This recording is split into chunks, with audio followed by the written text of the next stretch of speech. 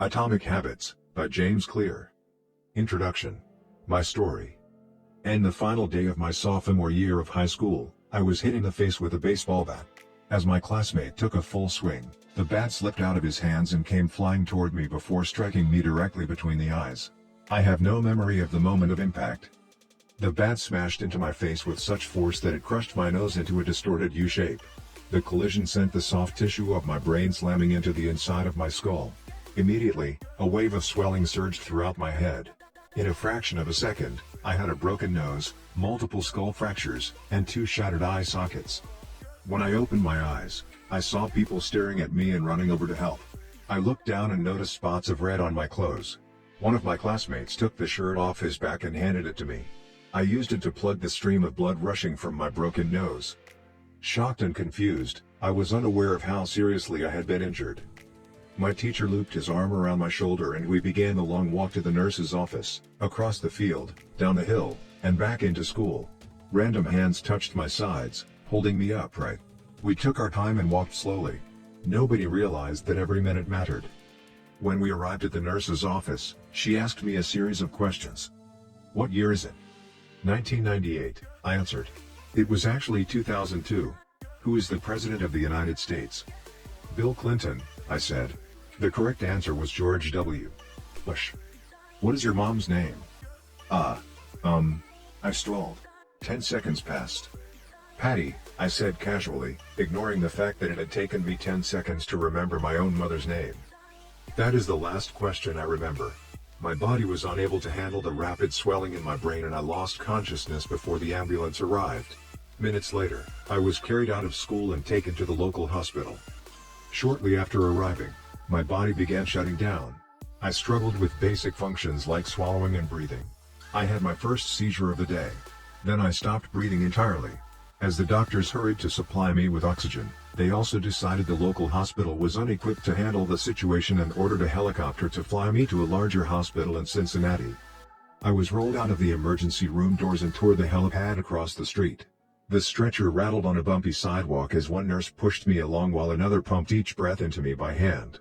My mother, who had arrived at the hospital a few moments before, climbed into the helicopter beside me.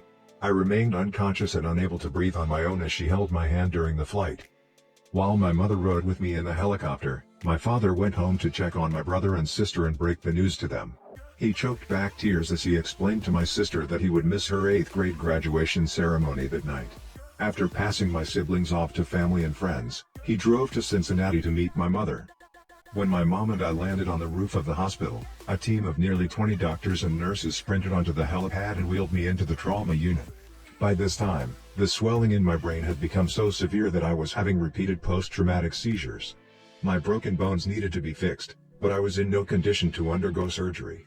After yet another seizure, my third of the day, I was put into a medically induced coma and placed on a ventilator.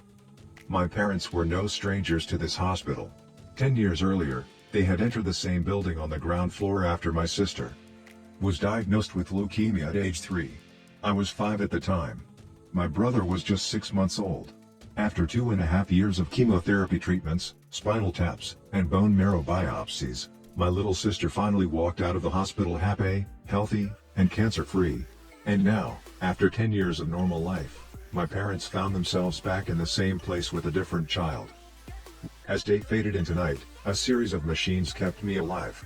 My parents slept restlessly on a hospital mattress. One moment they would collapse from fatigue, the next they would be wide awake with worry. My mother would tell me later, "It was one of the worst nights I've ever had." My recovery. Mercifully, by the next morning my breathing had rebounded to the point where the doctors felt comfortable releasing me from the coma. When I finally regained consciousness, I discovered that I had lost my ability to smell. As a test, a nurse asked me to blow my nose and sniff an apple juice box. My sense of smell returned, but, to everyone's surprise, the act of blowing my nose forced air through the fractures in my eye socket and pushed my left eye outward. My eyeball bulged out of the socket, held precariously in place by my eyelid and the optic nerve attaching my eye to my brain. The ophthalmologist said my eye would gradually slide back into place as the air seeped out, but it was hard to tell how long this would take. I was scheduled for surgery 1 week later, which would allow me some additional time to heal. I looked like I had been on the wrong end of a boxing match, but I was cleared to leave the hospital. I returned home with a broken nose, half a dozen facial fractures, and a bulging left eye. The following months were hard. It felt like everything in my life was on pause. I had double vision for weeks. I literally couldn't see straight. It took more than a month, but my eyeball did eventually return to its normal location. Between the seizures and my vision problems, it was 8 months before I could drive a car again.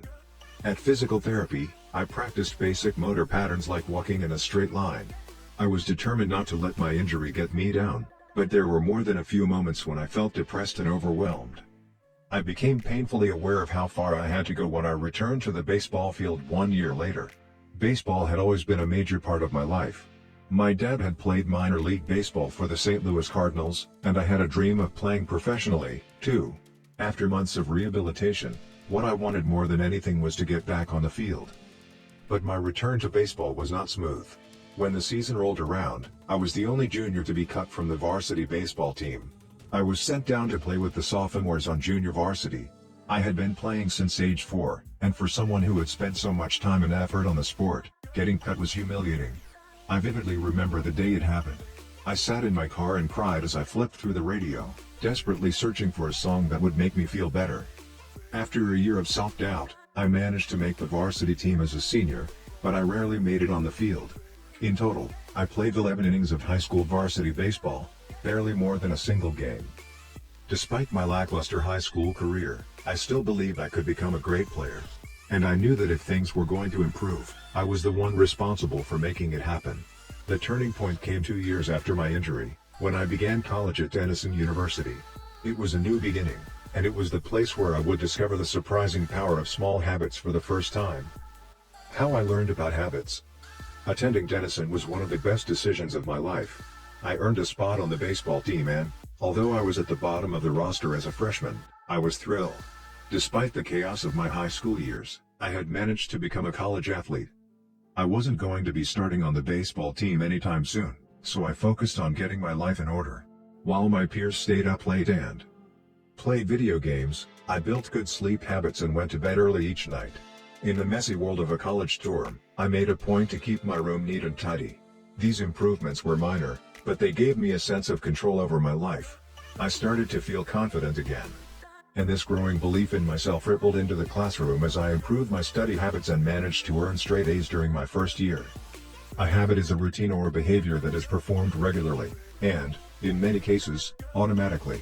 As each semester passed, I accumulated small but consistent habits that ultimately led to results that were unimaginable to me when I started.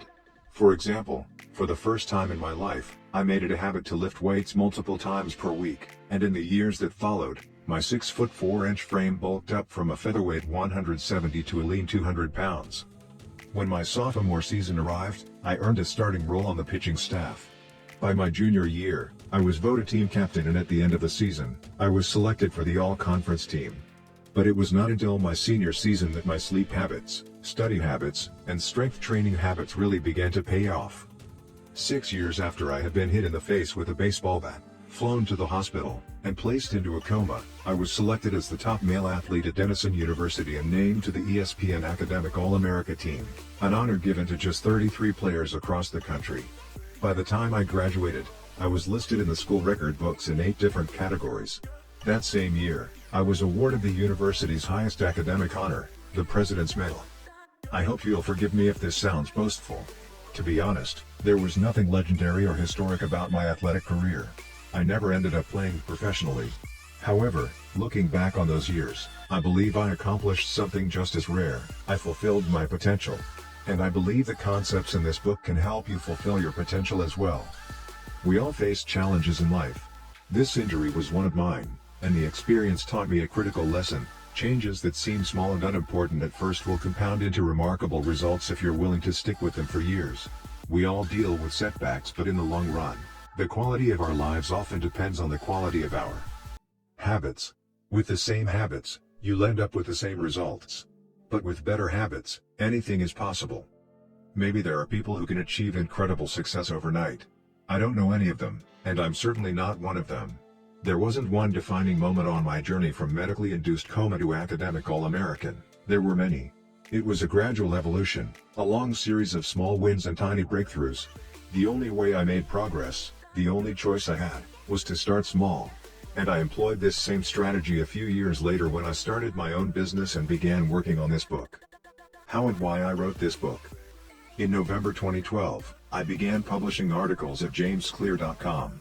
For years, I had been keeping notes about my personal experiments with habits, and I was finally ready to share some of them publicly. I began by publishing a new article every Monday and Thursday. Within a few months, this simple writing habit led to my first 1,000 email subscribers, and by the end of 2013 that number had grown to more than 30,000 people.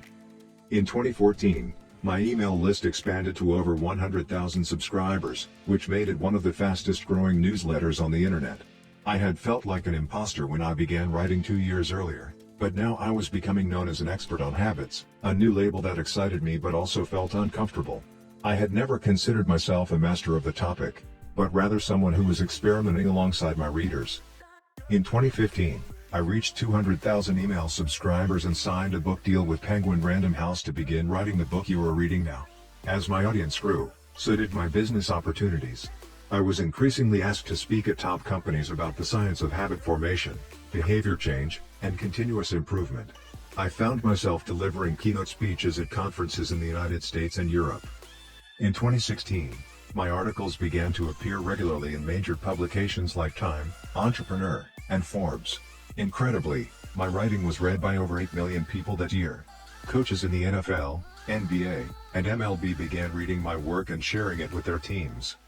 At the start of 2017, I launched the Habits Academy, which became the premier training platform for organizations and individuals interested in building better habits in life and work. Fortune 500 companies and growing startups began to enroll their leaders and train their staff. In total, over 10,000 leaders, managers, coaches, and teachers have graduated from the Habits Academy, and my work with them has taught me an incredible amount about what it takes to make habits work in the real world. As I put the finishing touches on this book in 2018, jamesclear.com is receiving millions of visitors per month and nearly 500,000 people subscribe to my weekly email newsletter, a number that is so far beyond my expectations when I began that I'm not even sure what to think of it. How this book will benefit you. The entrepreneur and investor Naval Ravikant has said, to write a great book, you must first become the book. I originally learned about the ideas mentioned here because I had to live them. I had to rely on small habits to rebound from my injury, to get stronger in the gym, to perform at a high level on the field, to become a writer, to build a successful business, and simply to develop into a responsible adult. Small habits helped me fulfill my potential, and since you picked up this book, I'm guessing you'd like to fulfill yours as well. In the pages that follow, I will share a step-by-step plan for building better habits, not for days or weeks, but for a lifetime. While science supports everything I've written, this book is not an academic research paper, it's an operating manual. You'll find wisdom and practical advice front and center as I explain the science of how to create and change your habits in a way that is easy to understand and apply. The fields I draw on: biology, neuroscience, philosophy, psychology, and more, have been around for many years. What I offer you is a synthesis of the best ideas smart people figured out a long time ago, as well as the most compelling discoveries scientists have made recently. My contribution, I hope, is to find the ideas that matter most and connect them in a way that is highly actionable. Anything wise in these pages you should credit to the many experts who preceded me. Anything foolish, assume it is my error. The backbone of this book is my 4-step model of habits: cue, craving, response, and reward, and the 4 laws of behavior change that evolve out of these steps. Readers with a psychology background may recognize some of these terms from operant conditioning, which was first proposed as stimulus, response, reward by B.F. Skinner in the 1930s and has been popularized more recently as cue, routine, reward, and the power of habit by Charles Duhigg. Behavioral scientists like Skinner realized that if you offered the right reward or punishment, you could get people to act in a certain way. But while Skinner's model did an excellent job of explaining how external stimuli influenced our habits, it lacked a good explanation for how our thoughts, feelings, and beliefs impact our behavior. Internal states, our moods and emotions, matter, too. In recent decades, scientists have begun to determine the connection between our thoughts, feelings, and behavior. This research will also be covered in these pages. In total, the framework I offer is an integrated model of the cognitive and behavioral sciences. I believe it is one of the first models of human behavior to accurately account for both the influence of external stimuli and internal emotions on our habits. While some of the language may be familiar, I am confident that the details and the applications of the 4 laws of behavior change will offer a new way to think about your habits. Human behavior is always changing, situation to situation, moment to moment, second to second. But this book is about what doesn't change. It's about the fundamentals of human behavior. The lasting principles you can rely on year after year. The ideas you can build a business around, build a family around, build a life around. There is no one right way to create better habits, but this book describes the best way I know, an approach that will be effective regardless of where you start or what you're trying to change. The strategies I cover will be relevant to as human behavior is involved. This book will be your guide. The fundamentals. Why tiny changes make a big difference. 1. The surprising power of atomic habits. The fate of British cycling changed one day in 2003. The organization, which was the governing body for professional cycling in Great Britain, had recently hired Dave Brailsford as its new performance director. At the time, professional cyclists in Great Britain had endured nearly 100 years of mediocrity. Since 1908, British riders had won just a single gold medal at the Olympic Games, and they had fared even worse in cycling's biggest race, the Tour de France. In 110 years, no British cyclist had ever won the event. In fact, the performance of British riders had been so underwhelming that one of the top bike manufacturers in Europe refused to sell bikes to the team because they were afraid that it would hurt sales if other professionals saw the Brits using their gear. Brailsford had been hired to put British cycling on a new trajectory. What made him different from previous coaches was his relentless commitment to a strategy that he referred to as the aggregation of marginal gains, which was the philosophy of searching for a tiny margin of improvement in everything you do. Brailsford said, the whole principle came from the idea that if you broke down everything you could think of that goes into riding a bike, and then improve it by 1%, you will get a significant increase when you put them all together. Brailsford and his coaches began by making small adjustments you might expect from a professional cycling team. They redesigned the bike seats to make them more comfortable and rubbed alcohol on the tires for a better grip. They asked riders to wear electrically heated overshorts to maintain ideal muscle temperature while riding and used biofeedback sensors to monitor how each athlete responded to a particular workout. The team tested various fabrics in a wind tunnel and had their outdoor riders switch to indoor racing suits, which proved to be lighter and more aerodynamic. But they didn't stop there.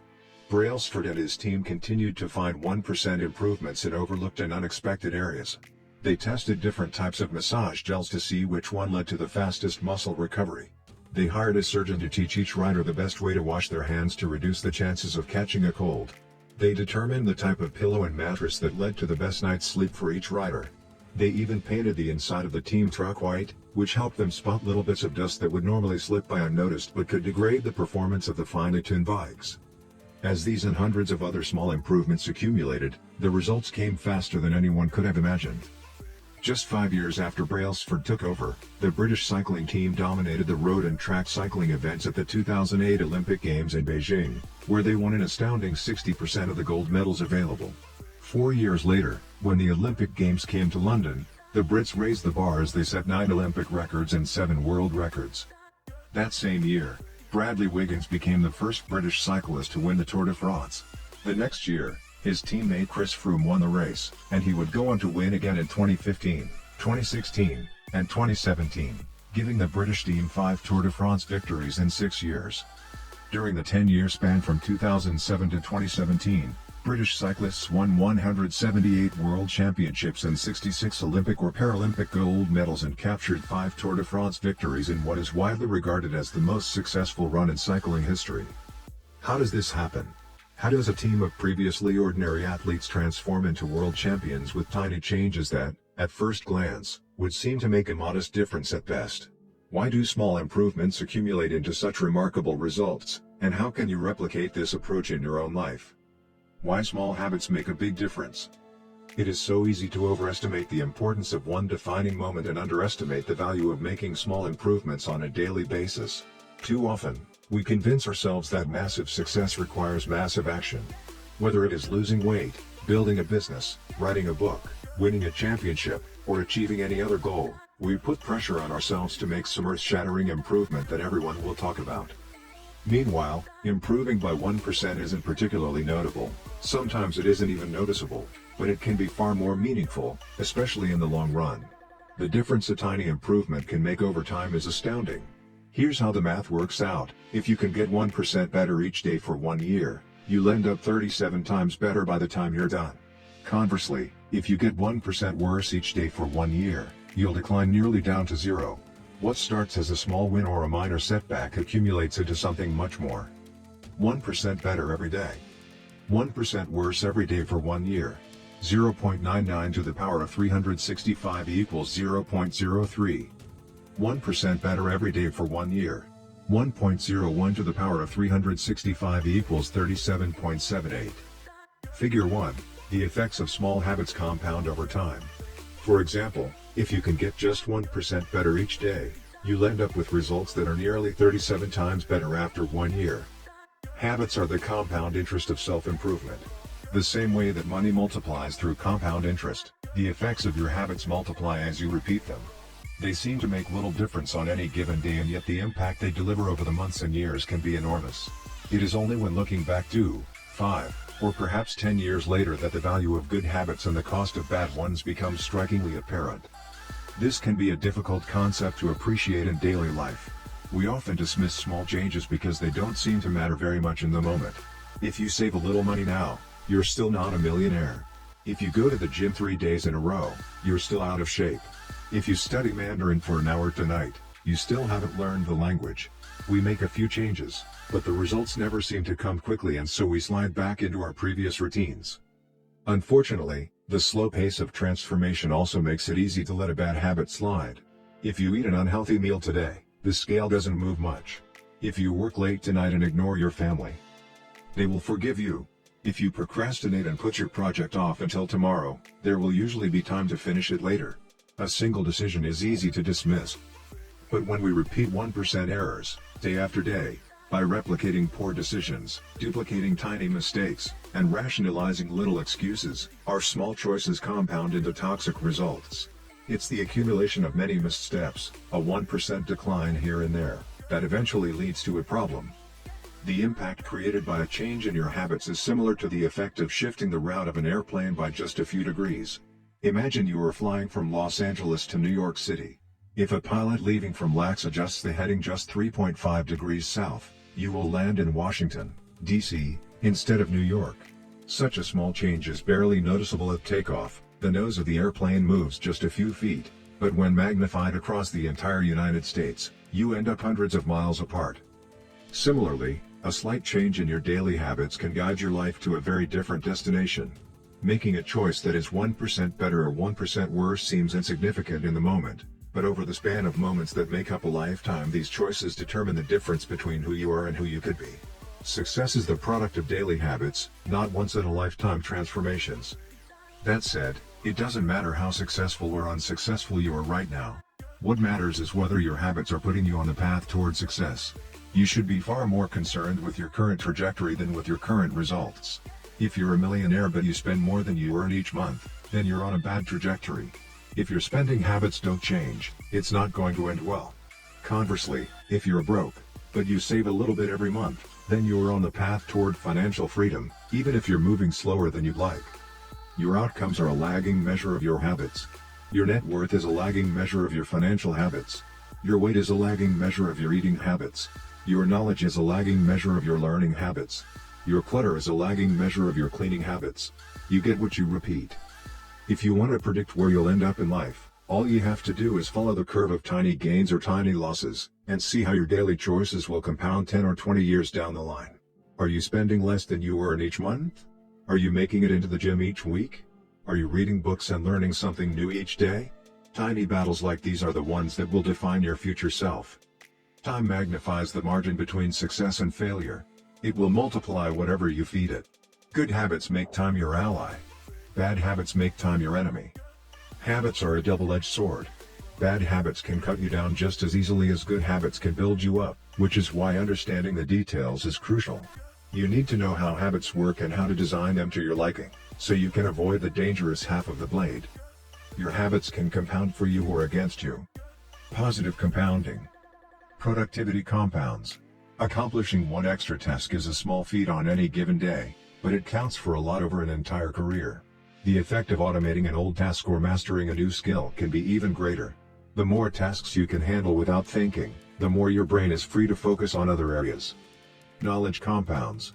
Learning one new idea won't make you a genius, but a commitment to lifelong learning can be transformative.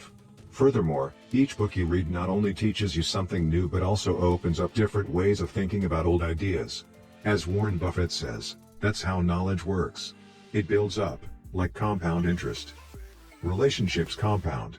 People reflect your behavior back to you. The more you help others, the more others want to help you. Being a little bit nicer in each interaction can result in a network of broad and strong connections over time. Negative compounding. Stress compounds. The frustration of a traffic jam. The weight of parenting responsibilities. The worry of making ends meet. The strain of slightly high blood pressure. By themselves, these common causes of stress are manageable. But when they persist for years, little stresses compound into serious health issues. Negative thoughts compound. The more you think of yourself as worthless, stupid, or ugly, the more you condition yourself to interpret life that way. You get trapped in a thought loop. The same is true for how you think about others. Once you fall into the habit of seeing people as angry, unjust, or selfish, you see those kind of people everywhere. Outrage compounds. Riots, protests, and mass movements are rarely the result of a single event. Instead, a long series of microaggressions and daily aggravations slowly multiply until one event tips the scales and outrage spreads like wildfire. What progress is really like? Imagine that you have an ice cube sitting on the table in front of you. The room is cold and you can see your breath. It is currently 25 degrees. Ever so slowly, the room begins to heat up. 26 degrees. 27. 28. The ice cube is still sitting on the table in front of you. 29 degrees. 30. 31. Still, nothing has happened. Then, 32 degrees. The ice begins to melt. A 1 degree shift, seemingly no different from the temperature increases before it, has unlocked a huge change. Breakthrough moments are often the result of many previous actions, which build up the potential required to unleash a major change. This pattern shows up everywhere. Cancer spends 80% of its life undetectable, then takes over the body in months.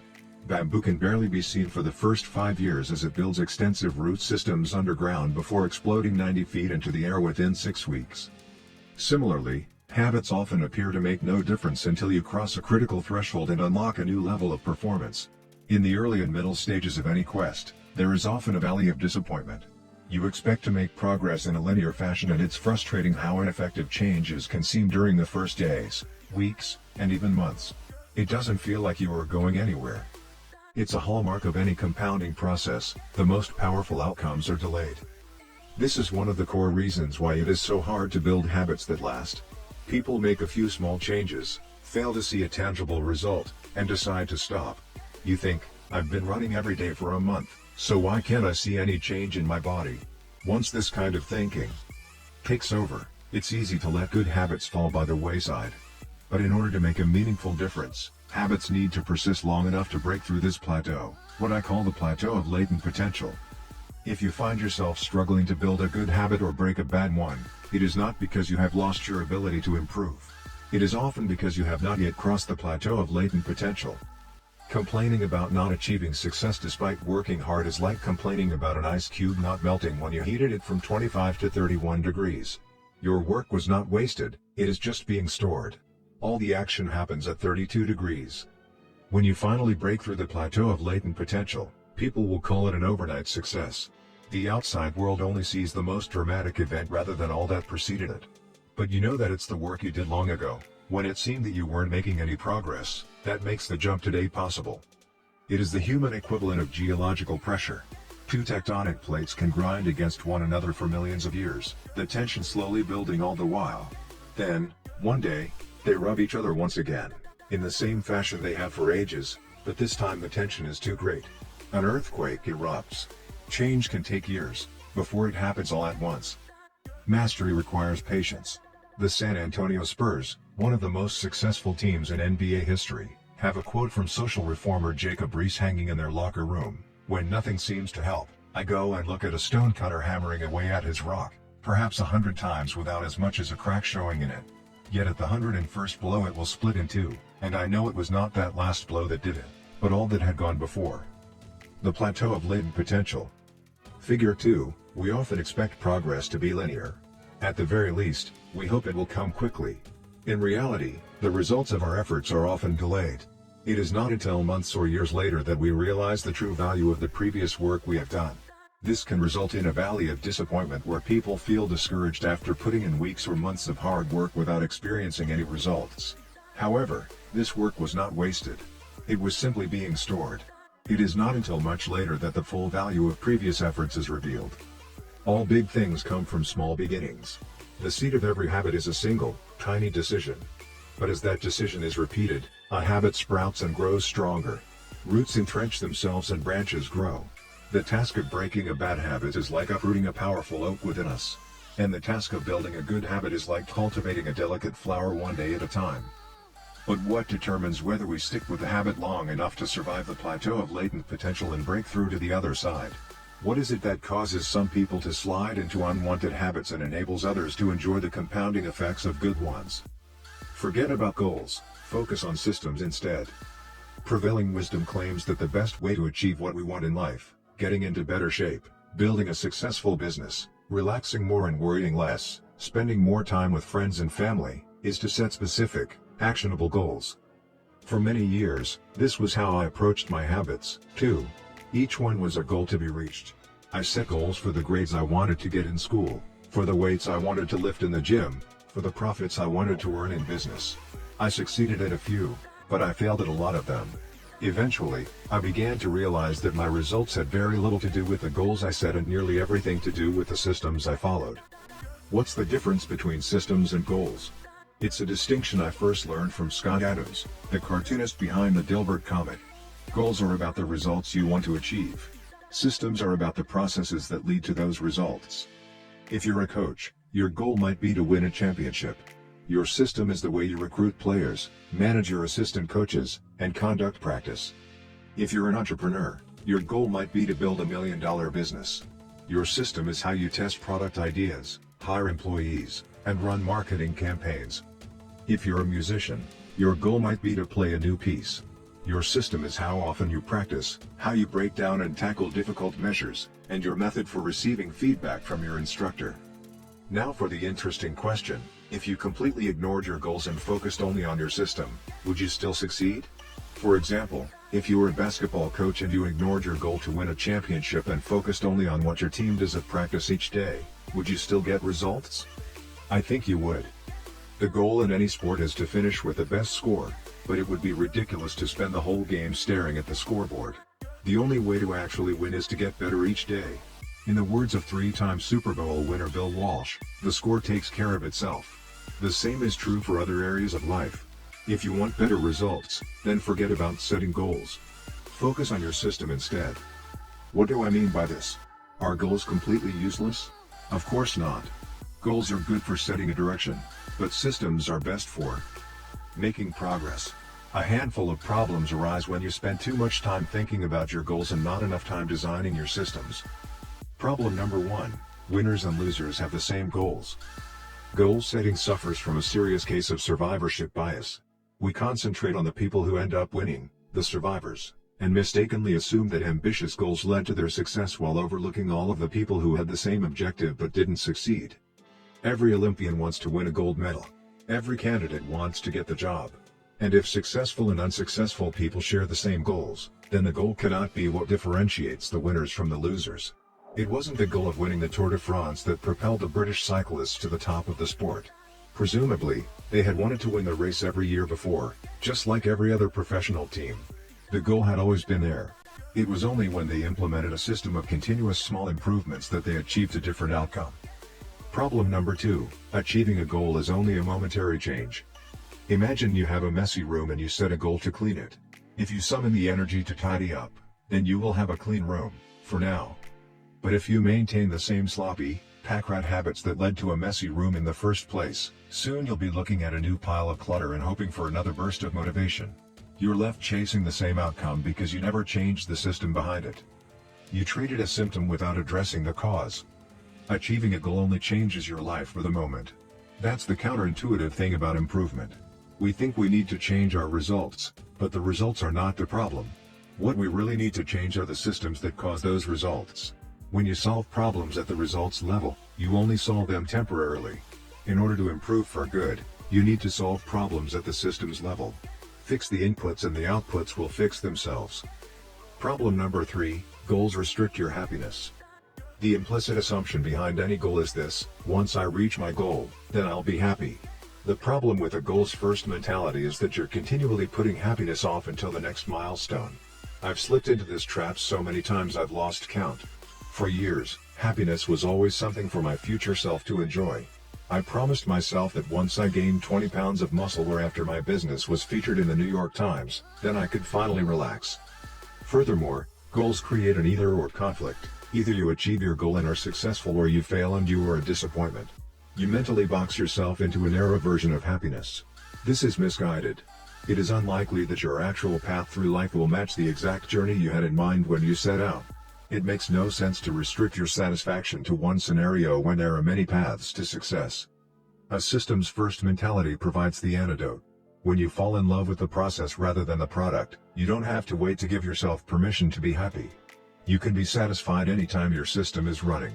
And a system can be successful in many different forms, not just the one you first envision. Problem number 4, goals are at odds with long-term progress. Finally, a goal-oriented mindset can create a yo-yo effect. Many runners work hard for months, but as soon as they cross the finish line, they stop training. The race is no longer there to motivate them. When all of your hard work is focused on a particular goal, what is left to push you forward after you achieve it? This is why many people find themselves reverting to their old habits after accomplishing a goal. The purpose of setting goals is to win the game. The purpose of building systems is to continue playing the game.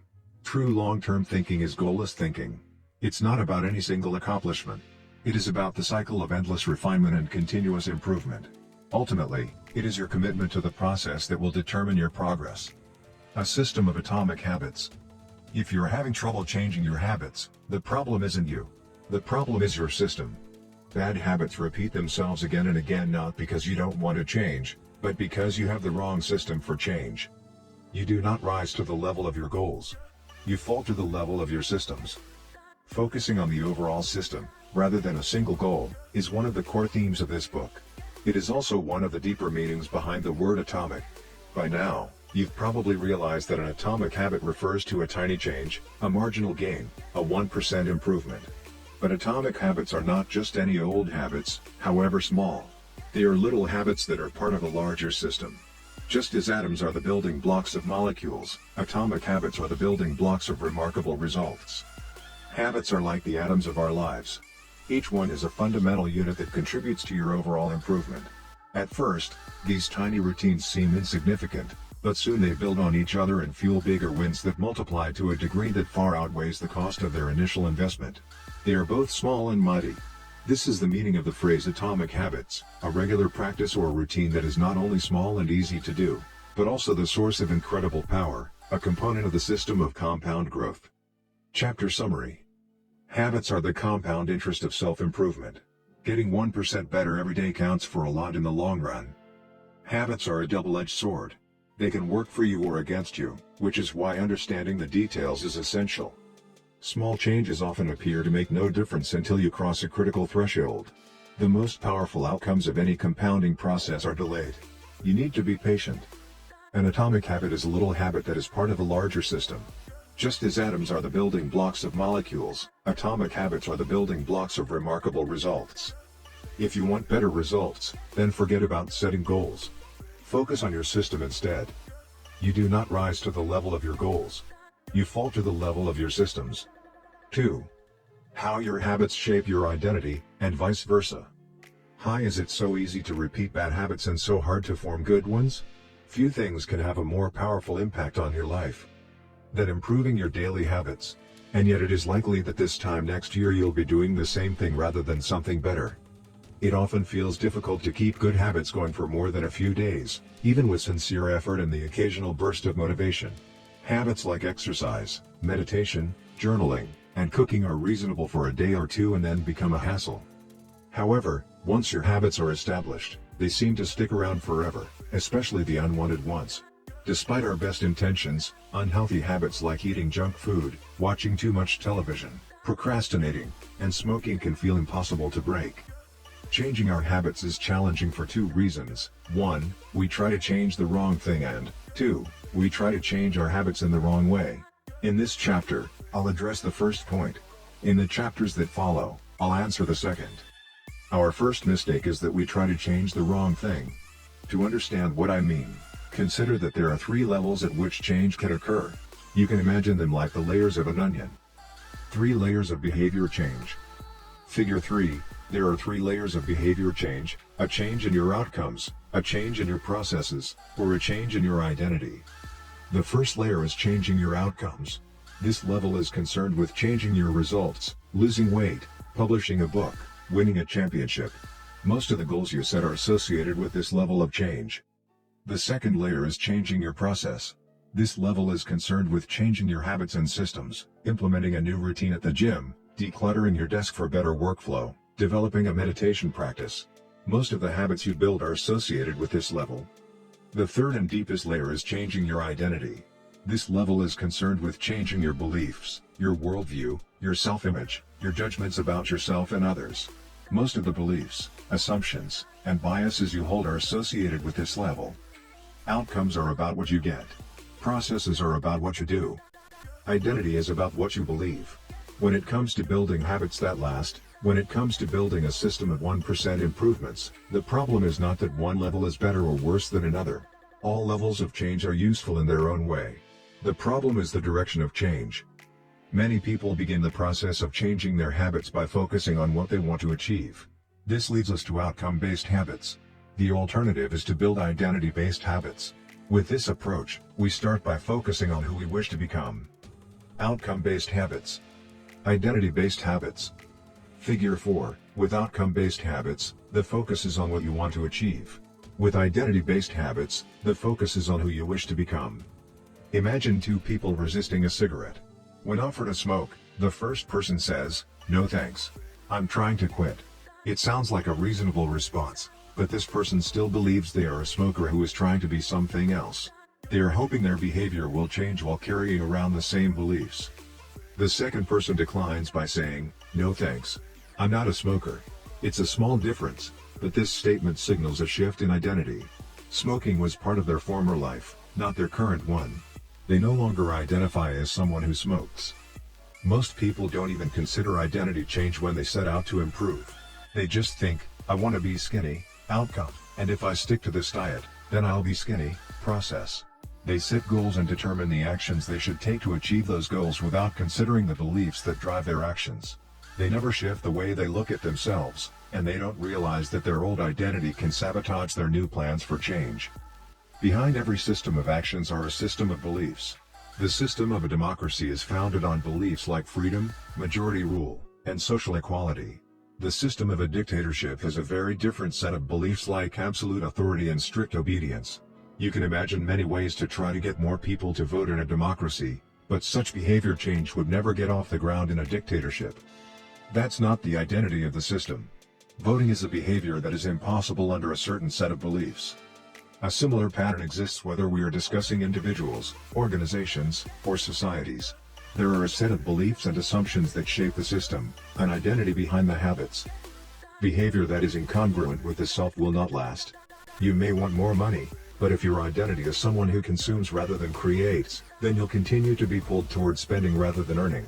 You may want better health, but if you continue to prioritize comfort over accomplishment, you'll be drawn to relaxing rather than training. It's hard to change your habits if you never change the underlying beliefs that led to your past behavior. You have a new goal and a new plan, but you haven't changed who you are. The story of Brian Clark, an entrepreneur from Boulder, Colorado, provides a good example. "For as long as I can remember, I've chewed my fingernails," Clark told me. "It started as a nervous habit when I was young, and then morphed into an undesirable grooming ritual. One day, I resolved to stop chewing my nails until they grew out a bit.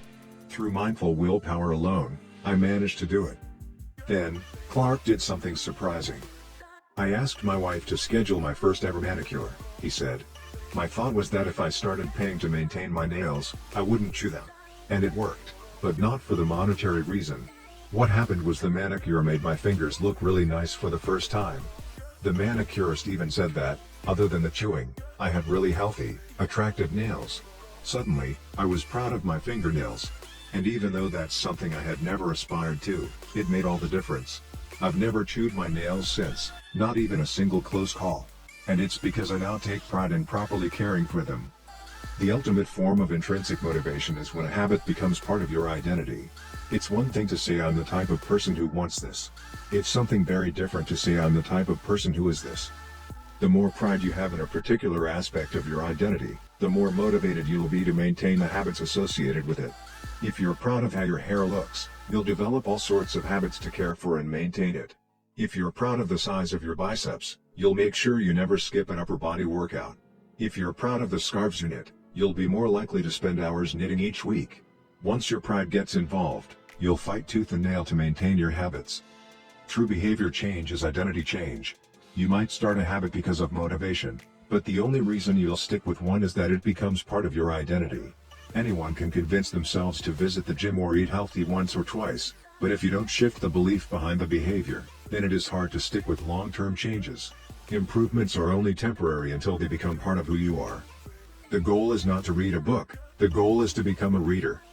The goal is not to run a marathon, the goal is to become a runner. The goal is not to learn an instrument, the goal is to become a musician. Your behaviors are usually a reflection of your identity. What you do is an indication of the type of person you believe that you are, either consciously or non-consciously. Research has shown that once a person believes in a particular aspect of their identity, they are more likely to act in alignment with that belief. For example, people who identified as being a voter were more likely to vote than those who simply claimed voting was an action they wanted to perform.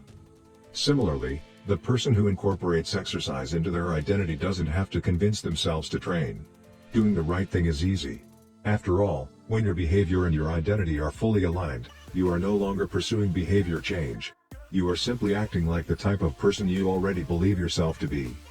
Like all aspects of habit formation, this, too, is a double-edged sword. When working for you, identity change can be a powerful force for self-improvement.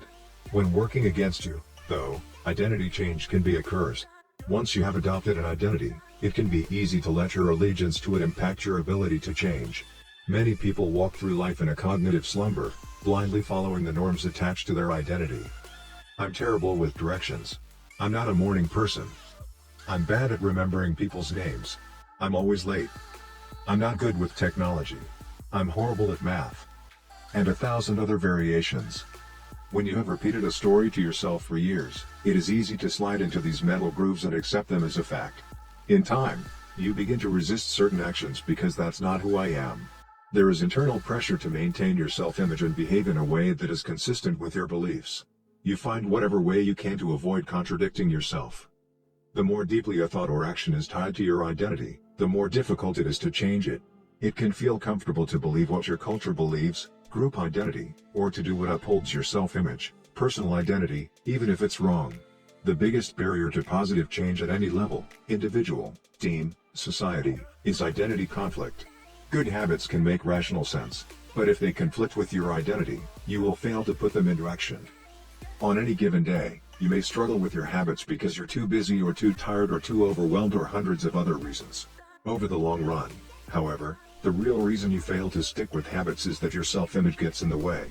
This is why you can't get too attached to one version of your identity. Progress requires unlearning. Becoming the best version of yourself requires you to continuously edit your beliefs, and to upgrade and expand your identity. This brings us to an important question: if your beliefs and worldview play such an important role in your behavior, where do they come from in the first place? How, exactly, is your identity formed? And how can you emphasize new aspects of your identity that serve you and gradually erase the pieces that hinder you? The two-step process to changing your identity. Your identity emerges out of your habits. You are not born with preset beliefs. Every belief, including those about yourself, is learned and conditioned through experience. More precisely, your habits are how you embody your identity. When you make your bed each day, you embody the identity of an organized person. When you write each day, you embody the identity of a creative person. When you train each day, You embody the identity of an athletic person. The more you repeat a behavior, the more you reinforce the identity associated with that behavior. In fact, the word identity was originally derived from the Latin words essentitas, which means being, and identidem, which means repeatedly. Your identity is literally your repeated beingness. Whatever your identity is right now, you only believe it because you have proof of it. If you go to church every Sunday for 20 years, you have evidence that you are religious. If you study biology for 1 hour every night, you have evidence that you are studious. If you go to the gym even when it's snowing, you have evidence that you are committed to fitness. The more evidence you have for a belief, the more strongly you will believe it. For most of my early life, I didn't consider myself a writer. If you were to ask any of my high school teachers or college professors, they would tell you I was an average writer at best, certainly not a standout. When I began my writing career, I published a new article every Monday and Thursday for the first few years. As the evidence grew, so did my identity as a writer. I didn't start out as a writer. I became one through my habits. Of course, your habits are not the only actions that influence your identity, but by virtue of their frequency they are usually the most important ones. Each experience in life modifies your self-image, but it's unlikely you would consider yourself a soccer player because you kicked a ball once or an artist because you scribbled a picture. As you repeat these actions, however, the evidence accumulates and your self-image begins to change. The effect of one-off experiences tends to fade away while the effect of habits gets reinforced with time, which means your habits contribute most of the evidence that shapes your identity. In this way, the process of building habits is actually the process of becoming yourself. This is a gradual evolution. We do not change by snapping our fingers and deciding to be someone entirely new. We change bit by bit, day by day, habit by habit. We are continually undergoing microevolutions of the self. Each habit is like a suggestion. Hey, maybe this is who I am. If you finish a book, then perhaps you are the type of person who likes reading. If you go to the gym, then perhaps you are the type of person who likes exercise. If you practice playing the guitar, perhaps you are the type of person who likes music. Every action you take is a vote for the type of person you wish to become. No single instance will transform your beliefs, but as the votes build up, so does the evidence of your new identity. This is one reason why meaningful change does not require radical change. Small habits can make a meaningful difference by providing evidence of a new identity. And if a change is meaningful, it actually is big. That's the paradox of making small improvements. Putting this all together, you can see that habits are the path to changing your identity. The most practical way to change who you are is to change what you do. Each time you write a page, you are a writer. Each time you practice the violin, you are a musician. Each time you start a workout, you are an athlete. Each time you encourage your employees, you are a leader. Each habit not only gets results but also teaches you something far more important, to trust yourself. You start to believe you can actually accomplish these things. When the votes mount up and the evidence begins to change, the story you tell yourself begins to change as well. Of course, it works the opposite way, too. Every time you choose to perform a bad habit, it's a vote for that identity. The good news is that you don't need to be perfect. In any election, there are going to be votes for both sides. You don't need a unanimous vote to win an election, you just need a majority. It doesn't matter if you cast a few votes for a bad behavior or an unproductive habit. Your goal is simply to win the majority of the time. New identities require new evidence. If you keep casting the same votes you've always cast, you're going to get the same results you've always had. If nothing changes, nothing is going to change. It is a simple two-step process. 1. Decide the type of person you want to be. 2. Prove it to yourself with small wins. First, decide who you want to be. This holds at any level, as an individual, as a team, as a community, as a nation. What do you want to stand for? What are your principles and values? Who do you wish to become? These are big questions, and many people aren't sure where to begin. But they do know what kind of results they want, to get six-pack abs or to feel less anxious or to double their salary. That's fine. Start there and work backward from the results you want to the type of person who could get those results. Ask yourself, who is the type of person that could get the outcome I want? Who is the type of person that could lose 40 pounds? Who is the type of person that could learn a new language? Who is the type of person that could run a successful startup? For example, who is the type of person who could write a book? It's probably someone who is consistent and reliable. Now your focus shifts from writing a book, outcome-based, to being the type of person who is consistent and reliable, identity-based. This process can lead to beliefs like, I'm the kind of teacher who stands up for her students. I'm the kind of doctor who gives each patient the time and empathy they need. I'm the kind of manager who advocates for her employees. Once you have a handle on the type of person you want to be, you can begin taking small steps to reinforce your desired identity. I have a friend who lost over 100 pounds by asking herself, what would a healthy person do? All day long, she would use this question as a guide. Would a healthy person walk or take a cab? Would a healthy person order a burrito or a salad? She figured if she acted like a healthy person long enough, eventually she would become that person. She was right. The concept of identity-based habits is our first introduction to another key theme in this book, feedback loops. Your habits shape your identity, and your identity shapes your habits. It's a two-way street. The formation of all habits is a feedback loop, a concept we will explore in depth in the next chapter, but it's important to let your values, principles, and identity drive the loop rather than your results. The focus should always be on becoming that type of person, not getting a particular outcome. The real reason habits matter. Identity change is the North Star of habit change. The remainder of this book will provide you with step-by-step instructions on how to build better habits in yourself, your family, your team, your company, and anywhere else you wish. But the true question is, are you becoming the type of person you want to become? The first step is not what or how, but who. You need to know who you want to be. Otherwise, your quest for change is like a boat without a rudder. And that's why we are starting here. You have the power to change your beliefs about yourself. Your identity is not set in stone. You have a choice in every moment. You can choose the identity you want to reinforce today with the habits you choose today. And this brings us to the deeper purpose of this book and the real reason habits matter. Building better habits isn't about littering your day with life hacks. It's not about flossing one tooth each night or taking a cold shower each morning or wearing the same outfit each day. It's not about achieving external measures of success like earning more money, losing weight, or reducing stress.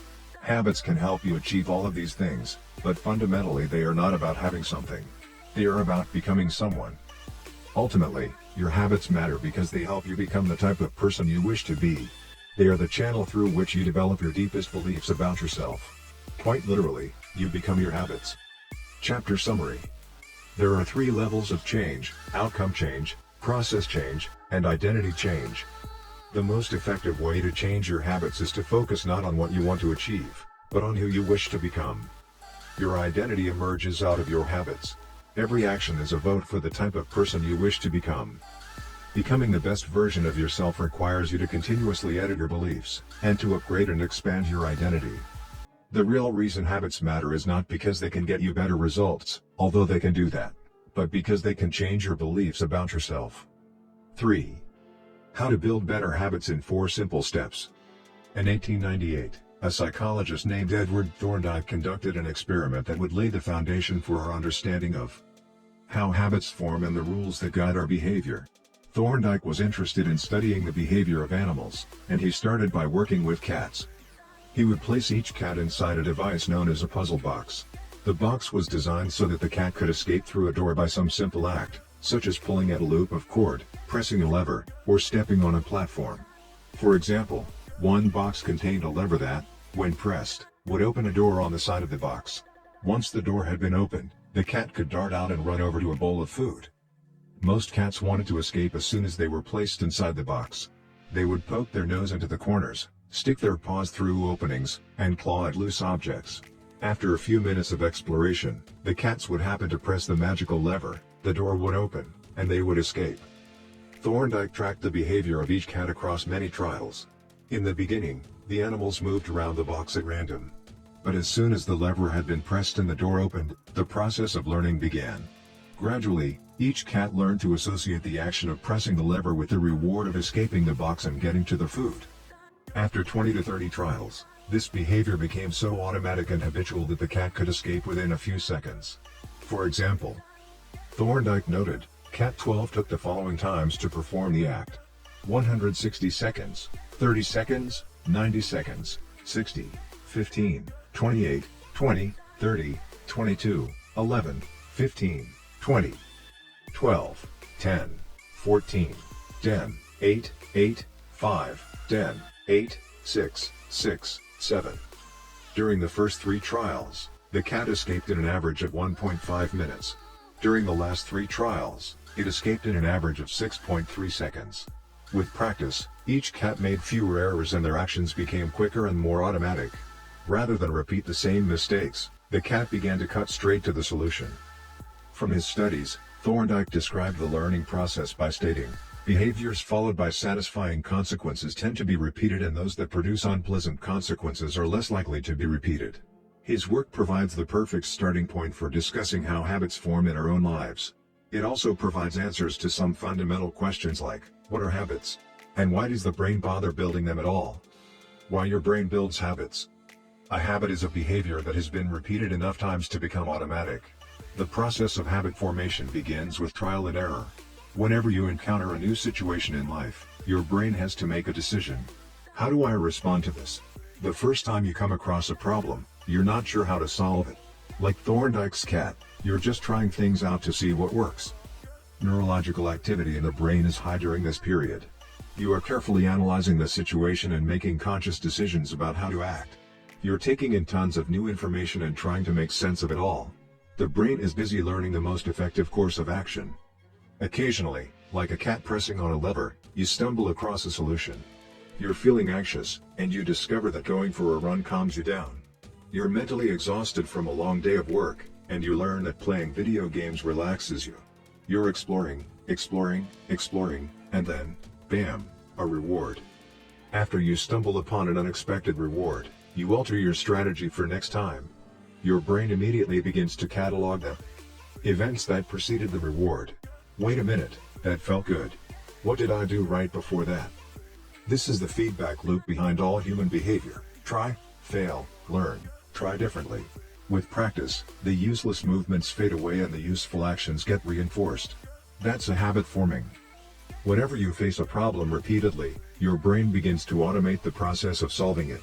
Your habits are just a series of automatic solutions that solve the problems and stresses you face regularly. As behavioral scientist Jason Creha writes, habits are, simply, reliable solutions to recurring problems in our environment. As habits are created, the level of activity in the brain decreases. You learn to lock in on the cues that predict success and tune out everything else. When a similar situation arises in the future, you know exactly what to look for. There is no longer a need to analyze every angle of a situation. Your brain skips the process of trial and error and creates a mental rule: if this, then that.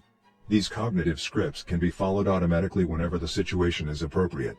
Now, whenever you feel stressed, you get the itch to run. As soon as you walk in the door from work, you grab the video game controller. A choice that once required effort is now automatic. A habit has been created. Habits are mental shortcuts learned from experience. In a sense, a habit is just a memory of the steps you previously followed to solve a problem in the past. Whenever the conditions are right, you can draw on this memory and automatically apply the same solution. The primary reason the brain remembers the past is to better predict what will work in the future. Habit formation is incredibly useful because the conscious mind is the bottleneck of the brain. It can only pay attention to one problem at a time. As a result, your brain is always working to preserve your conscious attention for whatever task is most essential. Whenever possible, the conscious mind likes to pawn off tasks to the non-conscious mind to do automatically. This is precisely what happens when a habit is formed. Habits reduce cognitive load and free up mental capacity, so you can allocate your attention to other tasks. Despite their efficiency, some people still wonder about the benefits of habits. The argument goes like this: will habits make my life dull? I don't want to pigeonhole myself into a lifestyle I don't enjoy. Doesn't so much routine take away the vibrancy and spontaneity of life? Hardly. Such questions set up a false dichotomy. They make you think that you have to choose between building habits and attaining freedom. In reality, the two complement each other. Habits do not restrict freedom. They create it. In fact, the people who don't have their habits handled are often the ones with the least amount of freedom. Without good financial habits, you will always be struggling for the next dollar. Without good health habits, you will always seem to be short on energy. Without good learning habits, you will always feel like you're behind the curve. If you're always being forced to make decisions about simple tasks, when should I work out, where do I go to write, when do I pay the bills, then you have less time for freedom. It's only by making the fundamentals of life easier that you can create the mental space needed for free thinking and creativity. Conversely, when you have your habits dialed in and the basics of life are handled and done, Your mind is free to focus on new challenges and master the next set of problems. Building habits in the present allows you to do more of what you want in the future. The science of how habits work. The process of building a habit can be divided into 4 simple steps: cue, craving, response, and reward. Breaking it down into these fundamental parts can help us understand what a habit is, how it works, and how to improve it. Figure 5. All habits proceed through 4 stages in the same order: cue, craving, response, and reward. This 4-step pattern is the backbone of every habit, and your brain runs through these steps in the same order each time. First, there is the cue. The cue triggers your brain to initiate a behavior. It is a bit of information that predicts a reward. Our prehistoric ancestors were paying attention to cues that signaled the location of primary rewards like food, water, and sex. Today, we spend most of our time learning cues that predict secondary rewards like money and fame, power and status, praise and approval, love and friendship, or a sense of personal satisfaction. Of course, these pursuits also indirectly improve our odds of survival and reproduction, which is the deeper motive behind everything we do. Your mind is continuously analyzing your internal and external environment for hints of where rewards are located. Because the cue is the first indication that we're close to a reward, it naturally leads to a craving. Cravings are the second step, and they are the motivational force behind every habit. Without some level of motivation or desire, without craving a change, we have no reason to act. What you crave is not the habit itself but the change and state it delivers. You do not crave smoking a cigarette, you crave the feeling of relief it provides. You are not motivated by brushing your teeth but rather by the feeling of a clean mouth. You do not want to turn on the television, you want to be entertained. Every craving is linked to a desire to change your internal state. This is an important point that we will discuss in detail later. Cravings differ from person to person. In theory, any piece of information could trigger a craving, but in practice, people are not motivated by the same cues. For a gambler, the sound of slot machines can be a potent trigger that sparks an intense wave of desire. For someone who rarely gambles, the jingles and chimes of the casino are just background noise. Cues are meaningless until they are interpreted. The thoughts, feelings, and emotions of the observer are what transform a cue into a craving. The third step is the response. The response is the actual habit you perform, which can take the form of a thought or an action. Whether a response occurs depends on how motivated you are and how much friction is associated with the behavior. If a particular action requires more physical or mental effort than you are willing to expend, then you won't do it. Your response also depends on your ability. It sounds simple, but a habit can occur only if you are capable of doing it. If you want to dunk a basketball but can't jump high enough to reach the hoop, well, you're out of luck. Finally, the response delivers a reward. Rewards are the end goal of every habit.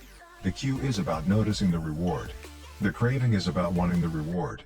The response is about obtaining the reward. We chase rewards because they serve 2 purposes. 1, they satisfy us, and 2, they teach us. The first purpose of rewards is to satisfy your craving. Yes, rewards provide benefits on their own.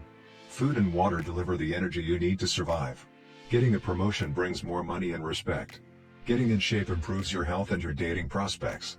But the more immediate benefit is that rewards satisfy your craving to eat or to gain status or to win approval. At least for a moment, rewards deliver contentment and relief from craving. Second, rewards teach us which actions are worth remembering in the future. Your brain is a reward detector. As you go about your life, your sensory nervous system is continuously monitoring which actions satisfy your desires and deliver pleasure.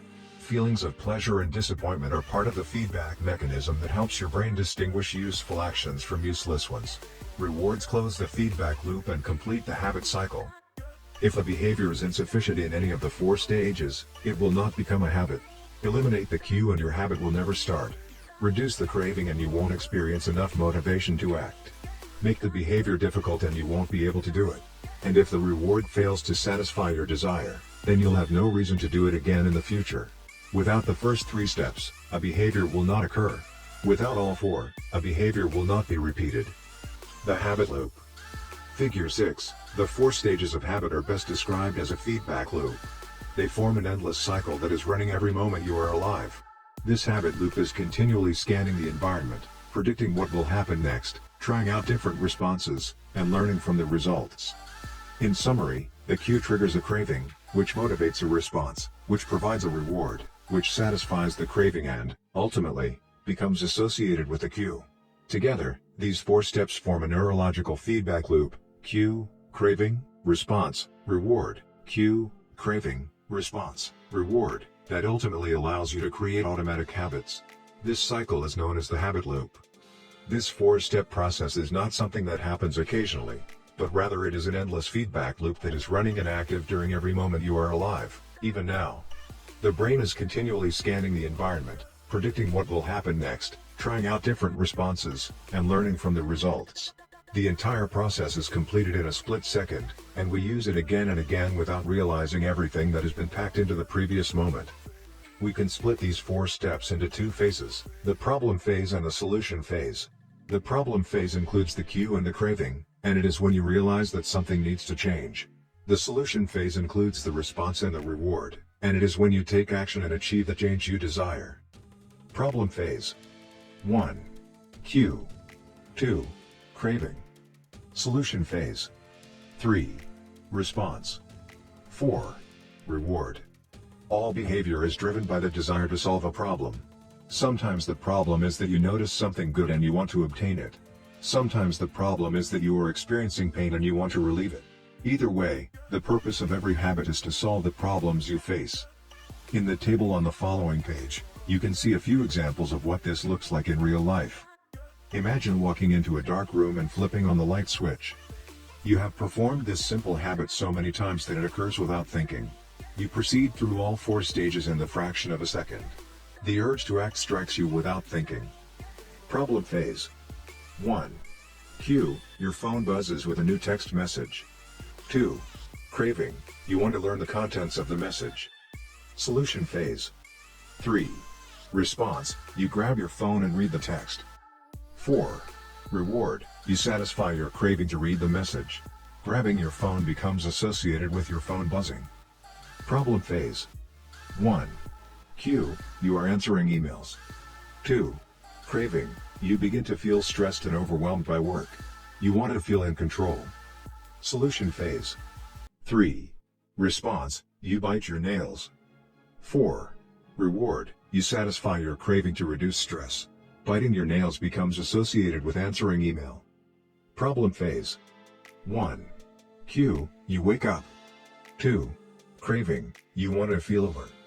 Solution phase. 3. Response, you drink a cup of coffee. 4. Reward, you satisfy your craving to feel alert. Drinking coffee becomes associated with waking up. Problem phase. 1. Cue, you smell a donut shop as you walk down the street near your office. 2. Craving, you begin to crave a donut. Solution phase. 3. Response, you buy a donut and eat it. 4. Reward, you satisfy your craving to eat a donut. Buying a donut becomes associated with walking down the street near your office. Problem phase. 1. Cue, you hit a stumbling block on a project at work. 2. Craving, you feel stuck and want to relieve your frustration. Solution phase. 3. Response, you pull out your phone and check social media. 4. Reward, you satisfy your craving to feel relieved. Checking social media becomes associated with feeling stalled at work. Problem phase. 1. Cue, you walk into a dark room. 2. Craving, you want to be able to see. Solution phase. 3. Response, you flip the light switch. 4. Reward, you satisfy your craving to see. Turning on the light switch becomes associated with being in a dark room. By the time we become adults, we rarely notice the habits that are running our lives. Most of us never give a second thought to the fact that we tie the same shoe first each morning, or unplug the toaster after each use, or always change into comfortable clothes after getting home from work. After decades of mental programming, we automatically slip into these patterns of thinking and acting. The 4 laws of behavior change. In the following chapters, we will see time and again how the 4 stages of cue, craving, response, and reward influence nearly everything we do each day. But before we do that, we need to transform these 4 steps into a practical framework that we can use to design good habits and eliminate bad ones. I refer to this framework as the 4 laws of behavior change, and it provides a simple set of rules for creating good habits and breaking bad ones. You can think of each law as a lever that influences human behavior. When the levers are in the right positions, creating good habits is effortless. When they are in the wrong positions, it is nearly impossible. How to create a good habit. The first law, cue, make it obvious. The second law, craving, make it attractive. The third law, response, make it easy. The fourth law, reward, make it satisfying. We can invert these laws to learn how to break a bad habit. How to break a bad habit. Inversion of the first law, cue, make it invisible. Inversion of the second law, craving, make it unattractive. Inversion of the third law, response, make it difficult. Inversion of the fourth law, reward, make it unsatisfying. It would be irresponsible for me to claim that these 4 laws are an exhaustive framework for changing any human behavior, but I think they're close. As you will soon see, the 4 laws of behavior change apply to nearly every field, from sports to politics, art to medicine, comedy to management. These laws can be used no matter what challenge you are facing. There is no need for completely different strategies for each habit. Whenever you want to change your behavior, you can simply ask yourself, 1. How can I make it obvious? 2. How can I make it attractive? 3. How can I make it easy? 4. How can I make it satisfying? If you have ever wondered, why don't I do what I say I'm going to do? Why don't I lose the weight or stop smoking or save for retirement or start that side business? Why do I say something is important but never seem to make time for it? The answers to those questions can be found somewhere in these 4 laws. The key to creating good habits and breaking bad ones is to understand these fundamental laws and how to alter them to your specifications. Every goal is doomed to fail if it goes against the grain of human nature. Your habits are shaped by the systems in your life. In the chapters that follow, we will discuss these laws one by one and show how you can use them to create a system in which good habits emerge naturally and bad habits wither away. Chapter Summary. A habit is a behavior that has been repeated enough times to become automatic. The ultimate purpose of habits is to solve the problems of life with as little energy and effort as possible. Any habit can be broken down into a feedback loop that involves 4 steps: cue, craving, response, and reward. The 4 laws of behavior change are a simple set of rules we can use to build better habits. There are: 1. Make it obvious, 2. Make it attractive, 3. Make it easy, and 4. Make it satisfying. The first law. Make it obvious. 4. The man who didn't look right. The psychologist Gary Klein once told me a story about a woman who attended a family gathering.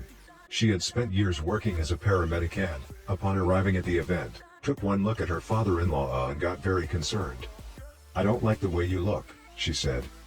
Her father-in-law, who was feeling perfectly fine, jokingly replied, "Well, I don't like your looks, either."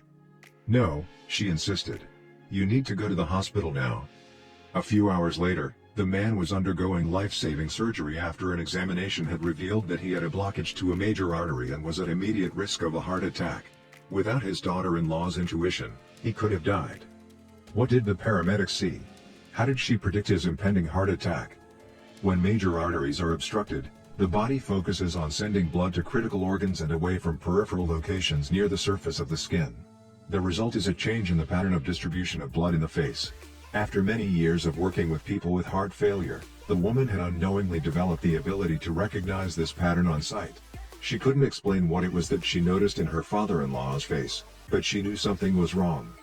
Similar stories exist in other fields. For example, military analysts can identify which blip on a radar screen is an enemy missile and which one is a plane from their own fleet, even though they are traveling at the same speed, flying at the same altitude, and look identical on radar in nearly every respect. During the Gulf War, Lieutenant Commander Michael Riley saved an entire battleship when he ordered a missile shot down, despite the fact that it looked exactly like the battleship's own planes on radar.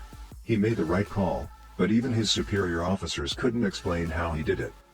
Museum curators have been known to discern the difference between an authentic piece of art and an expertly produced counterfeit, even though they can't tell you precisely which details tipped them off. Experienced radiologists can look at a brain scan and predict the area where a stroke will develop before any obvious signs are visible to the untrained eye. I've even heard of hairdressers noticing whether a client is pregnant based only on the feel of her hair. The human brain is a prediction machine. It is continuously taking in your surroundings and analyzing the information it comes across. Whenever you experience something repeatedly, like a paramedic seeing the face of a heart attack patient or a military analyst seeing a missile on a radar screen, your brain begins noticing what is important, sorting through the details and highlighting the relevant cues, and cataloging that information for future use. With enough practice, you can pick up on the cues that predict certain outcomes without consciously thinking about it. Automatically, your brain encodes the lessons learned through experience. We can't always explain what it is we are learning, but learning is happening all along the way, and your ability to notice the relevant cues in a given situation is the foundation for every habit you have.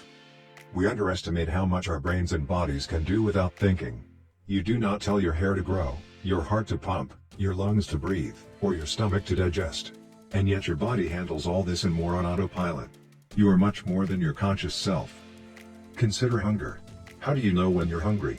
You don't necessarily have to see a cookie on the counter to realize that it is time to eat. Appetite and hunger are governed non-consciously. Your body has a variety of feedback loops that gradually alert you when it is time to eat again and that track what is going on around you and within you. Cravings can arise thanks to hormones and chemicals circulating through your body. Suddenly, you're hungry even though you're not quite sure what tipped you off. This is one of the most surprising insights about our habits. You don't need to be aware of the cue for a habit to begin. You can notice an opportunity and take action without dedicating conscious attention to it. This is what makes habits useful. It's also what makes them dangerous. As habits form, your actions come under the direction of your automatic and non-conscious mind. You fall into old patterns before you realize what's happening. Unless someone points it out, you may not notice that you cover your mouth with your hand whenever you laugh, that you apologize before asking a question, or that you have a habit of finishing other people's sentences.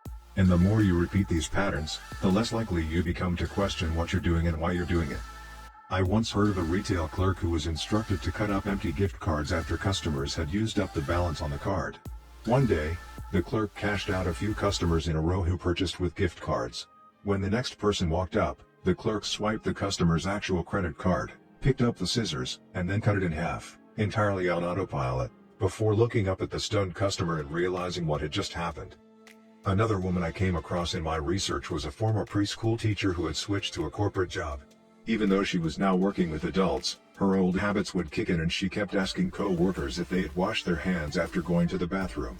I also found the story of a man who had spent years working as a lifeguard and would occasionally yell "walk" whenever he saw a child running. Over time, the cues that spark our habits become so common that they are essentially invisible. The treats on the kitchen counter, the remote control next to the couch, the phone in our pocket. Our responses to these cues are so deeply encoded that it may feel like the urge to act comes from nowhere. For this reason, we must begin the process of behavior change with awareness.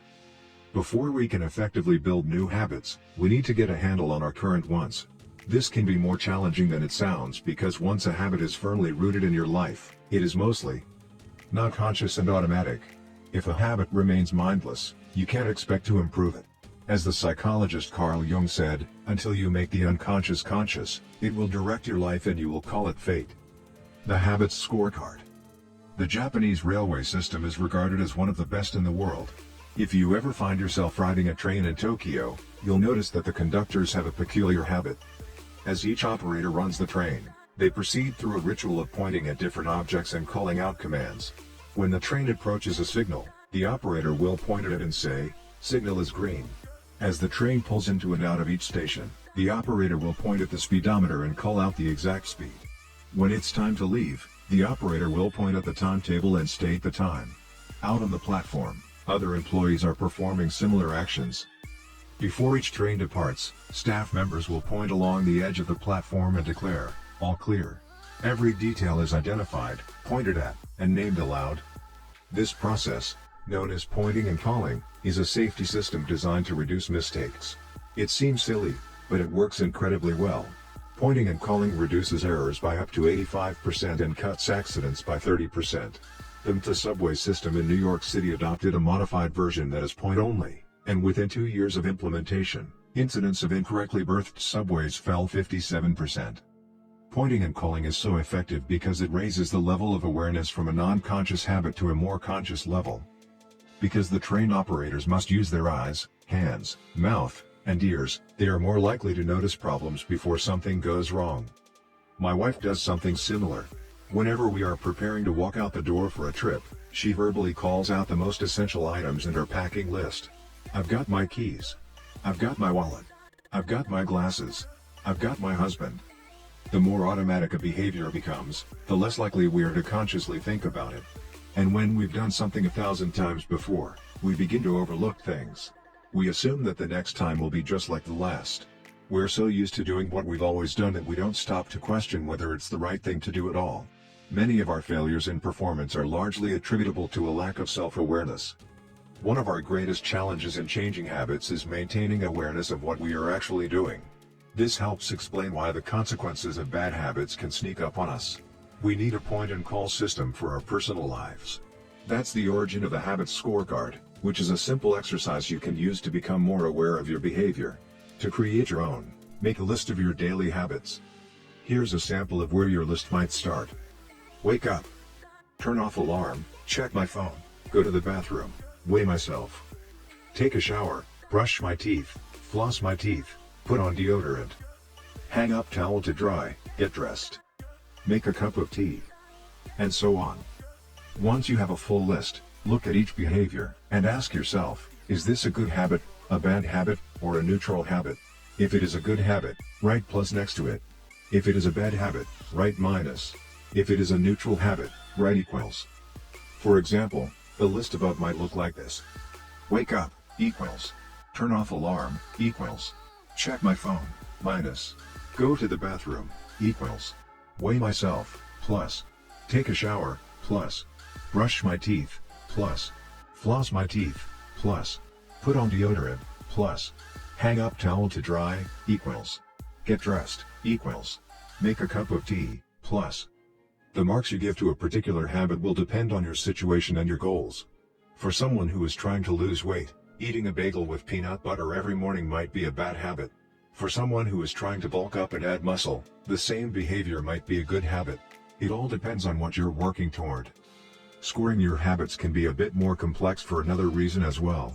The labels good habit and bad habit are slightly inaccurate. There are no good habits or bad habits. There are only effective habits. That is, effective at solving problems. All habits serve you in some way.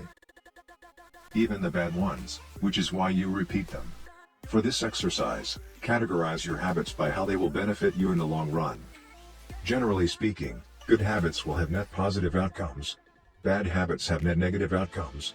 Smoking a cigarette may reduce stress right now, that's how it's serving you, but it's not a healthy long-term behavior. If you're still having trouble determining how to rate a particular habit, here's a question I like to use. Does this behavior help me become the type of person I wish to be? Does this habit cast a vote for or against my desired identity? Habits that reinforce your desired identity are usually good. Habits that conflict with your desired identity are usually bad. As you create your habits scorecard, there is no need to change anything at first. The goal is to simply notice what is actually going on. Observe your thoughts and actions without judgment or internal criticism. Don't blame yourself for your faults. Don't praise yourself for your successes. If you eat a chocolate bar every morning, acknowledge it, almost as if you were watching someone else. Oh, how interesting that they would do such a thing. If you binge eat, simply notice that you are eating more calories than you should. If you waste time online, notice that you are spending your life in a way that you do not want to. The first step to changing bad habits is to be on the lookout for them. If you feel like you need extra help, then you can try pointing and calling in your own life. Say out loud the action that you are thinking of taking and what the outcome will be. If you want to cut back on your junk food habit but notice yourself grabbing another cookie, say out loud, I'm about to eat this cookie, but I don't need it. Eating it will cause me to gain weight and hurt my health. Hearing your bad habits spoken aloud makes the consequences seem more real. It adds weight to the action rather than letting yourself mindlessly slip into an old routine. This approach is useful even if you're simply trying to remember a task on your to-do list. Just saying out loud, tomorrow, I need to go to the post office after lunch, increases the odds that you will actually do it.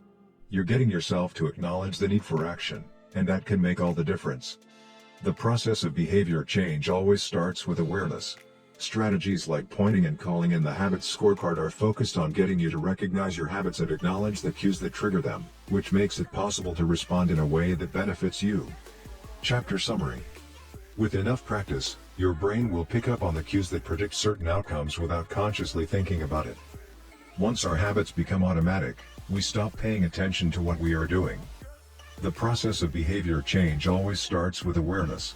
You need to be aware of your habits before you can change them. Pointing and calling raises your level of awareness from a non-conscious habit to a more conscious level by verbalizing your actions. The Habits Scorecard is a simple exercise you can use to become more aware of your behavior. 5. The best way to start a new habit.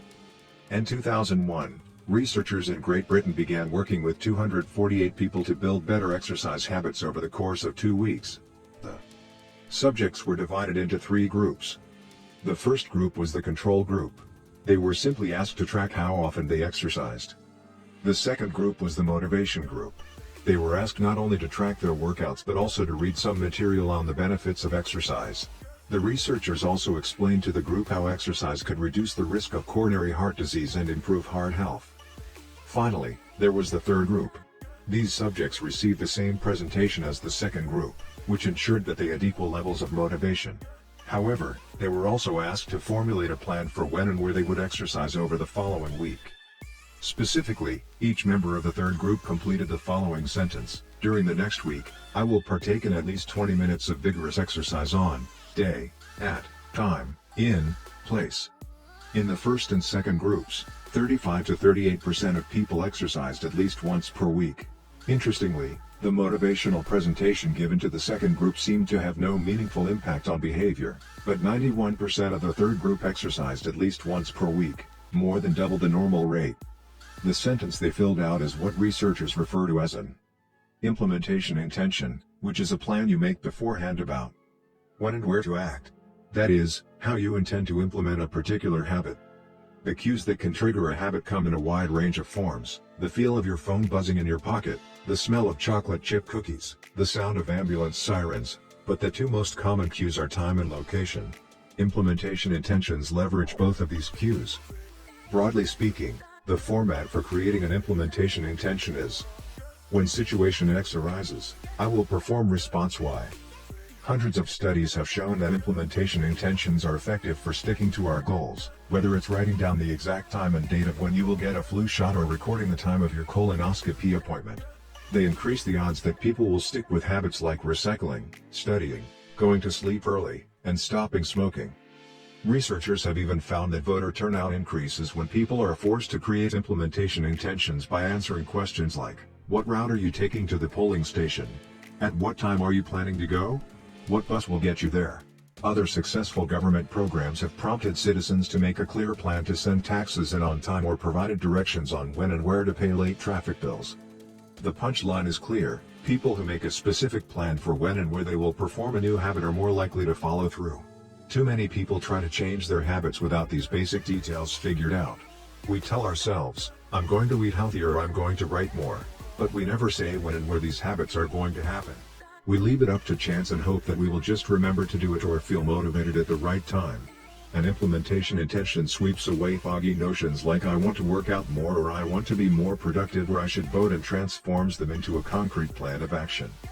Many people think they lack motivation when what they really lack is clarity. It is not always obvious when and where to take action. Some people spend their entire lives waiting for the time to be right to make an improvement. Once an implementation intention has been set, you don't have to wait for inspiration to strike. Do I write a chapter today or not? Do I meditate this morning or at lunch? When the moment of action occurs, there is no need to make a decision. Simply follow your predetermined plan. The simple way to apply this strategy to your habits is to fill out this sentence: I will, behavior, at, time, in, location. Meditation. I will meditate for 1 minute at 7 a.m. in my kitchen. Studying.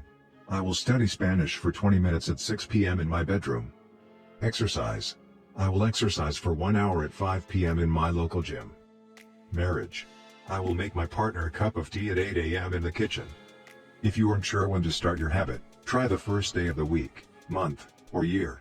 People are more likely to take action at those times because hope is usually higher. If we have hope, we have a reason to take action. A fresh start feels motivating. There is another benefit to implementation intentions.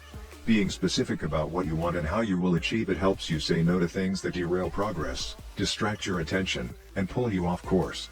We often say yes to little requests because we are not clear enough about what we need to be doing instead. When your dreams are vague, it's easy to rationalize little exceptions all day long and never get around to the specific things you need to do to succeed. Give your habits a time and a space to live in the world. The goal is to make the time and location so obvious that, with enough repetition, you get an urge to do the right thing at the right time, even if you can't say why. As the writer Jason Zweig noted, obviously you're never going to just work out without conscious thought. But like a dog salivating at a bell, maybe you start to get antsy around the time of day you normally work out. There are many ways to use implementation intentions in your life and work. My favorite approach is one I learned from Stanford professor B.J. Fogg, and it is a strategy I refer to as habit stacking. Habit stacking, a simple plan to overhaul your habits. The French philosopher Denis Diderot lived nearly his entire life in poverty, but that all changed one day in 1765. Diderot's daughter was about to be married and he could not afford to pay for the wedding. Despite his lack of wealth, Diderot was well known for his role as the co-founder and writer of Encyclopédie, one of the most comprehensive encyclopedias of the time. When Catherine the Great, the Empress of Russia, heard of Diderot's financial troubles, her heart went out to him. She was a book lover and greatly enjoyed his encyclopedia. She offered to buy Diderot's personal library for £1,000. More than $150,000 today. Suddenly, Diderot had money to spare. With his new wealth, he not only paid for the wedding but also acquired a scarlet robe for himself. Diderot's scarlet robe was beautiful. So beautiful, in fact, that he immediately noticed how out of place it seemed when surrounded by his more common possessions. He wrote that there was no more coordination, no more unity, no more beauty between his elegant robe and the rest of his stuff. Diderot soon felt the urge to upgrade his possessions. He replaced his rug with one from Damascus. He decorated his home with expensive sculptures. He bought a mirror to place above the mantel, and a better kitchen table. He tossed aside his old straw chair for a leather one. Like falling dominoes, one purchase led to the next. Diderot's behavior is not uncommon. In fact, the tendency for one purchase to lead to another one has a name: the Diderot effect. The Diderot effect states that obtaining a new possession often creates a spiral of consumption that leads to additional purchases. You can spot this pattern everywhere. You buy a dress and have to get new shoes and earrings to match. You buy a couch and suddenly question the layout of your entire living room. You buy a toy for your child and soon find yourself purchasing all of the accessories that go with it. It's a chain reaction of purchases. Many human behaviors follow this cycle. You often decide what to do next based on what you have just finished doing. Going to the bathroom leads to washing and drying your hands, which reminds you that you need to put the dirty towels in the laundry, so you add laundry detergent to the shopping list, and so on. No behavior happens in isolation. Each action becomes a cue that triggers the next behavior. Why is this important? When it comes to building new habits, you can use the connectedness of behavior to your advantage. One of the best ways to build a new habit is to identify a current habit you already do each day and then stack your new behavior on top. This is called habit stacking. Habit stacking is a special form of an implementation intention. Rather than pairing your new habit with a particular time and location, you pair it with a current habit. This method, which was created by B.J. Fogg as part of his Tiny Habits program, can be used to design an obvious cue for nearly any habit. The habit stacking formula is: after current habit, I will new habit. For example, meditation. After I pour my cup of coffee each morning, I will meditate for 1 minute. Exercise. After I take off my work shoes, I will immediately change into my workout clothes. Gratitude. After I sit down to dinner, I will say one thing I'm grateful for that happened today. Marriage. After I get into bed at night, I will give my partner a kiss. Safety. After I put on my running shoes, I will text a friend or family member where I am running and how long it will take. The key is to tie your desired behavior into something you already do each day. Once you have mastered this basic structure, you can begin to create larger stacks by chaining small habits together. This allows you to take advantage of the natural momentum that comes from one behavior leading into the next, a positive version of the Diderot effect. Habit stacking. Figure 7. Habit stacking increases the likelihood that you'll stick with a habit by stacking your new behavior on top of an old one. This process can be repeated to chain numerous habits together, each one acting as the cue for the next. Your morning routine habit stack might look like this. 1. After I pour my morning cup of coffee, I will meditate for 60 seconds. 2. After I meditate for 60 seconds, I will write my to-do list for the day. 3. After I write my to-do list for the day, I will immediately begin my first task. Or, consider this habit stack in the evening. 1. After I finish eating dinner, I will put my plate directly into the dishwasher. 2. After I put my dishes away, I will immediately wipe down the counter. 3. After I wipe down the counter, I will set out my coffee mug for tomorrow morning. You can also insert new behaviors into the middle of your current routines. For example, you may already have a morning routine that looks like this: wake up greater than make my bed more than take a shower. Let's say you want to develop the habit of reading more each night.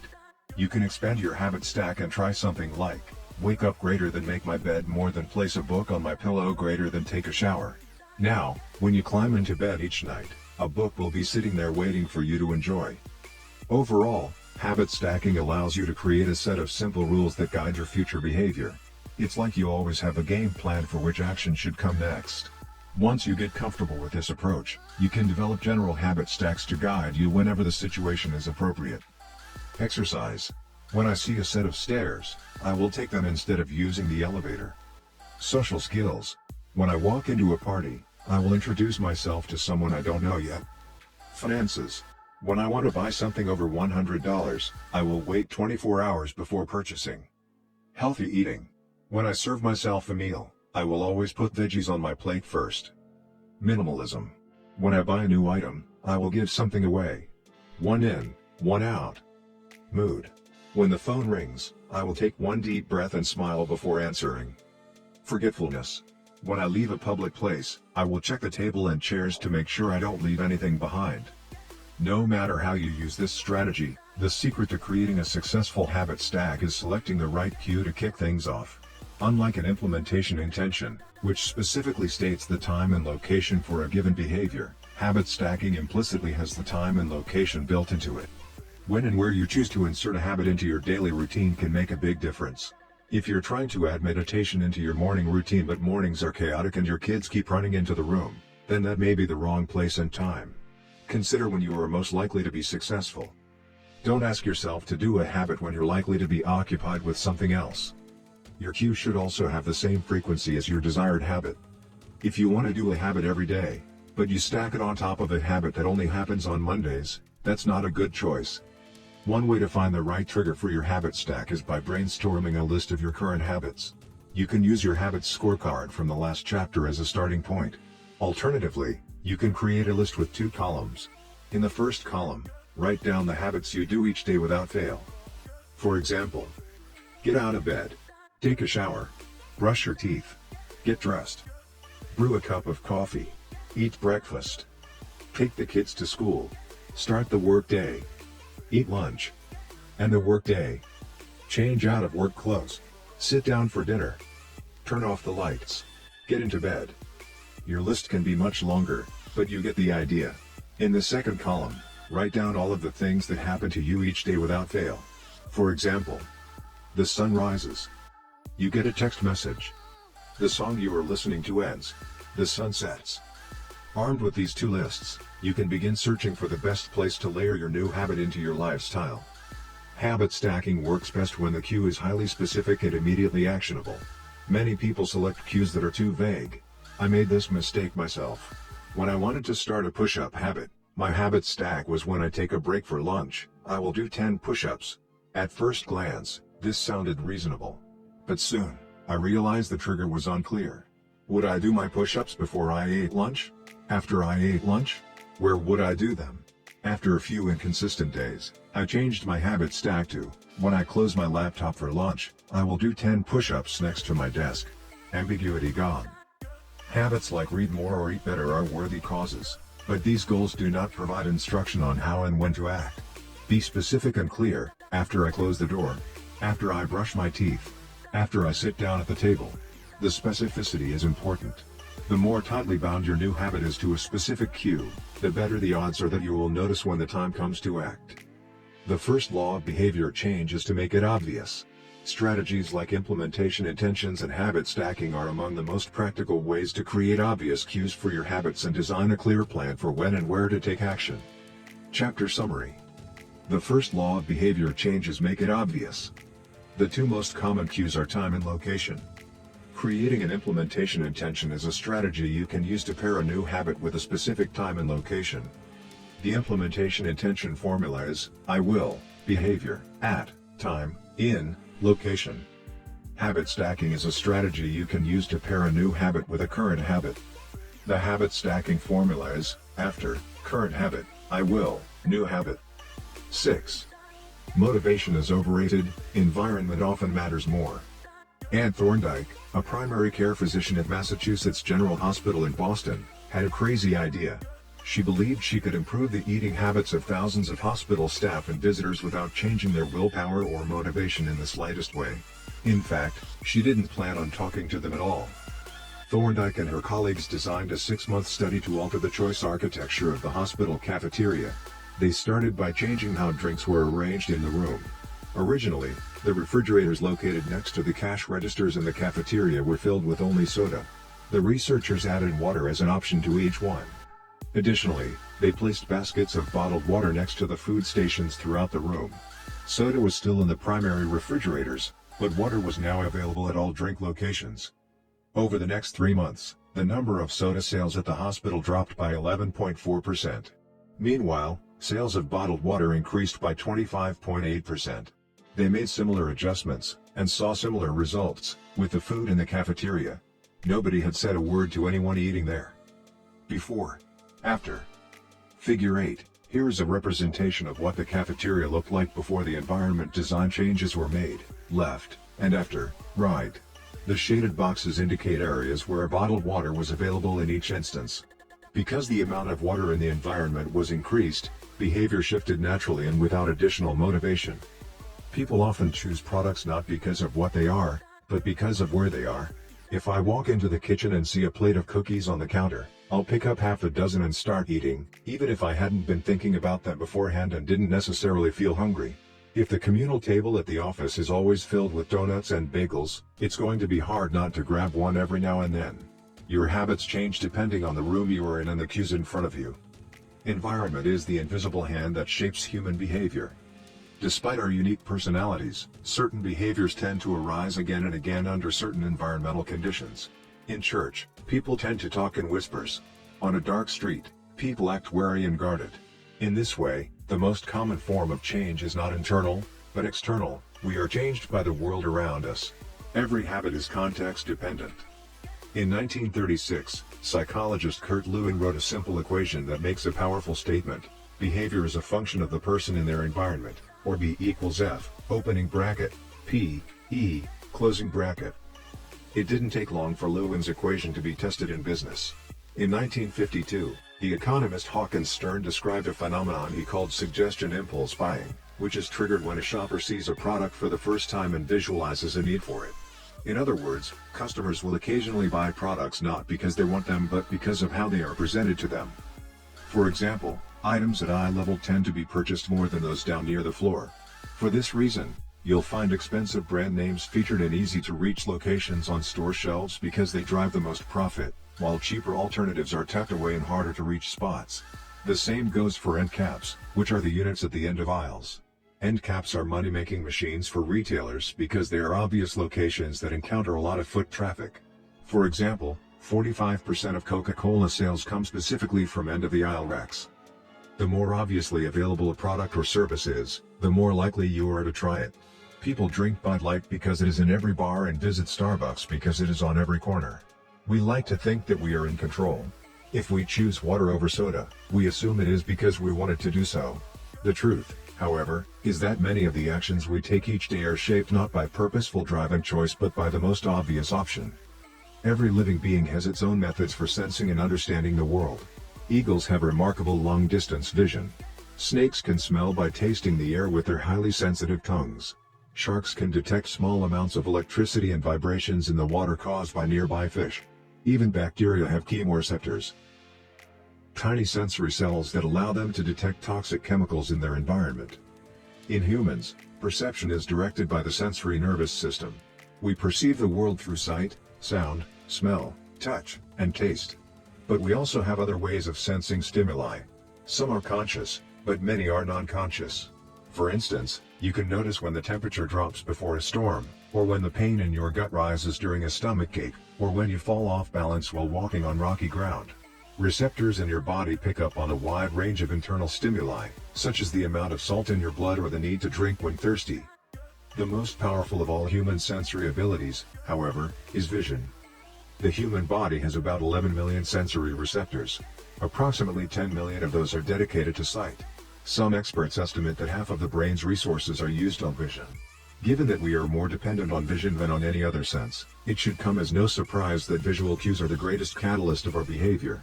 For this reason, a small change in what you see can lead to a big shift in what you do. As a result, you can imagine how important it is to live and work in environments that are filled with productive cues and devoid of unproductive ones. Thankfully, there is good news in this respect. You don't have to be the victim of your environment. You can also be the architect of it. How to design your environment for success. During the energy crisis and oil embargo of the 1970s, Dutch researchers began to pay close attention to the country's energy usage. In one suburb near Amsterdam, they found that some homeowners use 30% less energy than their neighbors, despite the homes being of similar size and getting electricity for the same price. It turned out the houses in this neighborhood were nearly identical except for one feature: the location of the electrical meter. Some had one in the basement. Others had the electrical meter upstairs in the main hallway. As you may guess, the homes with the meters located in the main hallway use less electricity. When their energy use was obvious and easy to track, people changed their behavior. Every habit is initiated by a cue, and we are more likely to notice cues that stand out. Unfortunately, the environments where we live and work often make it easy not to do certain actions because there is no obvious cue to trigger the behavior. It's easy not to practice the guitar when it's tucked away in the closet. It's easy not to read a book when the bookshelf is in the corner of the guest room. It's easy not to take your vitamins when they are out of sight in the pantry. When the cues that spark a habit are subtle or hidden, they are easy to ignore. By comparison, creating obvious visual cues can draw your attention toward a desired habit. In the early 1990s, the cleaning staff at Schiphol Airport in Amsterdam installed a small sticker that looked like a fly near the center of each urinal. Apparently, when men stepped up to the urinals, they aimed for what they thought was a bug. The stickers improved their aim and significantly reduced spillage around the urinals. Further analysis determined that the stickers cut bathroom cleaning costs by 8% per year. I've experienced the power of obvious cues in my own life. I used to buy apples from the store, put them in the crisper in the bottom of the refrigerator, and forget all about them. By the time I remembered, the apples would have gone bad. I never saw them, so I never ate them. Eventually, I took my own advice and redesigned my environment. I bought a large display bowl and placed it in the middle of the kitchen counter. The next time I bought apples, that was where they went, out in the open where I could see them. Almost like magic, I began eating a few apples each day simply because they were obvious rather than out of sight. Here are a few ways you can redesign your environment and make the cues for your preferred habits more obvious.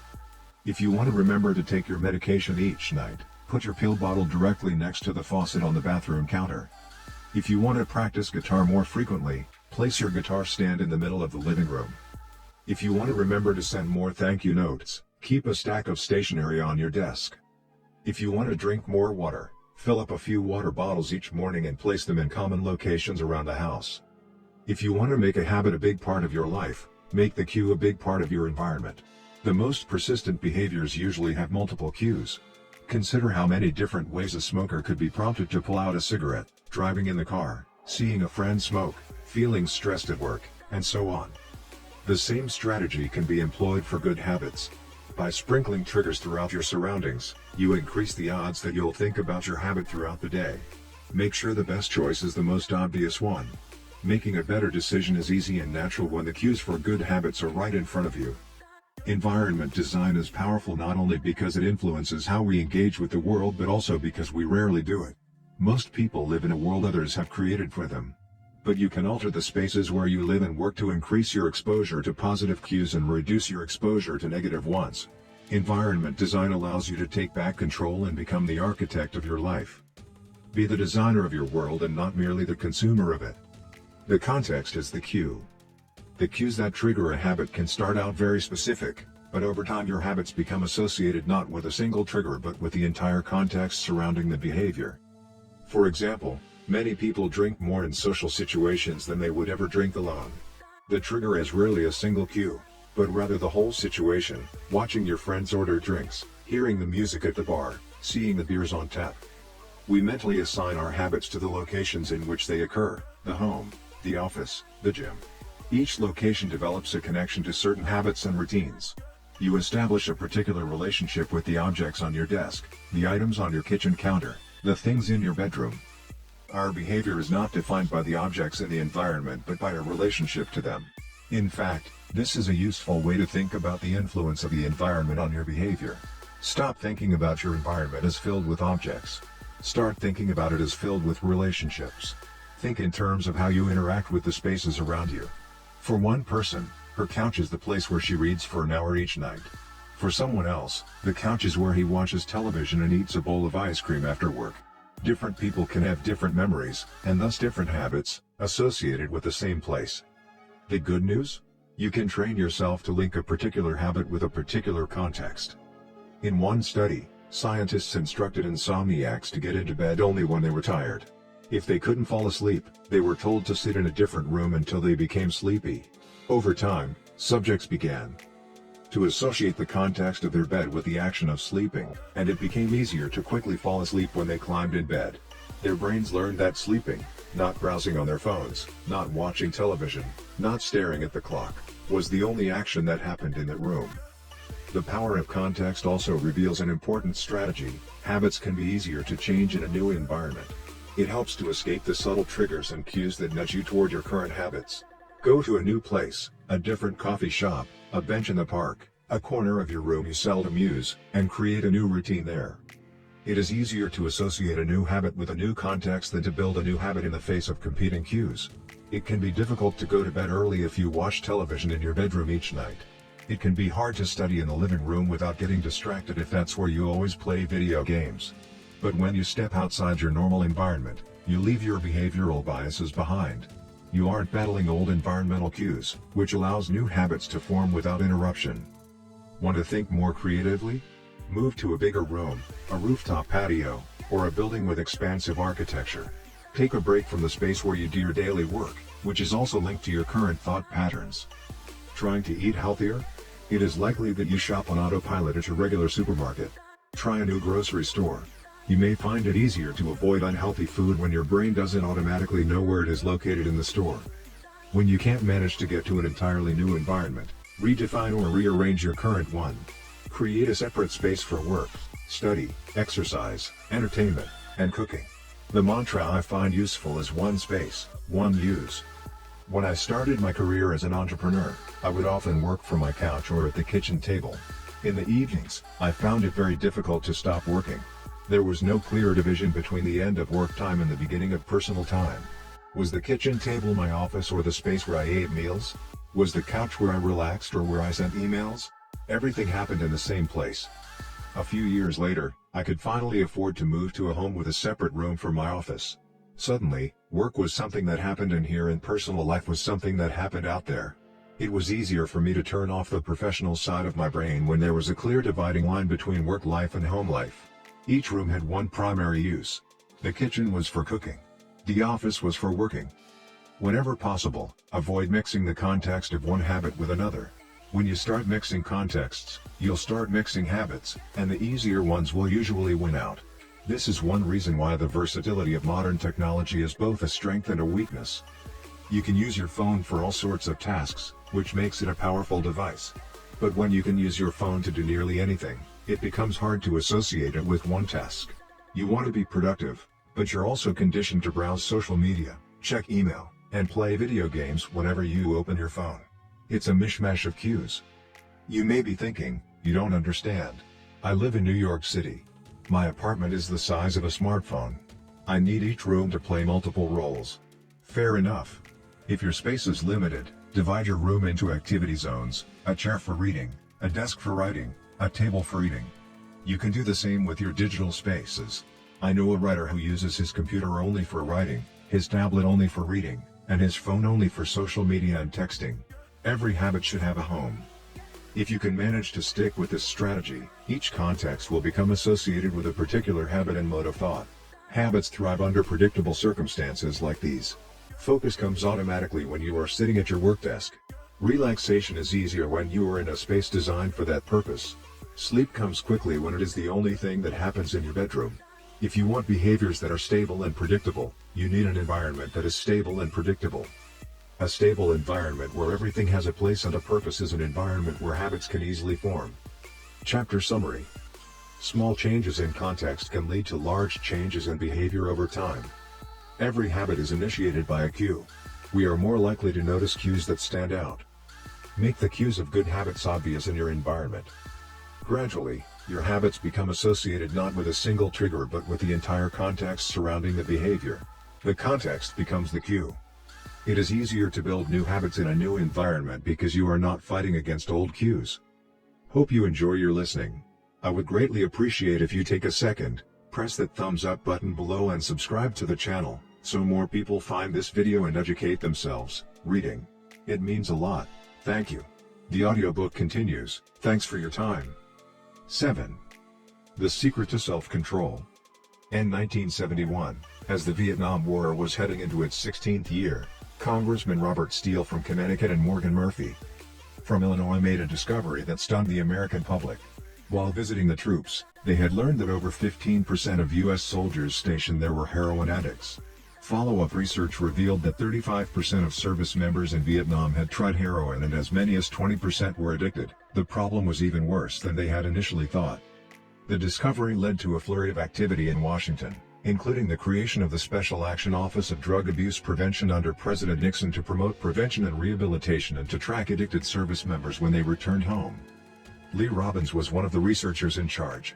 In a finding that completely upended the accepted beliefs about addiction, Robbins found that when soldiers who had been heroin users returned home, only 5% of them became re-addicted within a year, and just 12% relapsed within 3 years. In other words, approximately 9 out of 10 soldiers who used heroin in Vietnam eliminated their addiction nearly overnight. This finding contradicted the prevailing view at the time, which considered heroin addiction to be a permanent and irreversible condition. Instead, Robbins revealed that addictions could spontaneously dissolve if there was a radical change in the environment. In Vietnam, soldiers spent all day surrounded by cues triggering heroin use. It was easy to access. They were engulfed by the constant stress of war. They built friendships with fellow soldiers who were also heroin users, and they were thousands of miles from home. Once a soldier returned to the United States, though, he found himself in an environment devoid of those triggers. When the context changed, so did the habit. Compare this situation to that of a typical drug user.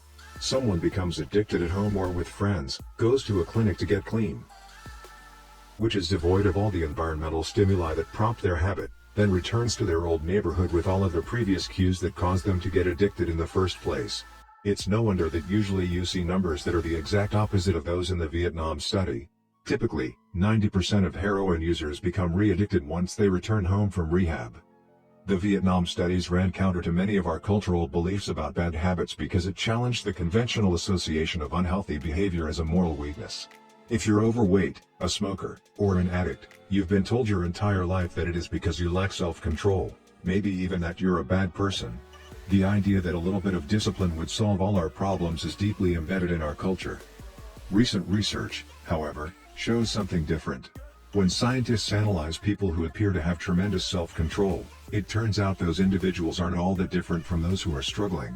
Instead, disciplined people are better at structuring their lives in a way that does not require heroic willpower and self-control. In other words, they spend less time in tempting situations. The people with the best self-control are typically the ones who need to use it the least. It's easier to practice self-restraint when you don't have to use it very often. So, yes, perseverance, grit, and willpower are essential to success, but the way to improve these qualities is not by wishing you were a more disciplined person, but by creating a more disciplined environment. This counterintuitive idea makes even more sense once you understand what happens when a habit is formed in the brain. A habit that has been encoded in the mind is ready to be used whenever the relevant situation arises. When Patty Alwell, a therapist from Austin, Texas, started smoking, she would often light up while riding horses with a friend. Eventually, she quit smoking and avoided it for years. She had also stopped riding.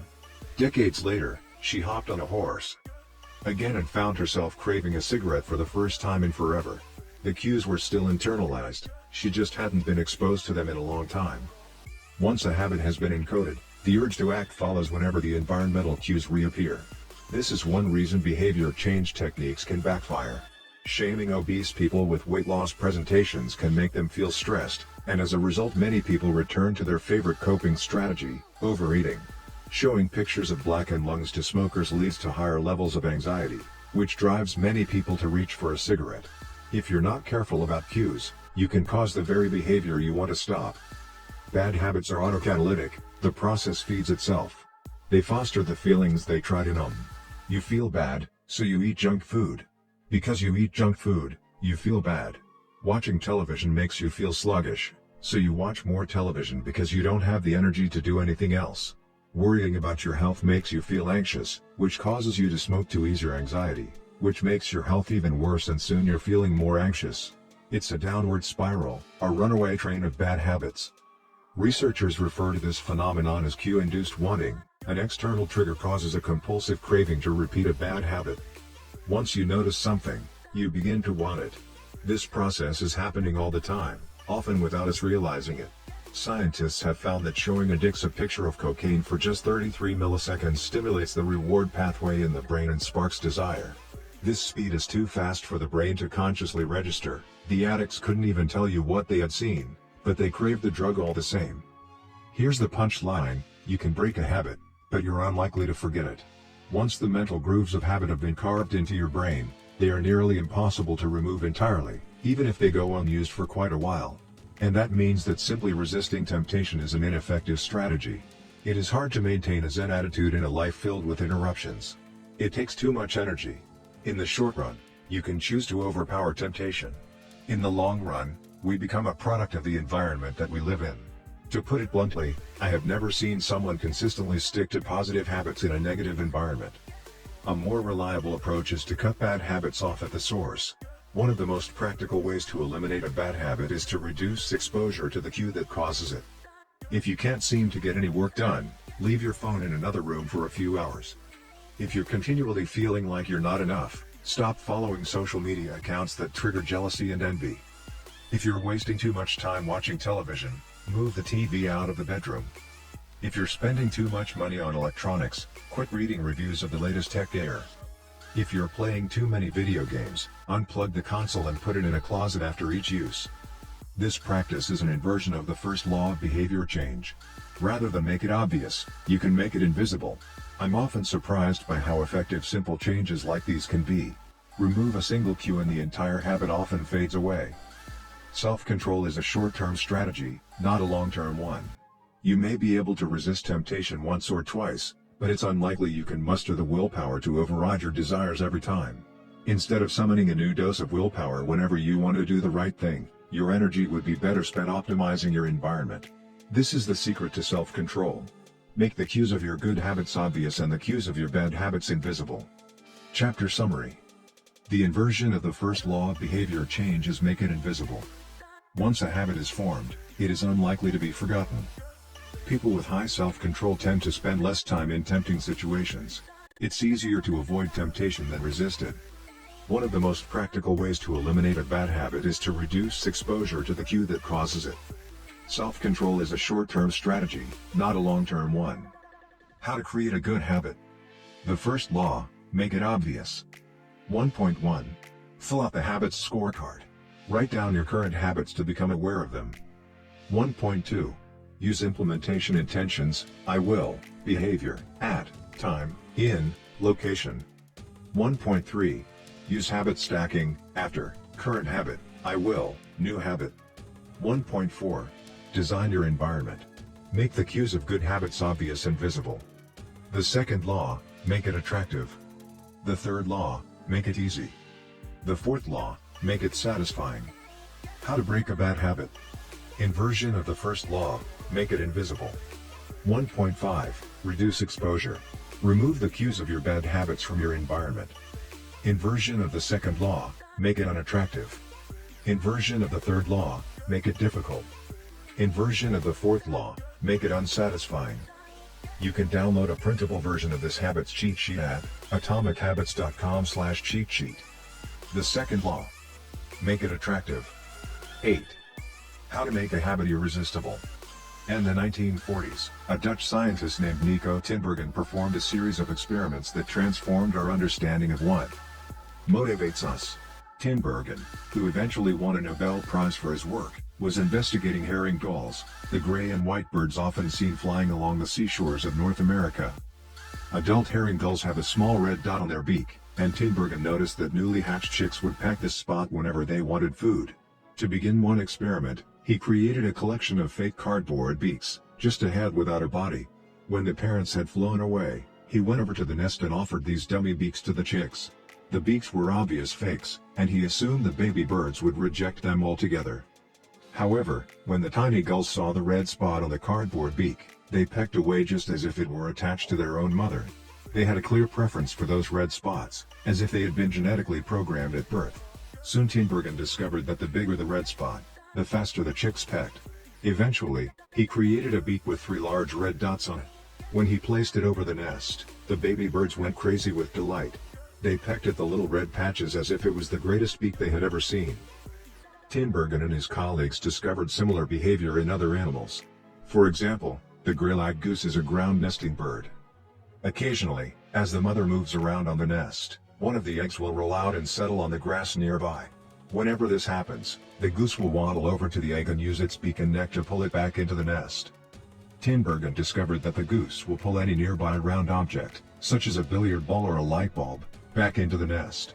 The bigger the object, the greater their response. One goose even made a tremendous effort to roll a volleyball back and sit on top. Like the baby gulls automatically pecking at red dots, the gray-eyed goose was following an instinctive rule: when I see a round object nearby, I must roll it back into the nest. The bigger the round object, the harder I should try to get it. It's like the brain of each animal is preloaded with certain rules for behavior, and when it comes across an exaggerated version of that rule, it lights up like a Christmas tree. Scientists refer to these exaggerated cues as supernormal stimuli. A supernormal stimulus is a heightened version of reality, like a beak with 3 red dots or an egg the size of a volleyball, and it elicits a stronger response than usual. Humans are also prone to fall for exaggerated versions of reality. Junk food, for example, drives our reward systems into a frenzy. After spending hundreds of thousands of years hunting and foraging for food in the wild, the human brain has evolved to place a high value on salt, sugar, and fat. Such foods are often calorie-dense, and they were quite rare when our ancient ancestors were roaming the savannah. When you don't know where your next meal is coming from, eating as much as possible is an excellent strategy for survival. Today, however, we live in a calorie-rich environment. Food is abundant, but your brain continues to crave it like it is scarce. Placing a high value on salt, sugar, and fat is no longer advantageous to our health, but the craving persists because the brain's reward centers have not changed for approximately 50,000 years. The modern food industry relies on stretching our Paleolithic instincts beyond their evolutionary purpose. A primary goal of food science is to create products that are more attractive to consumers. Nearly every food in a bag, box, or jar has been enhanced in some way, if only with additional flavoring. Companies spend millions of dollars to discover the most satisfying level of crunch in a potato chip or the perfect amount of fizz in a soda. Entire departments are dedicated to optimizing how a product feels in your mouth, a quality known as oral sensation.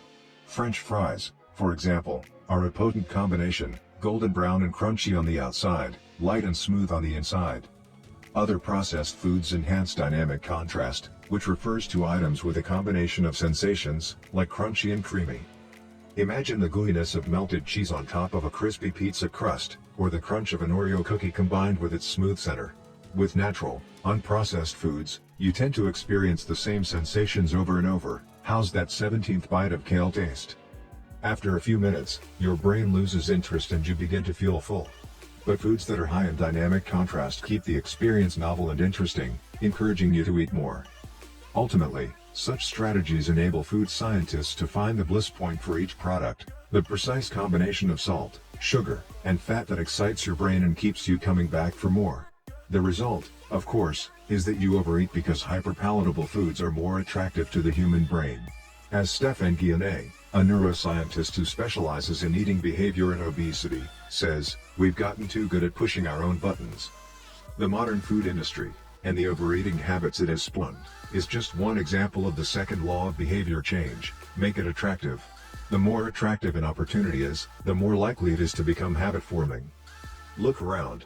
Society is filled with highly engineered versions of reality that are more attractive than the world our ancestors evolved in. Stores feature mannequins with exaggerated hips and breasts to sell clothes. Social media delivers more likes and praise in a few minutes than we could ever get in the office or at home. Online porn splices together stimulating scenes at a rate that would be impossible to replicate in real life.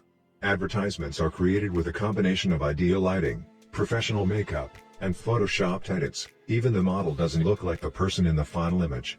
These are the supernormal stimuli of our modern world. They exaggerate features that are naturally attractive to us, and our instincts go wild as a result, driving us into excessive shopping habits, social media habits, porn habits, eating habits, and many others. If history serves as a guide, the opportunities of the future will be more attractive than those of today. The trend is for rewards to become more concentrated and stimuli to become more enticing. Junk food is a more concentrated form of calories than natural foods. Hard liquor is a more concentrated form of alcohol than beer. Video games are a more concentrated form of play than board games. Compared to nature, these pleasure-packed experiences are hard to resist. We have the brains of our ancestors but temptations they never had to face. If you want to increase the odds that a behavior will occur, then you need to make it attractive. Throughout our discussion of the second law, our goal is to learn how to make our habits irresistible. While it is not possible to transform every habit into a supernormal stimulus, we can make any habit more enticing. To do this, we must start by understanding what a craving is and how it works. We begin by examining a biological signature that all habits share, the dopamine spike. The dopamine-driven feedback loop. Scientists can track the precise moment a craving occurs by measuring a neurotransmitter called dopamine. The importance of dopamine became apparent in 1954 when the neuroscientists James Olds and Peter Milner ran an experiment that revealed the neurological processes behind craving and desire. By implanting electrodes in the brains of rats, the researchers blocked the release of dopamine. To the surprise of the scientists, the rats lost all will to live. They wouldn't eat. They wouldn't have sex. They didn't crave anything. Within a few days, the animals died of thirst. In follow-up studies, other scientists also inhibited the dopamine-releasing parts of the brain, but this time, they squirted little droplets of sugar into the mouths of the dopamine-depleted rats. Their little rat faces lit up with pleasurable grins from the tasty substance. Even though dopamine was blocked, they liked the sugar just as much as before, they just didn't want it anymore. The ability to experience pleasure remained, but without dopamine, desire died. And without desire, action stopped. When other researchers reversed this process and flooded the reward system of the brain with dopamine, animals performed habits at breakneck speed. In one study, mice received a powerful hit of dopamine each time they poked their nose in a box. Within minutes, the mice developed a craving so strong they began poking their nose into the box 800 times per hour. Humans are not so different. The average slot machine player will spin the wheel 600 times per hour. Habits are a dopamine-driven feedback loop. Every behavior that is highly habit-forming, taking drugs, eating junk food, playing video games, browsing social media, is associated with higher levels of dopamine. The same can be said for our most basic habitual behaviors like eating food, drinking water, having sex, and interacting socially. For years, scientists assumed dopamine was all about pleasure, but now we know it plays a central role in many neurological processes, including motivation, learning and memory, punishment and aversion, and voluntary movement. When it comes to habits, the key takeaway is this: dopamine is released not only when you experience pleasure, but also when you anticipate it. Gambling addicts have a dopamine spike right before they place a bet, not after they win. Cocaine addicts get a surge of dopamine when they see the powder, not after they take it. Whenever you predict that an opportunity will be rewarding, your levels of dopamine spike in anticipation. And whenever dopamine rises, so does your motivation to act.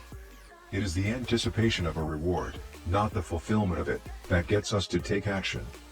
Interestingly, the reward system that is activated in the brain when you receive a reward is the same system that is activated when you anticipate a reward.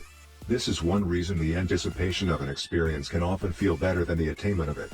As a child, thinking about Christmas morning can be better than opening the gifts. As an adult, daydreaming about an upcoming vacation can be more enjoyable than actually being on vacation. Scientists refer to this as the difference between wanting and liking. The dopamine spike. Figure 9. Before a habit is learned, A. Dopamine is released when the reward is experienced for the first time. The next time around. B. Dopamine rises before taking action, immediately after a cue is recognized. This spike leads to a feeling of desire and a craving to take action whenever the cue is spotted. Once a habit is learned, dopamine will not rise when a reward is experienced because you already expect the reward. However, if you see a cue and expect a reward, but do not get one, then dopamine will drop in disappointment. C. The sensitivity of the dopamine response can clearly be seen when a reward is provided late. D. First, the cue is identified and dopamine rises as a craving builds. Next, a response is taken but the reward does not come as quickly as expected and dopamine begins to drop. Finally, when the reward comes a little later than you had hoped, dopamine spikes again. It is as if the brain is saying, "See, I knew I was right. Don't forget to repeat this action next time." Your brain has far more neural circuitry allocated for wanting rewards than for liking them. The wanting centers in the brain are large: the brainstem, the nucleus accumbens, the ventral tegmental area, the dorsal striatum, the amygdala, and portions of the prefrontal cortex. By comparison, the liking centers of the brain are much smaller. They are often referred to as hedonic hotspots and are distributed like tiny islands throughout the brain. For instance, researchers have found that 100% of the nucleus accumbens is activated during wanting. Meanwhile, only 10% of the structure is activated during liking. The fact that the brain allocates so much precious space to the regions responsible for craving and desire provides further evidence of the crucial role these processes play. Desire is the engine that drives behavior. Every action is taken because of the anticipation that precedes it. It is the craving that leads to the response. These insights reveal the importance of the second law of behavior change. We need to make our habits attractive because it is the expectation of the rewarding experience that motivates us to act in the first place. This is where a strategy known as temptation bundling comes into play. How to use temptation bundling to make your habits more attractive. Ronan Byrne, an electrical engineering student in Dublin, Ireland, enjoyed watching Netflix, but he also knew that he should exercise more often than he did. Putting his engineering skills to use, Byrne hacked his stationary bike and connected it to his laptop and television. Then he wrote a computer program that would allow Netflix to run only if he was cycling at a certain speed.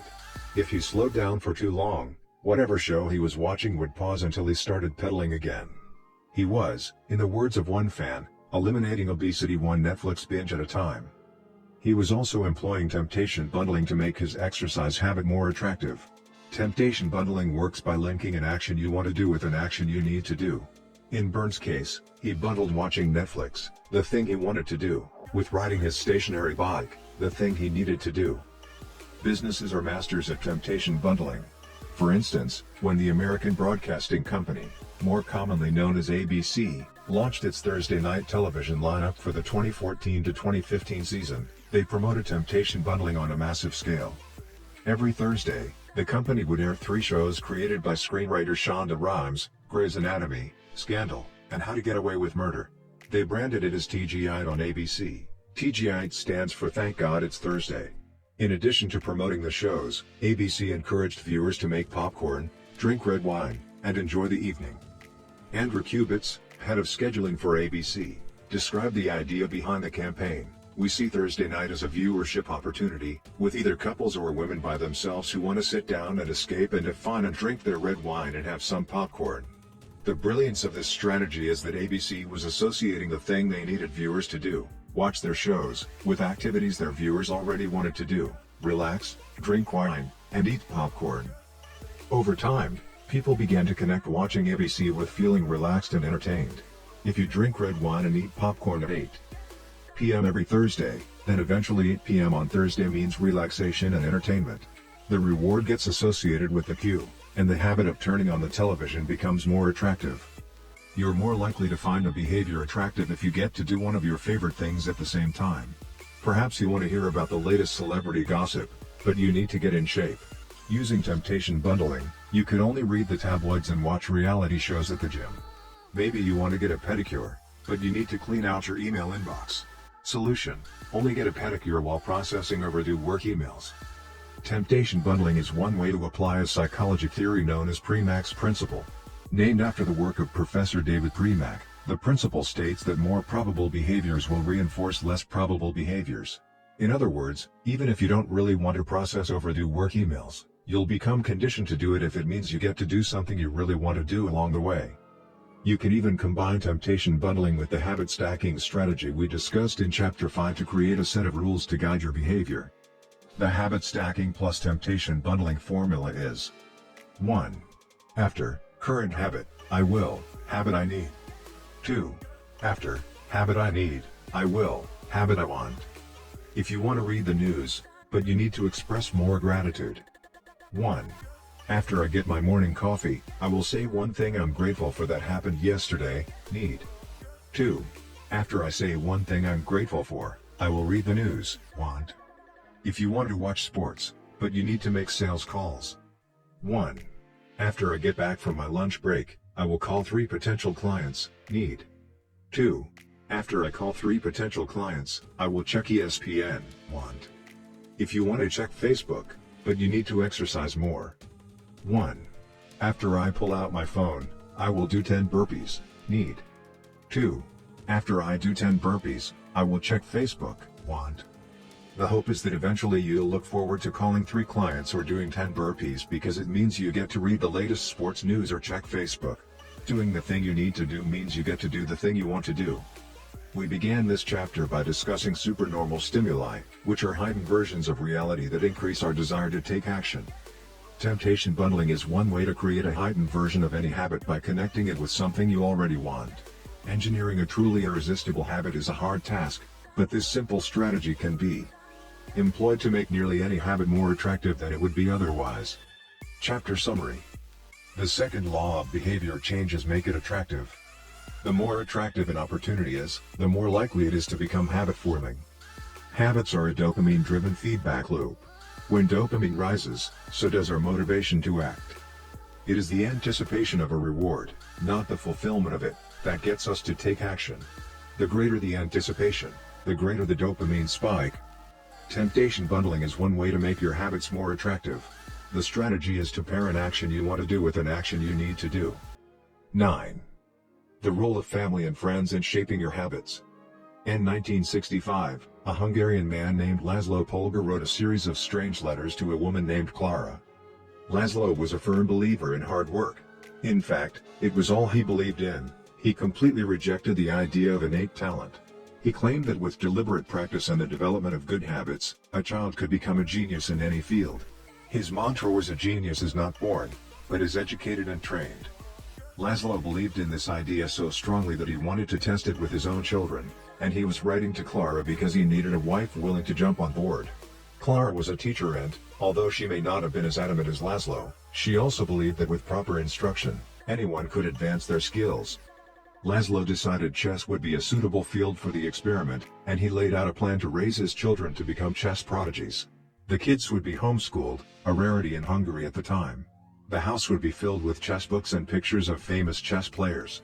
The children would play against each other constantly and compete in the best tournaments they could find. The family would keep a meticulous file system of the tournament history of every competitor the children faced. Their lives would be dedicated to chess.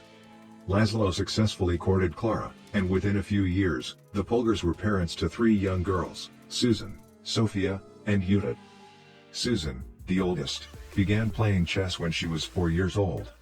Within 6 months, she was defeating adults. Sophia, the middle child, did even better. By 14, she was a world champion, and a few years later, she became a grandmaster. Judith, the youngest, was the best of all. By age 5, she could beat her father.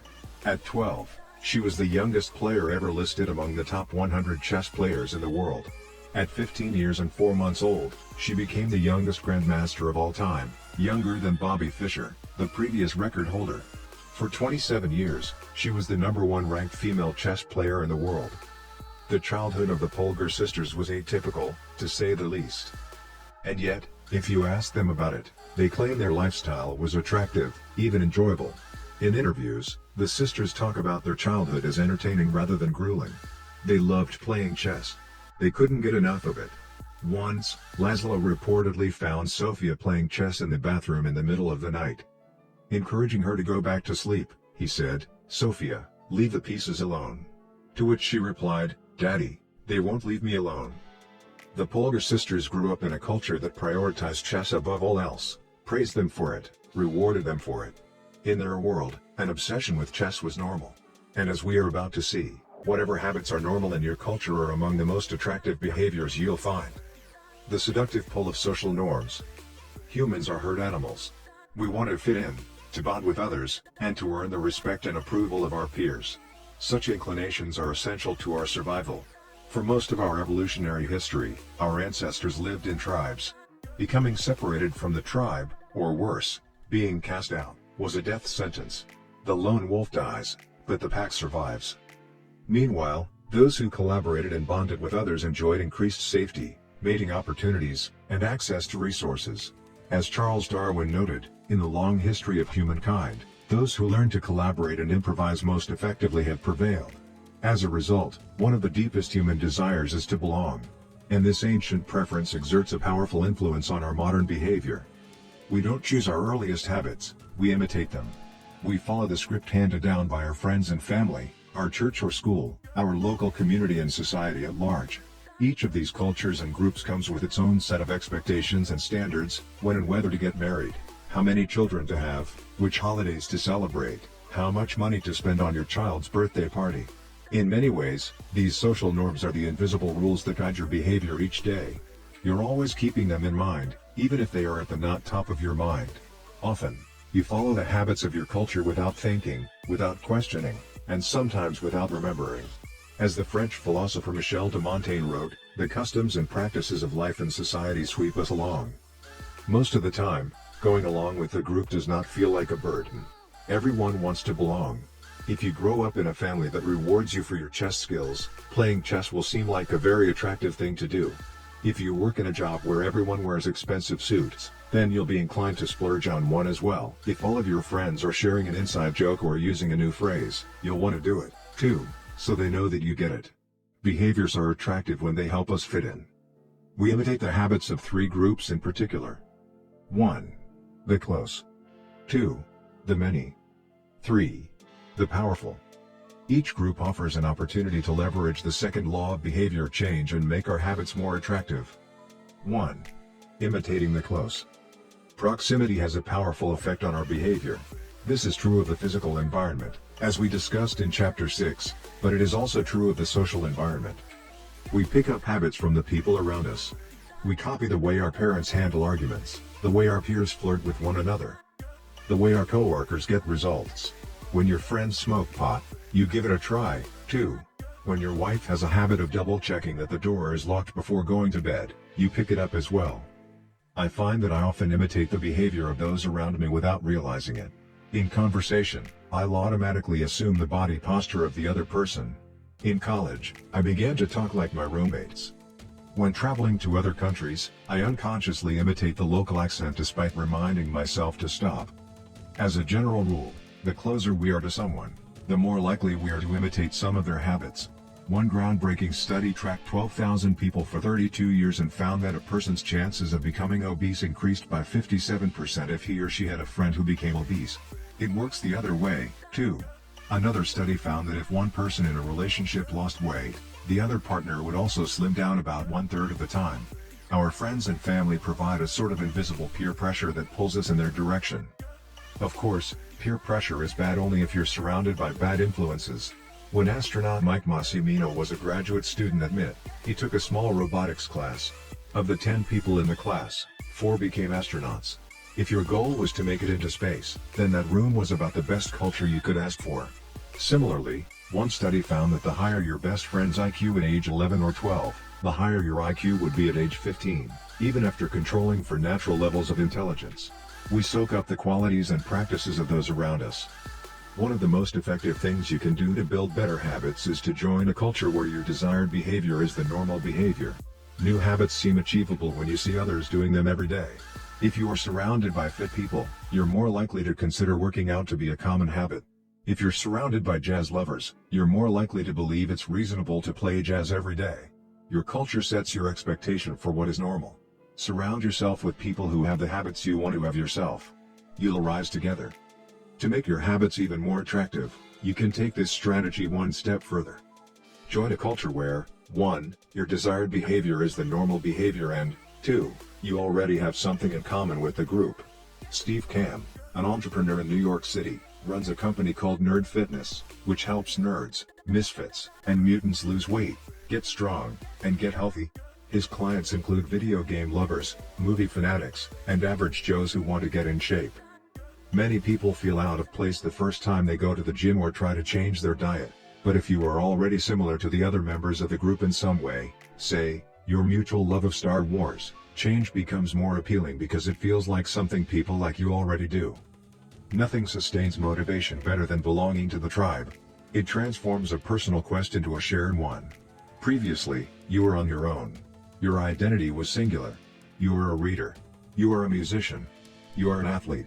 When you join a book club or a band or a cycling group, your identity becomes linked to those around you. Growth and change is no longer an individual pursuit. We are readers.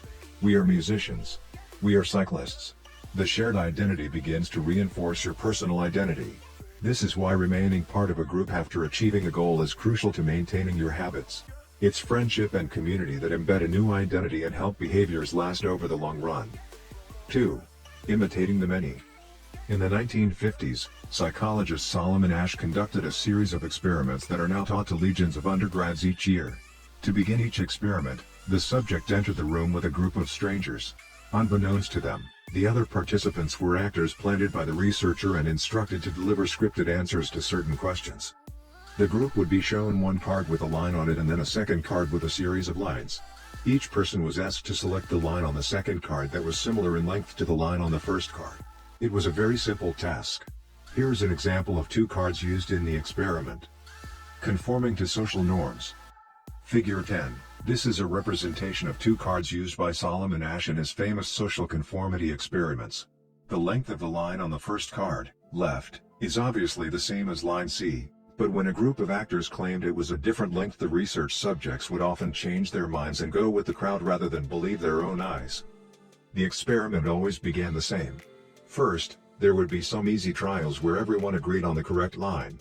After a few rounds, the participants were shown a test that was just as obvious as the previous ones, except the actors in the room would select an intentionally incorrect answer. For example, they would respond A to the comparison shown in Figure 10. Everyone would agree that the lines were the same even though they were clearly different. The subject, who was unaware of the ruse, would immediately become bewildered. Their eyes would open wide. They would laugh nervously to themselves. They would double-check the reactions of other participants. Their agitation would grow as one person after another delivered the same incorrect response. Soon, the subject began to doubt their own eyes. Eventually, they delivered the answer they knew in their heart to be incorrect. Asch ran this experiment many times and in many different ways. What he discovered was that as the number of actors increased, so did the conformity of the subject. If it was just the subject and one actor, then there was no effect on the person's choice. They just assumed they were in the room with a dummy. When two actors were in the room with a subject, there was still little impact. But as the number of people increased to 3 actors and 4 and all the way to 8, the subject became more likely to second-guess themselves. By the end of the experiment, nearly 75% of the subjects had agreed with the group answer even though it was obviously incorrect. Whenever we are unsure how to act, we look to the group to guide our behavior. We are constantly scanning our environment and wondering, what is everyone else doing? We check reviews on Amazon or Yelp or TripAdvisor because we want to imitate the best buying, eating, and travel habits. It's usually a smart strategy. There is evidence in numbers. But there can be a downside. The normal behavior of the tribe often overpowers the desired behavior of the individual. For example, one study found that when a chimpanzee learns an effective way to crack nuts open as a member of one group and then switches to a new group that uses a less effective strategy, it will avoid using the superior nut cracking method just to blend in with the rest of the chimps. Humans are similar. There is tremendous internal pressure to comply with the norms of the group. The reward of being accepted is often greater than the reward of winning an argument, looking smart, or finding truth. Most days, we'd rather be wrong with the crowd than be right by ourselves. The human mind knows how to get along with others. It wants to get along with others. This is our natural mode. You can override it, you can choose to ignore the group or to stop caring what other people think, but it takes work. Running against the grain of your culture requires extra effort. When changing your habits means challenging the tribe, change is unattractive. When changing your habits means fitting in with the tribe, change is very attractive. 3. Imitating the powerful. Humans everywhere pursue power, prestige, and status. We want pins and medallions on our jackets. We want president or partner in our titles. We want to be acknowledged, recognized, and praised. This tendency can seem vain, but overall, it's a smart move. Historically, a person with greater power and status has access to more resources, worries less about survival, and proves to be a more attractive mate. We are drawn to behaviors that earn us respect, approval, admiration, and status. We want to be the one in the gym who can do muscle-ups, or the musician who can play the hardest chord progressions, or the parent with the most accomplished children, because these things separate us from the crowd. Once we fit in, we start looking for ways to stand out. This is one reason we care so much about the habits of highly effective people. We try to copy the behavior of successful people because we desire success ourselves. Many of our daily habits are imitations of people we admire. You replicate the marketing strategies of the most successful firms in your industry. You make a recipe from your favorite baker. You borrow the storytelling strategies of your favorite writer. You mimic the communication style of your boss. We imitate people we envy. High-status people enjoy the approval, respect, and praise of others. And that means if a behavior can get us approval, respect, and praise, we find it attractive. We are also motivated to avoid behaviors that would lower our status. We trim our hedges and mow our lawn because we don't want to be the slob of the neighborhood. When our mother comes to visit, we clean up the house because we don't want to be judged. We are continually wondering, what will others think of me? And altering our behavior based on the answer. The Polgar sisters, the chess prodigies mentioned at the beginning of this chapter, are evidence of the powerful and lasting impact social influences can have on our behavior. The sisters practiced chess for many hours each day and continued this remarkable effort for decades. But these habits and behaviors maintained their attractiveness, in part, because they were valued by their culture. From the praise of their parents to the achievement of different status markers like becoming a grandmaster, they had many reasons to continue their effort. Chapter summary. The culture we live in determines which behaviors are attractive to us. We tend to adopt habits that are praised and approved of by our culture because we have a strong desire to fit in and belong to the tribe. We tend to imitate the habits of three social groups: the close, family and friends; the many, the tribe; and the powerful, those with status and prestige. One of the most effective things you can do to build better habits is to join a culture where, 1. Your desired behavior is the normal behavior, and 2. You already have something in common with the group. The normal behavior of the tribe often overpowers the desired behavior of the individual. Most days, we'd rather be wrong with the crowd than be right by ourselves. If a behavior can get us approval, respect, and praise, we find it attractive. 10. How to find and fix the causes of your bad habits. In late 2012, I was sitting in an old apartment just a few blocks from Istanbul's most famous street, İstiklal Caddesi. I was in the middle of a 4-day trip to Turkey and my guide, Mike, was relaxing in a worn-out armchair a few feet away. Mike wasn't really a guide. He was just a guy from Maine who had been living in Turkey for 5 years, but he offered to show me around while I was visiting the country and I took him up on it. On this particular night, I had been invited to dinner with him and a handful of his Turkish friends. There were 7 of us, and I was the only one who hadn't, at some point, smoked at least 1 pack of cigarettes per day. I asked one of the Turks how he got started. "Friends," he said. "It always starts with your friends. One friend smokes, then you try it." What was truly fascinating was that half of the people in the room had managed to quit smoking.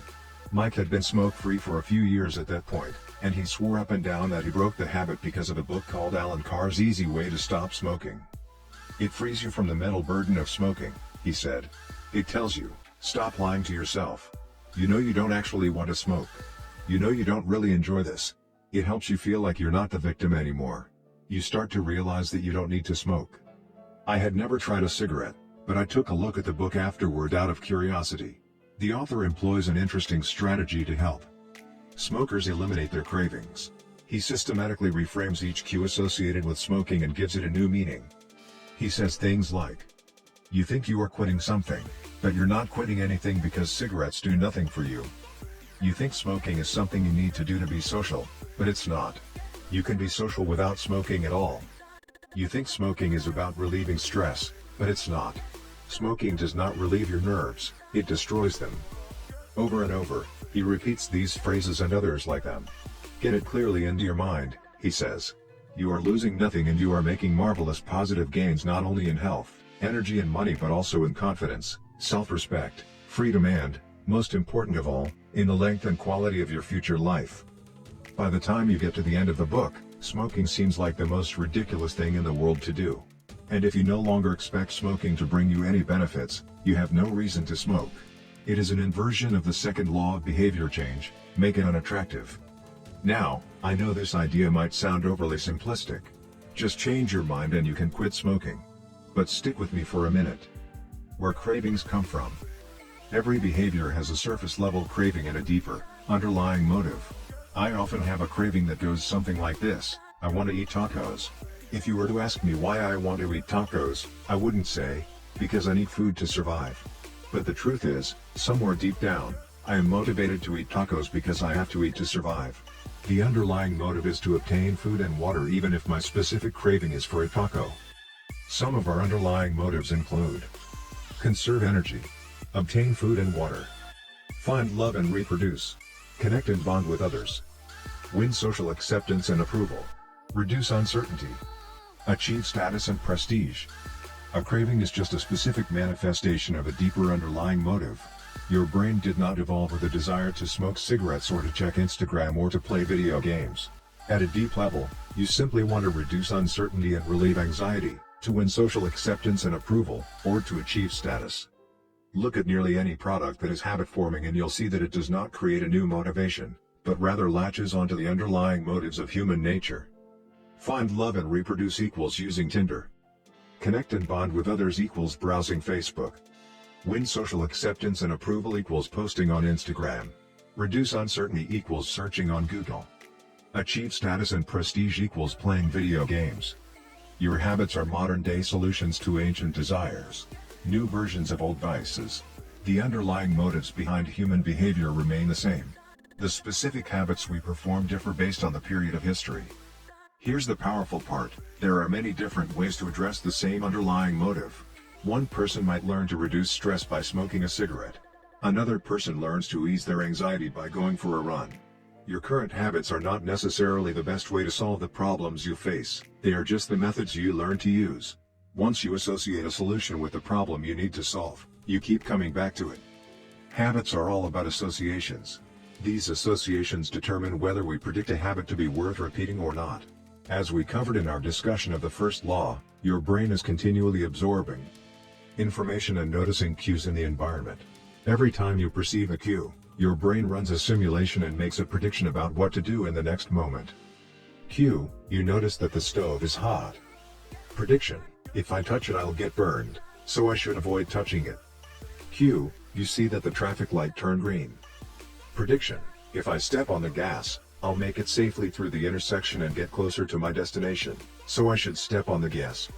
You see a cue, categorize it based on past experience, and determine the appropriate response. This all happens in an instant, but it plays a crucial role in your habits because every action is preceded by a prediction. Life feels reactive, but it is actually predictive. All day long, you are making your best guess of how to act given what you've just seen and what has worked for you in the past. You are endlessly predicting what will happen in the next moment. Our behavior is heavily dependent on these predictions. Put another way, our behavior is heavily dependent on how we interpret the events that happen to us, not necessarily the objective reality of the events themselves. Two people can look at the same cigarette, and one feels the urge to smoke while the other is repulsed by the smell. The same cue can spark a good habit or a bad habit depending on your prediction. The cause of your habits is actually the prediction that precedes them. These predictions lead to feelings, which is how we typically describe a craving, a feeling, a desire, an urge. Feelings and emotions transform the cues we perceive and the predictions we make into a signal that we can apply. They help explain what we are currently sensing. For instance, whether or not you realize it, you are noticing how warm or cold you feel right now. If the temperature drops by 1 degree, you probably won't do anything. If the temperature drops 10 degrees, however, you'll feel cold and put on another layer of clothing. Feeling cold was the signal that prompted you to act. You have been sensing the cues the entire time, but it is only when you predict that you would be better off in a different state that you take action. A craving is the sense that something is missing. It is the desire to change your internal state. When the temperature falls, there is a gap between what your body is currently sensing and what it wants to be sensing. This gap between your current state and your desired state provides a reason to act. Desire is the difference between where you are now and where you want to be in the future. Even the tiniest action is tinged with the motivation to feel differently than you do in the moment.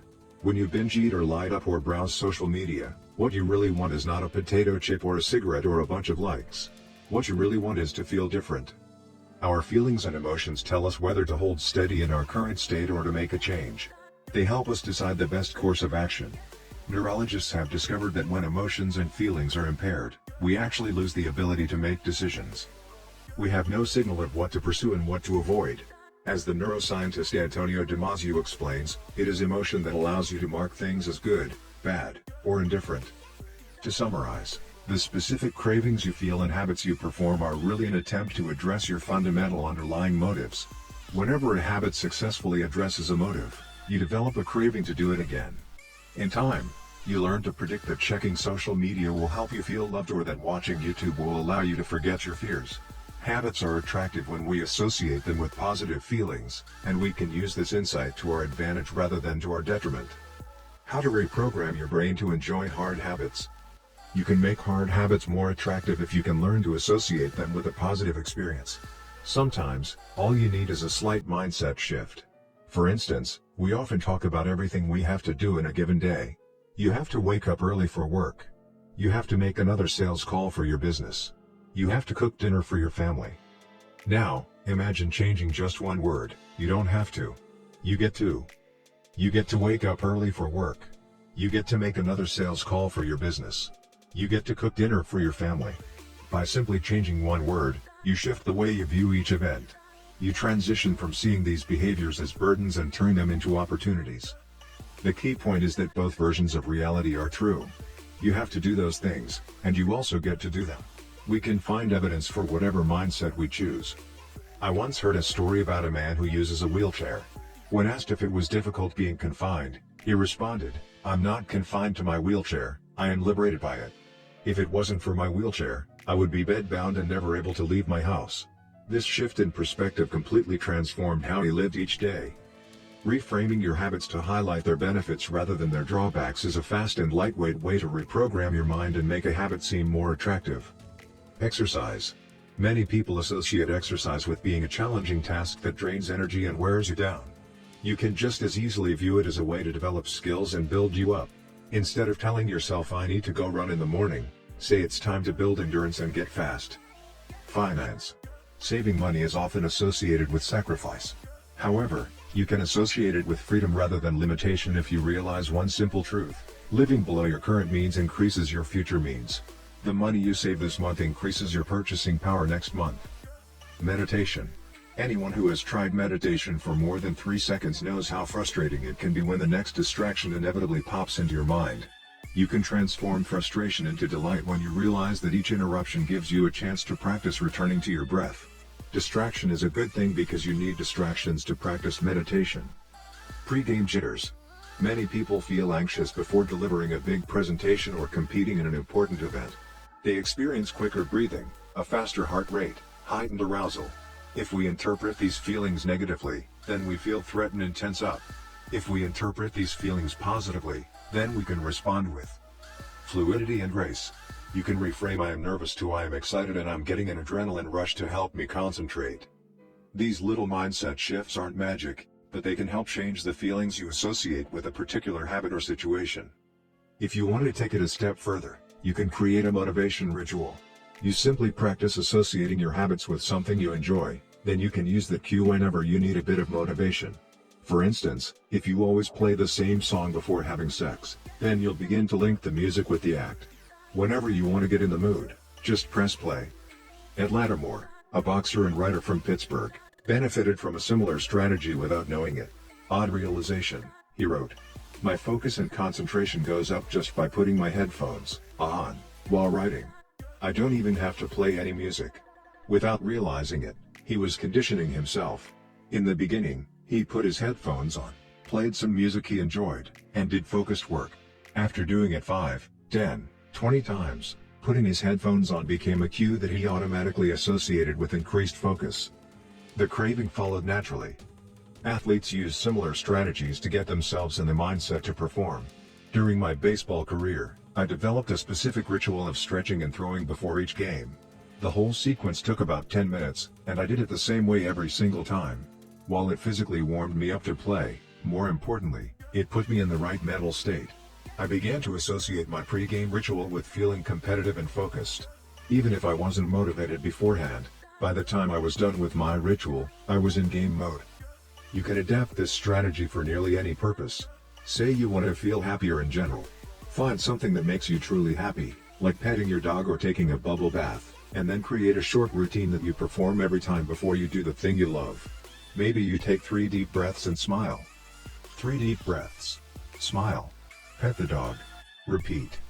Eventually, you'll begin to associate this breathe and smile routine with being in a good mood. It becomes a cue that means feeling happy. Once established, you can break it out anytime you need to change your emotional state. Stressed at work?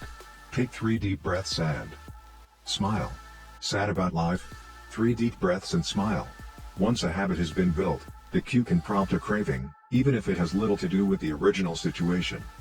The key to finding and fixing the causes of your bad habits is to reframe the associations you have about them. It's not easy, but if you can reprogram your predictions, you can transform a hard habit into an attractive one. Chapter Summary. The inversion of the second law of behavior changes make it unattractive. Every behavior has a surface-level craving and a deeper underlying motive. Your habits are modern-day solutions to ancient desires. The cause of your habits is actually the prediction that precedes them. The prediction leads to a feeling. Highlight the benefits of avoiding a bad habit to make it seem unattractive. Habits are attractive when we associate them with positive feelings and unattractive when we associate them with negative feelings. Create a motivation ritual by doing something you enjoy immediately before a difficult habit. How to create a good habit. 1.1. Fill out the habits scorecard. Write down your current habits to become aware of them. 1.2. Use implementation intentions, I will, behavior, at, time, in, location. 1.3. Use habit stacking, after, current habit, I will, new habit. 1.4. Design your environment. Make the cues of good habits obvious and visible. The second law, make it attractive. 2.1. Use temptation bundling. Pair an action you want to do with an action you need to do. 2.2. Join a culture where your desired behavior is the normal behavior. 2.3. Create a motivation ritual. Do something you enjoy immediately before a difficult habit. The third law, make it easy. The fourth law, make it satisfying. How to break a bad habit. Inversion of the first law, make it invisible. 1.5. Reduce exposure. Remove the cues of your bad habits from your environment. Inversion of the second law, make it unattractive. 2.4. Reframe your mindset. Highlight the benefits of avoiding your bad habits. Inversion of the third law, make it difficult. Inversion of the fourth law, make it unsatisfying. You can download a printable version of this habits cheat sheet at atomichabits.com/cheat sheet. The third law. Make it easy. 11. Walk slowly, but never backward. And the first day of class, Jerry Uelsman, a professor at the University of Florida, divided his film photography students into 2 groups. Everyone on the left side of the classroom, he explained, would be in the quantity group. They would be graded solely on the amount of work they produced. On the final day of class, he would tally the number of photos submitted by each student. 100 photos would rate an A, 90 photos a B, 80 photos a C, and so on. Meanwhile, everyone on the right side of the room would be in the quality group. They would be graded only on the excellence of their work. They would only need to produce 1 photo during the semester, but to get an A, it had to be a nearly perfect image. At the end of the term, he was surprised to find that all the best photos were produced by the quantity group. During the semester, these students were busy taking photos, experimenting with composition and lighting, testing out various methods in the darkroom, and learning from their mistakes. In the process of creating hundreds of photos, they honed their skills. Meanwhile, the quality group sat around speculating about perfection. In the end, they had little to show for their efforts other than unverified theories and 1 mediocre photo.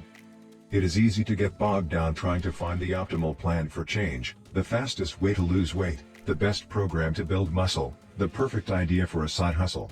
We are so focused on figuring out the best approach that we never get around to taking action. As Voltaire once wrote, the best is the enemy of the good. I refer to this as the difference between being in motion and taking action. The two ideas sound similar, but they're not the same. When you're in motion, you're planning and strategizing and learning. Those are all good things, but they don't produce a result. Action, on the other hand, is the type of behavior that will deliver an outcome. If I outline 20 ideas for articles I want to write, that's motion. If I actually sit down and write an article, that's action. If I search for a better diet plan and read a few books on the topic, that's motion. If I actually eat a healthy meal, that's action. Sometimes motion is useful, but it will never produce an outcome by itself. It doesn't matter how many times you go talk to the personal trainer, that motion will never get you in shape. Only the action of working out will get the result you're looking to achieve. If motion doesn't lead to results, why do we do it? Sometimes we do it because we actually need to plan or learn more. But more often than not, we do it because motion allows us to feel like we're making progress without running the risk of failure. Most of us are experts at avoiding criticism. It doesn't feel good to fail or to be judged publicly, so we tend to avoid situations where that might happen. And that's the biggest reason why you slip into motion rather than taking action. You want to delay failure. It's easy to be in motion and convince yourself that you're still making progress. You think, I've got conversations going with 4 potential clients right now. This is good. We're moving in the right direction. Or, I brainstormed some ideas for that book I want to write. This is coming together. Motion makes you feel like you're getting things done. But really, you're just preparing to get something done. When preparation becomes a form of procrastination, you need to change something. You don't want to merely be planning. You want to be practicing. If you want to master a habit, the key is to start with repetition, not perfection. You don't need to map out every feature of a new habit. You just need to practice it. This is the first takeaway of the third law: you just need to get your reps in. How long does it actually take to form a new habit? Habit formation is the process by which a behavior becomes progressively more automatic through repetition. The more you repeat an activity, the more the structure of your brain changes to become efficient at that activity. Neuroscientists call this long-term potentiation, which refers to the strengthening of connections between neurons in the brain based on recent patterns of activity. With each repetition, cell-to-cell signaling improves and the neural connections tighten. First described by neuropsychologist Donald Hebb in 1949, this phenomenon is commonly known as Hebb's law: neurons that fire together wire together. Repeating a habit leads to clear physical changes in the brain. In musicians, the cerebellum, critical for physical movements like plucking a guitar string or pulling a violin bow, is larger than it is in non-musicians. Mathematicians, meanwhile, have increased gray matter in the inferior parietal lobule, which plays a key role in computation and calculation.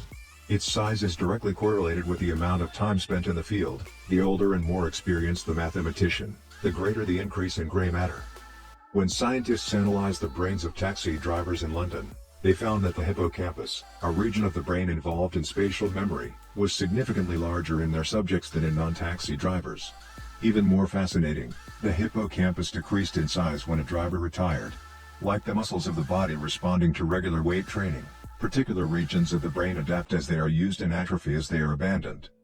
Of course, the importance of repetition in establishing habits was recognized long before neuroscientists began poking around.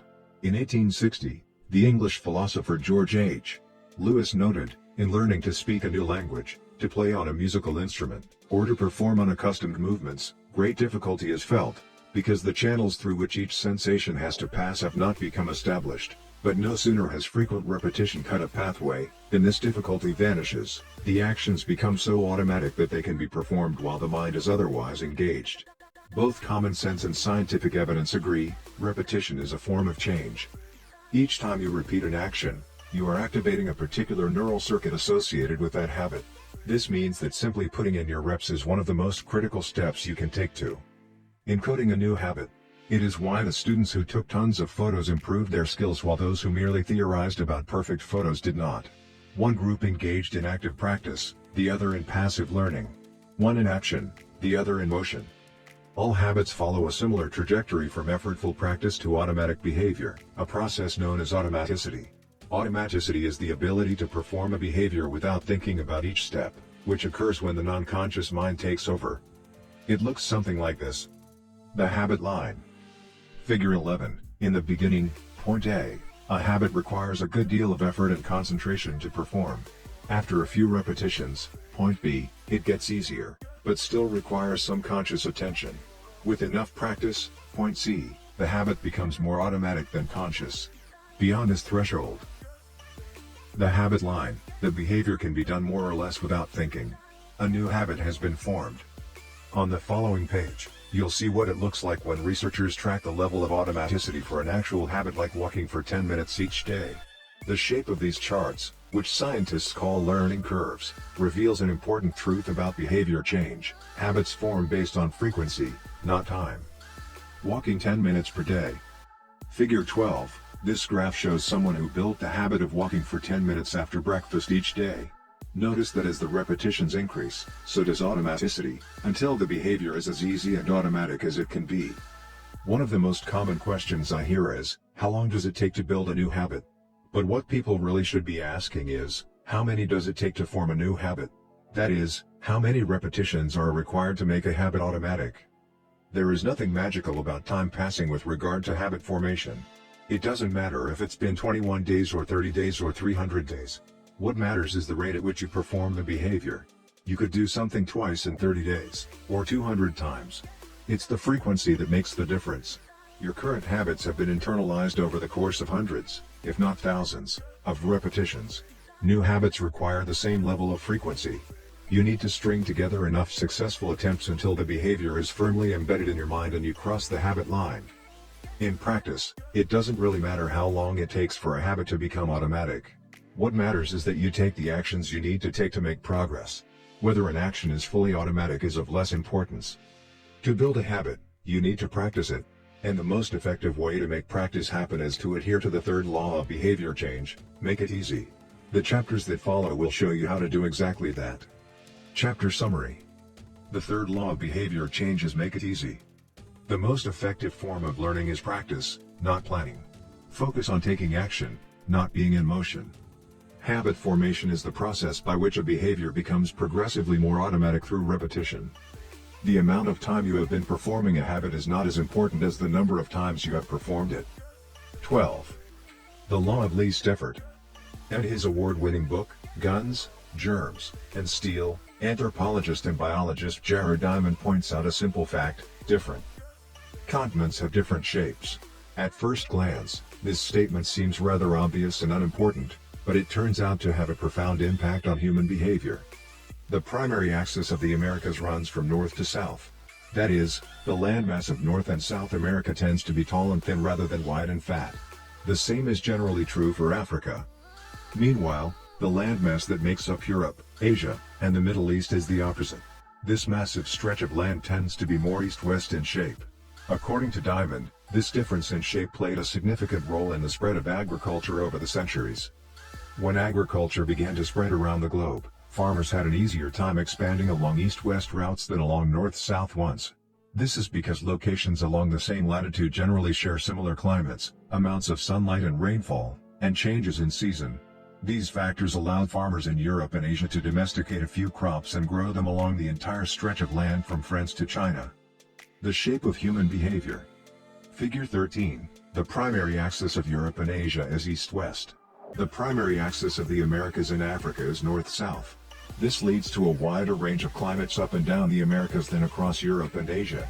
As a result, agriculture spread nearly twice as fast across Europe and Asia than it did elsewhere. The behavior of farmers, even across hundreds or thousands of years, was constrained by the amount of friction in the work. For example, expanding your farm to the east where you can grow the same crops rather than heading north where the climate is different. Out of all the possible actions we could take, the one that is realized is the one that delivers the most value for the least effort. We are motivated to do what is easy. Every action requires a certain amount of energy. The more energy required, the less likely it is to occur. If your goal is to do 100 push-ups per day, that's a lot of energy. In the beginning, when you're motivated and excited, you can muster the strength to get started. But after a few days, such a massive effort feels exhausting. Meanwhile, sticking to the habit of doing 1 push-up per day requires almost no energy to get started. And the less energy a habit requires, the more likely it is to occur. Look at any behavior that fills up much of your life and you'll see that it can be performed with very low levels of motivation. Habits like scrolling on our phones, checking email, and watching television steal so much of our time because they can be performed almost without effort. They are remarkably convenient. In a sense, every habit is just an obstacle to getting what you really want. Dieting is an obstacle to getting fit. Meditation is an obstacle to feeling calm. Journaling is an obstacle to thinking clearly. You don't actually want the habit itself. What you really want is the outcome the habit delivers.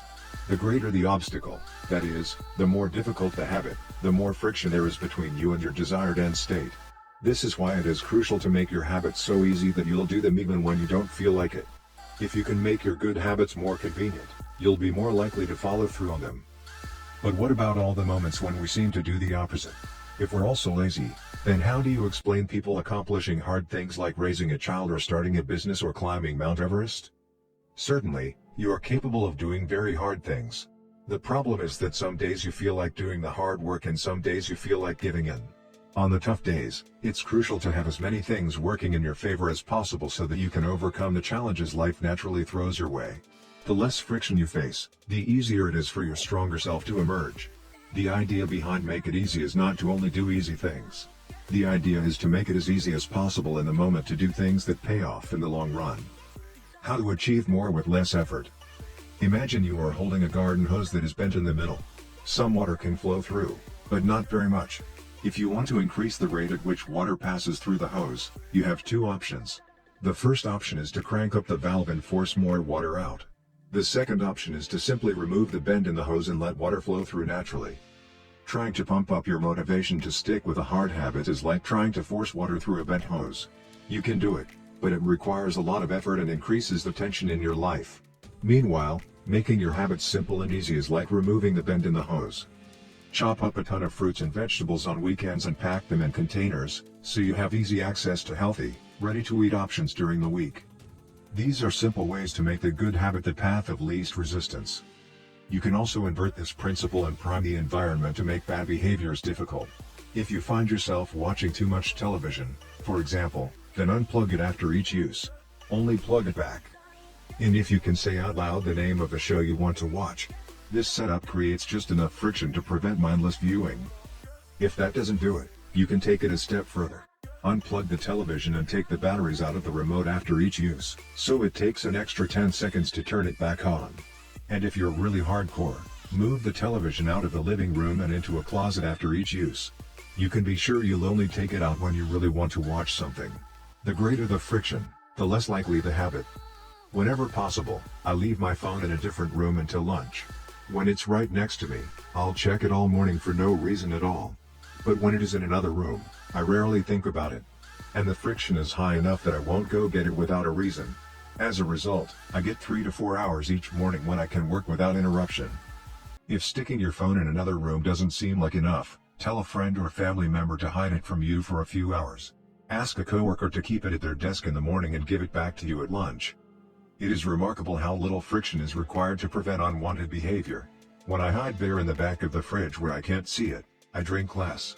When I delete social media apps from my phone, it can be weeks before I download them again and log in. These tricks are unlikely to curb a true addiction, but for many of us, a little bit of friction can be the difference between sticking with a good habit or sliding into a bad one.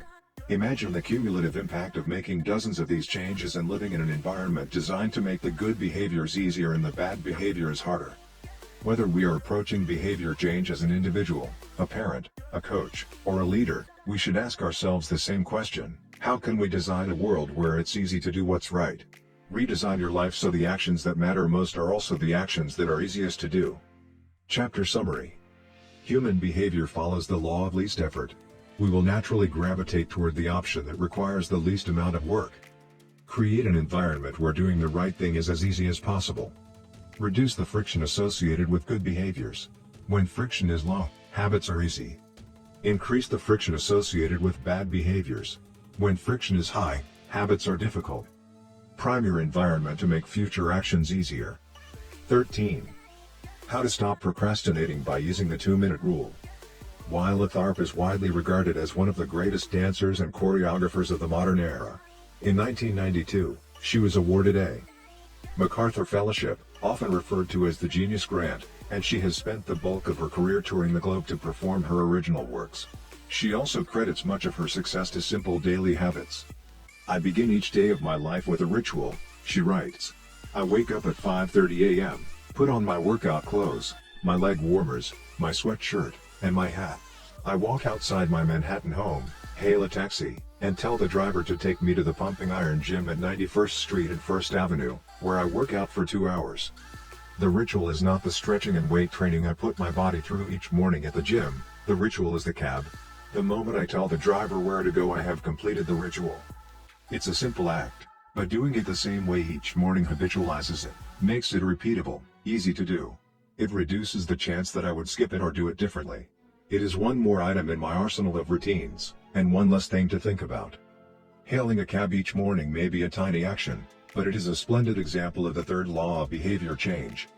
Researchers estimate that 40 to 50% of our actions on any given day are done out of habit. This is already a substantial percentage, but the true influence of your habits is even greater than these numbers suggest. Habits are automatic choices that influence the conscious decisions that follow. Yes, a habit can be completed in just a few seconds, but it can also shape the actions that you take for minutes or hours afterward. Habits are like the entrance ramp to a highway. They lead you down a path and, before you know it, you're speeding toward the next behavior. It seems to be easier to continue what you are already doing than to start doing something different. You sit through a bad movie for 2 hours. You keep snacking even when you're already full.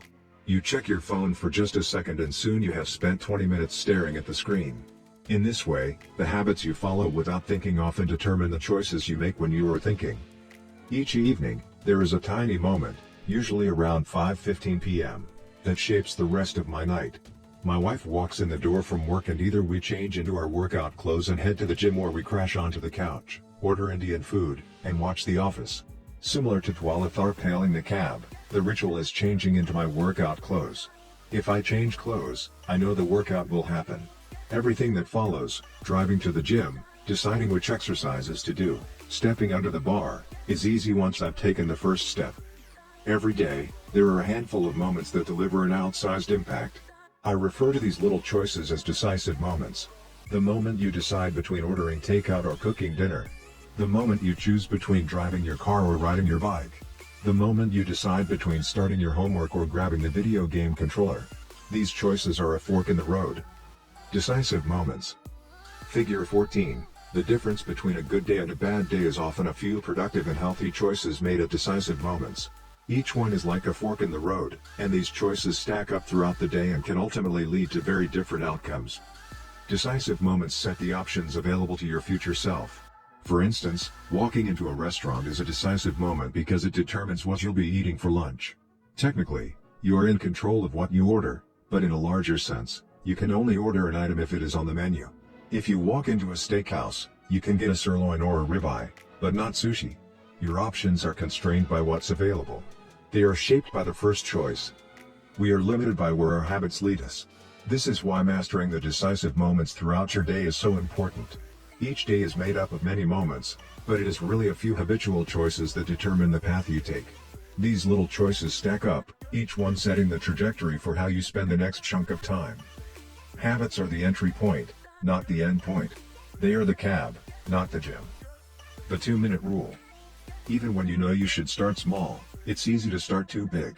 When you dream about making a change, excitement inevitably takes over and you end up trying to do too much too soon. The most effective way I know to counteract this tendency is to use the 2-minute rule, which states, when you start a new habit, it should take less than 2 minutes to do. You'll find that nearly any habit can be scaled down into a 2-minute version. Read before bed each night becomes read 1 page. Do 30 minutes of yoga becomes take out my yoga mat. Study for class becomes open my notes. Fold the laundry becomes fold 1 pair of socks. Run 3 miles becomes tie my running shoes. The idea is to make your habits as easy as possible to start. Anyone can meditate for 1 minute, read 1 page, or put 1 item of clothing away. And, as we have just discussed, this is a powerful strategy because once you've started doing the right thing, it is much easier to continue doing it. A new habit should not feel like a challenge. The actions that follow can be challenging, but the first 2 minutes should be easy. What you want is a gateway habit that naturally leads you down a more productive path. You can usually figure out the gateway habits that will lead to your desired outcome by mapping out your goals on a scale from very easy to very hard. For instance, running a marathon is very hard. Running a 5K is hard. Walking 10,000 steps is moderately difficult. Walking 10 minutes is easy. And putting on your running shoes is very easy. Your goal might be to run a marathon, but your gateway habit is to put on your running shoes. That's how you follow the 2-minute rule. Very easy, easy, moderate, hard, very hard. Put on your running shoes, walk 10 minutes, walk 10,000 steps. Run a 5K, run a marathon. Write one sentence, write one paragraph, write 1,000 words, write a 5,000-word article, write a book. Open your notes, study for 10 minutes, study for 3 hours. Get straight A's. Earn a PhD. People often think it's weird to get hyped about reading one page or meditating for 1 minute or making one sales call. But the point is not to do one thing. The point is to master the habit of showing up. The truth is, a habit must be established before it can be improved. If you can't learn the basic skill of showing up, then you have little hope of mastering the finer details. Instead of trying to engineer a perfect habit from the start, do the easy thing on a more consistent basis. You have to standardize before you can optimize. As you master the art of showing up, the first 2 minutes simply become a ritual at the beginning of a larger routine. This is not merely a hack to make habits easier but actually the ideal way to master a difficult skill. The more you ritualize the beginning of a process, the more likely it becomes that you can slip into the state of deep focus that is required to do great things. By doing the same warm-up before every workout, you make it easier to get into a state of peak performance. By following the same creative ritual, you make it easier to get into the hard work of creating. By developing a consistent, power-down habit, you make it easier to get to bed at a reasonable time each night. You may not be able to automate the whole process, but you can make the first action mindless. Make it easy to start and the rest will follow. The 2-minute rule can seem like a trick to some people. You know that the real goal is to do more than just 2 minutes, so it may feel like you're trying to fool yourself. Nobody is actually aspiring to read one page or do one push-up or open their notes. And if you know it's a mental trick, why would you fall for it? If the 2-minute rule feels forced, try this. Do it for 2 minutes and then stop. Go for a run, but you must stop after 2 minutes. Start meditating, but you must stop after 2 minutes. Study Arabic, but you must stop after 2 minutes. It's not a strategy for starting, it's the whole thing. Your habit can only last 120 seconds. One of my readers used this strategy to lose over 100 pounds. In the beginning, he went to the gym each day, but he told himself he wasn't allowed to stay for more than 5 minutes. He would go to the gym, exercise for 5 minutes, and leave as soon as his time was up. After a few weeks, he looked around and thought, well, I'm always coming here anyway. I might as well start staying a little longer. A few years later, the weight was gone. Journaling provides another example. Nearly everyone can benefit from getting their thoughts out of their head and onto paper, but most people give up after a few days or avoid it entirely because journaling feels like a chore. The secret is to always stay below the point where it feels like work. Greg McEwen, a leadership consultant from the United Kingdom, built a daily journaling habit by specifically writing less than he felt like. He always stopped journaling before it seemed like a hassle.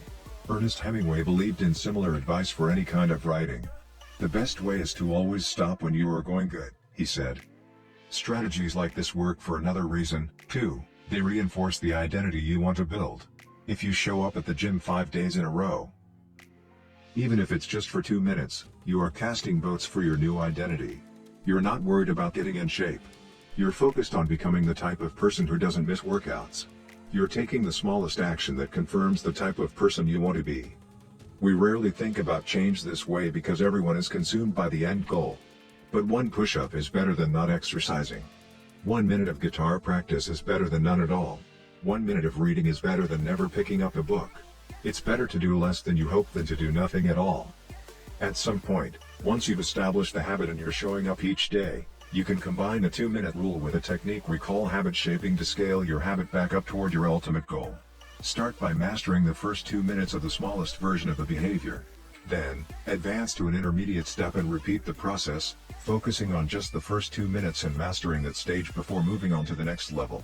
Eventually, you'll end up with the habit you had originally hoped to build while still keeping your focus where it should be, on the first 2 minutes of the behavior. Examples of habit shaping. Becoming an early riser. Phase 1. Be home by 10 p.m. every night. Phase 2. Have all devices, TV, phone, etc., turned off by 10 p.m. every night. Phase 3. Be in bed by 10 p.m. every night, reading a book, talking with your partner. Phase 4, lights off by 10 p.m. every night. Phase 5, wake up at 6 a.m. every day. Becoming vegan. Phase 1, start eating vegetables at each meal. Phase 2, stop eating animals with 4 legs, cow, pig, lamb, etc. Phase 3, stop eating animals with 2 legs, chicken, turkey, etc. Phase 4, stop eating animals with no legs, fish, clams, scallops, etc. Phase 5, stop eating all animal products, eggs, milk, cheese. Starting to exercise. Phase 1, change into workout clothes. Phase 2, step out the door, try taking a walk. Phase 3, drive to the gym, exercise for 5 minutes, and leave. Phase 4, exercise for 15 minutes at least once per week. Phase 5, exercise 3 times per week. Nearly any larger life goal can be transformed into a 2-minute behavior. I want to live a healthy and long life. Greater than I need to stay in shape. Greater than I need to exercise. Greater than I need to change into my workout clothes. I want to have a happy marriage. Greater than I need to be a good partner. Greater than I should do something each day to make my partner's life easier. Greater than I should meal plan for next week. Whenever you are struggling to stick with a habit, you can employ the 2-minute rule. It's a simple way to make your habits easy. Chapter summary. Habits can be completed in a few seconds but continue to impact your behavior for minutes or hours afterward. Many habits occur at decisive moments, choices that are like a fork in the road, and either send you in the direction of a productive day or an unproductive one. The 2-minute rule states, when you start a new habit, it should take less than 2 minutes to do. The more you ritualize the beginning of a process, the more likely it becomes that you can slip into the state of deep focus that is required to do great things. Standardize before you optimize. You can't improve a habit that doesn't exist. 14. How to make good habits inevitable and bad habits impossible. In the summer of 1830, Victor Hugo was facing an impossible deadline. 12 months earlier, the French author had promised his publisher a new book. But instead of writing, he spent that year pursuing other projects, entertaining guests, and delaying his work. Frustrated, Hugo's publisher responded by setting a deadline less than 6 months away. The book had to be finished by February 1831. Hugo concocted a strange plan to beat his procrastination. He collected all of his clothes and asked an assistant to lock them away in a large chest. He was left with nothing to wear except a large shawl. Lacking any suitable clothing to go outdoors, he remained in his study and wrote furiously during the fall and winter of 1830. The Hunchback of Notre Dame was published 2 weeks early on January 14, 1831. Sometimes success is less about making good habits easy and more about making bad habits hard.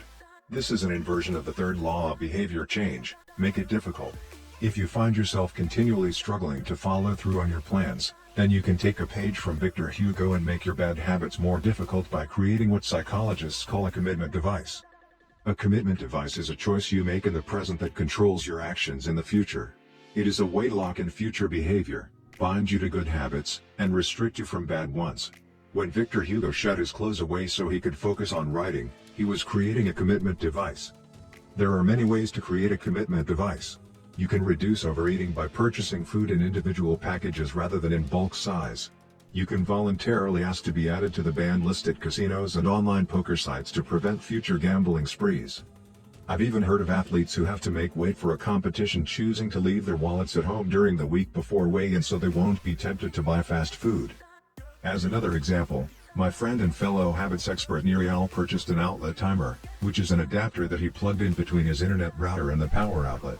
At 10 p.m. each night, the outlet timer cuts off the power to the router.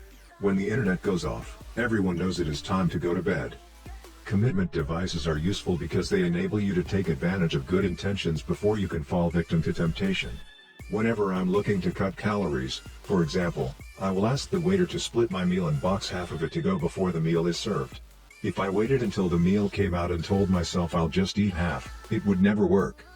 The key is to change the task such that it requires more work to get out of the good habit than to get started on it. If you're feeling motivated to get in shape, schedule a yoga session and pay ahead of time. If you're excited about the business you want to start, email an entrepreneur you respect and set up a consulting call. When the time comes to act, the only way to bail is to cancel the meeting, which requires effort and may cost money. Commitment devices increase the odds that you'll do the right thing in the future by making bad habits difficult in the present. However, we can do even better. We can make good habits inevitable and bad habits impossible. How to automate a habit and never think about it again. John Henry Patterson was born in Dayton, Ohio, in 1844. He spent his childhood doing chores on the family farm and working shifts at his father's sawmill. After attending college at Dartmouth, Patterson returned to Ohio and opened a small supplies store for coal miners. It seemed like a good opportunity. The store faced little competition and enjoyed a steady stream of customers, but still struggled to make money. That was when Patterson discovered his employees were stealing from him. In the mid-1800s, employee theft was a common problem. Receipts were kept in an open drawer and could easily be altered or discarded. There were no video cameras to review behavior and no software to track transactions. Unless you were willing to hover over your employees every minute of the day, or to manage all transactions yourself, it was difficult to prevent theft. As Patterson mulled over his predicament, he came across an advertisement for a new invention called Ritty's Incorruptible Cashier. Designed by fellow Dayton resident James Ritty, it was the first cash register. The machine automatically locked the cash and receipts inside after each transaction. Patterson bought two for $50 each. Employee theft at his store vanished overnight.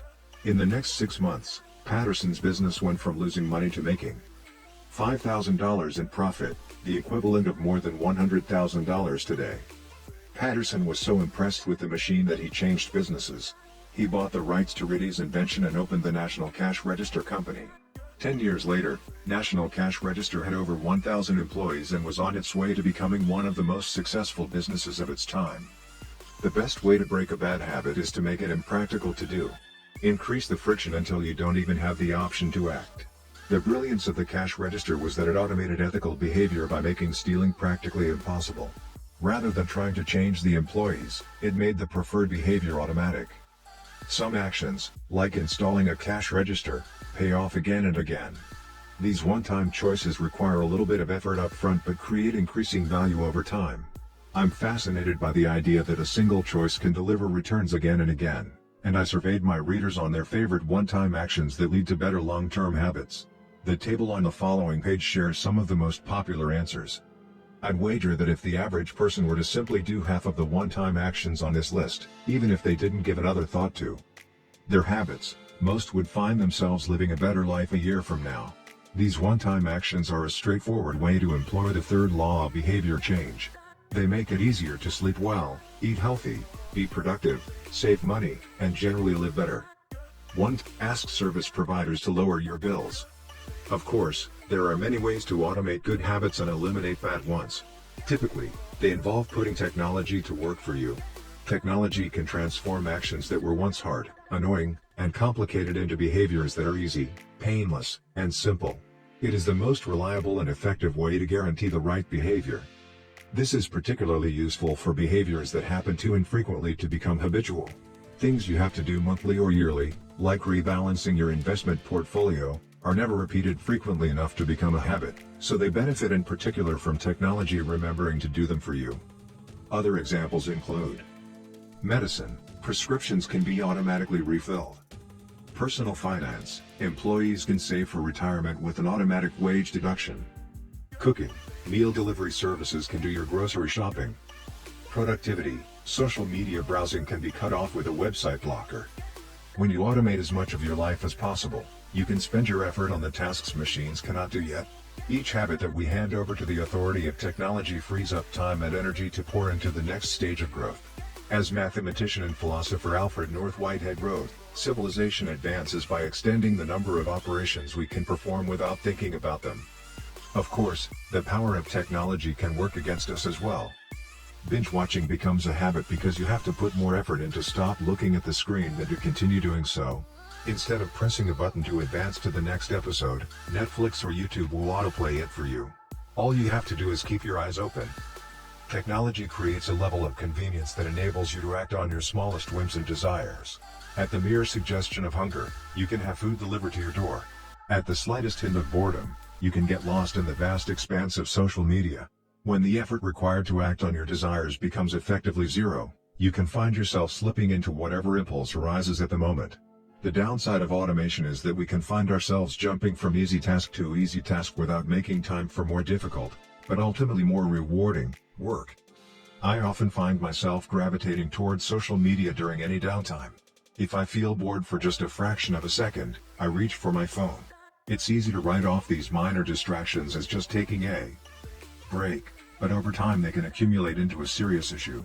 The constant tug of just one more minute can prevent me from doing anything of consequence. I'm not the only one. The average person spends over 2 hours per day on social media. What could you do with an extra 600 hours per year? During the year I was writing this book, I experimented with a new time management strategy. Every Monday, my assistant would reset the passwords on all my social media accounts, which logged me out on each device. All week I worked without distraction. On Friday, she would send me the new passwords. I had the entire weekend to enjoy what social media had to offer until Monday morning when she would do it again. If you don't have an assistant, team up with a friend or family member and reset each other's passwords each week. One of the biggest surprises was how quickly I adapted. Within the first week of locking myself out of social media, I realized that I didn't need to check it nearly as often as I had been, and I certainly didn't need it each day. It had simply been so easy that it had become the default. Once my bad habit became impossible, I discovered that I did actually have the motivation to work on more meaningful tasks. After I removed the mental candy from my environment, it became much easier to eat the healthy stuff. When working in your favor, automation can make your good habits inevitable and your bad habits impossible. It is the ultimate way to lock in future behavior rather than relying on willpower in the moment. By utilizing commitment devices, strategic one-time decisions, and technology, you can create an environment of inevitability, a space where good habits are not just an outcome you hope for but an outcome that is virtually guaranteed. Chapter Summary.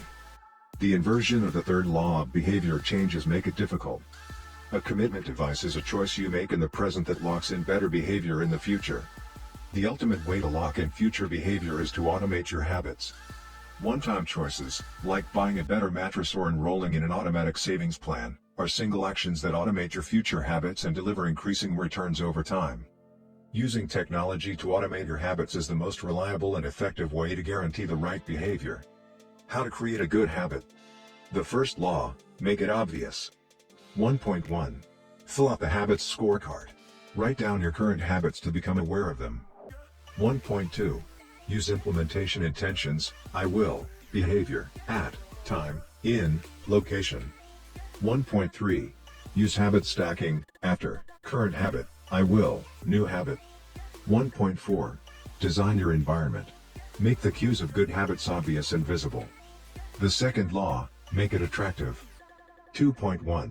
Use temptation bundling. Pair an action you want to do with an action you need to do. 2.2. Join a culture where your desired behavior is the normal behavior. 2.3. Create a motivation ritual. Do something you enjoy immediately before a difficult habit. The third law, make it easy. 3.1. Reduce friction. Decrease the number of steps between you and your good habits. 3.2. Prime the environment. Prepare your environment to make future actions easier. 3.3. Master the decisive moment. Optimize the small choices that deliver outsized impact. 3.4. Use the 2-minute rule. Downscale your habits until they can be done in 2 minutes or less. 3.5. Automate your habits. Invest in technology and one-time purchases that lock in future behavior. The fourth law, make it satisfying. How to break a bad habit. Inversion of the first law, make it invisible. 1.5. Reduce exposure. Remove the cues of your bad habits from your environment. Inversion of the second law, make it unattractive. 2.4. Reframe your mindset. Highlight the benefits of avoiding your bad habits. Inversion of the third law, make it difficult. 3.6. Increase friction. Increase the number of steps between you and your bad habits. 3.7. Use a commitment device. Restrict your future choices to the ones that benefit you. Inversion of the fourth law, make it unsatisfying. You can download a printable version of this habits cheat sheet at atomichabits.com/cheat sheet. The fourth law, make it satisfying. 15. The cardinal rule of behavior change. In the late 1990s, a public health worker named Stephen Luby left his hometown of Omaha, Nebraska, and bought a one-way ticket to Karachi, Pakistan. Karachi was one of the most populous cities in the world. By 1998, over 9 million people called it home. It was the economic center of Pakistan and a transportation hub, with some of the most active airports and seaports in the region. In the commercial parts of town, you could find all of the standard urban amenities and bustling downtown streets. But Karachi was also one of the least livable cities in the world. Over 60% of Karachi's residents lived in squatter settlements and slums. These densely packed neighborhoods were filled with makeshift houses cobbled together from old boards, cinder blocks, and other discarded materials. There was no waste removal system, no electricity grid, no clean water supply. When dry, the streets were a combination of dust and trash. When wet, they became a muddy pit of sewage. Mosquito colonies thrived in pools of stagnant water, and children played among the garbage. The unsanitary conditions lead to widespread illness and disease. Contaminated water sources caused epidemics of diarrhea, vomiting, and abdominal pain. Nearly one-third of the children living there were malnourished. With so many people crammed into such a small space, viruses and bacterial infections spread rapidly. It was this public health crisis that had brought Stephen Luby to Pakistan. Luby and his team realized that in an environment with poor sanitation, the simple habit of washing your hands could make a real difference in the health of the residents. But they soon discovered that many people were already aware that hand washing was important. And yet, despite this knowledge, many residents were washing their hands in a haphazard fashion. Some people would just run their hands under the water quickly. Others would only wash one hand. Many would simply forget to wash their hands before preparing food. Everyone said hand washing was important, but few people made a habit out of it. The problem wasn't knowledge. The problem was consistency. That was when Luby and his team partnered with Procter & Gamble to supply the neighborhood with Safeguard soap. Compared to your standard bar of soap, using Safeguard was a more enjoyable experience. In Pakistan, Safeguard was a premium soap, Luby told me. The study participants commonly mentioned how much they liked it. The soap foamed easily, and people were able to lather their hands with suds. It smelled great. Instantly, hand washing became slightly more pleasurable.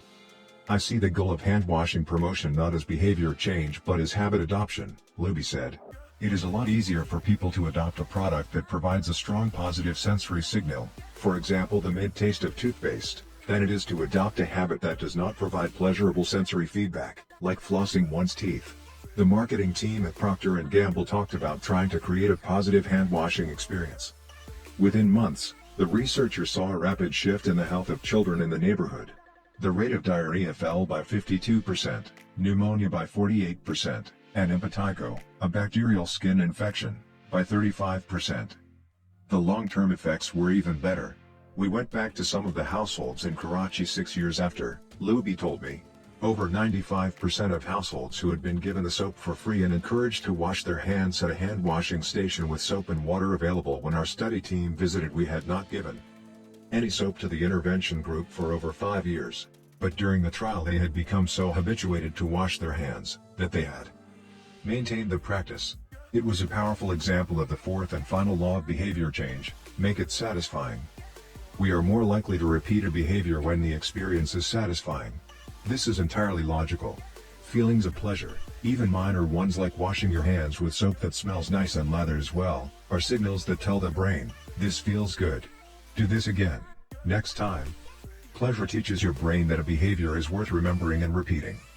Take the story of chewing gum. Chewing gum had been sold commercially throughout the 1800s, but it wasn't until Wrigley launched in 1891 that it became a worldwide habit. Early versions were made from relatively bland resins, chewy, but not tasty. Wrigley revolutionized the industry by adding flavors like spearmint and juicy fruit, which made the product flavorful and fun to use. Then they went a step further and began pushing chewing gum as a pathway to a clean mouth. Advertisements told readers to refresh your taste. Tasty flavors and the feeling of a fresh mouth provided little bits of immediate reinforcement and made the product satisfying to use.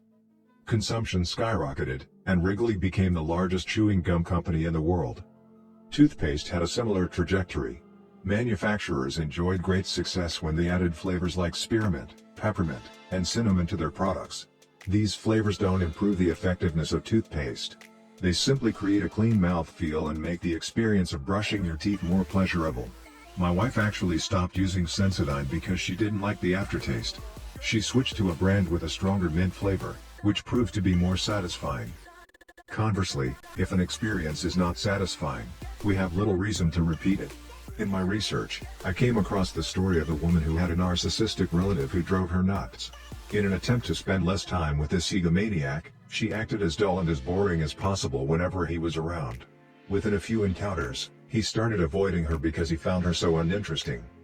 Stories like these are evidence of the cardinal rule of behavior change: what is rewarded is repeated. What is punished is avoided. You learn what to do in the future based on what you were rewarded for doing, or punished for doing, in the past. Positive emotions cultivate habits. Negative emotions destroy them.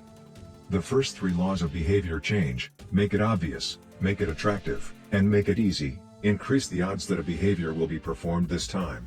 The fourth law of behavior change: make it satisfying, increases the odds that a behavior will be repeated next time. It completes the habit loop.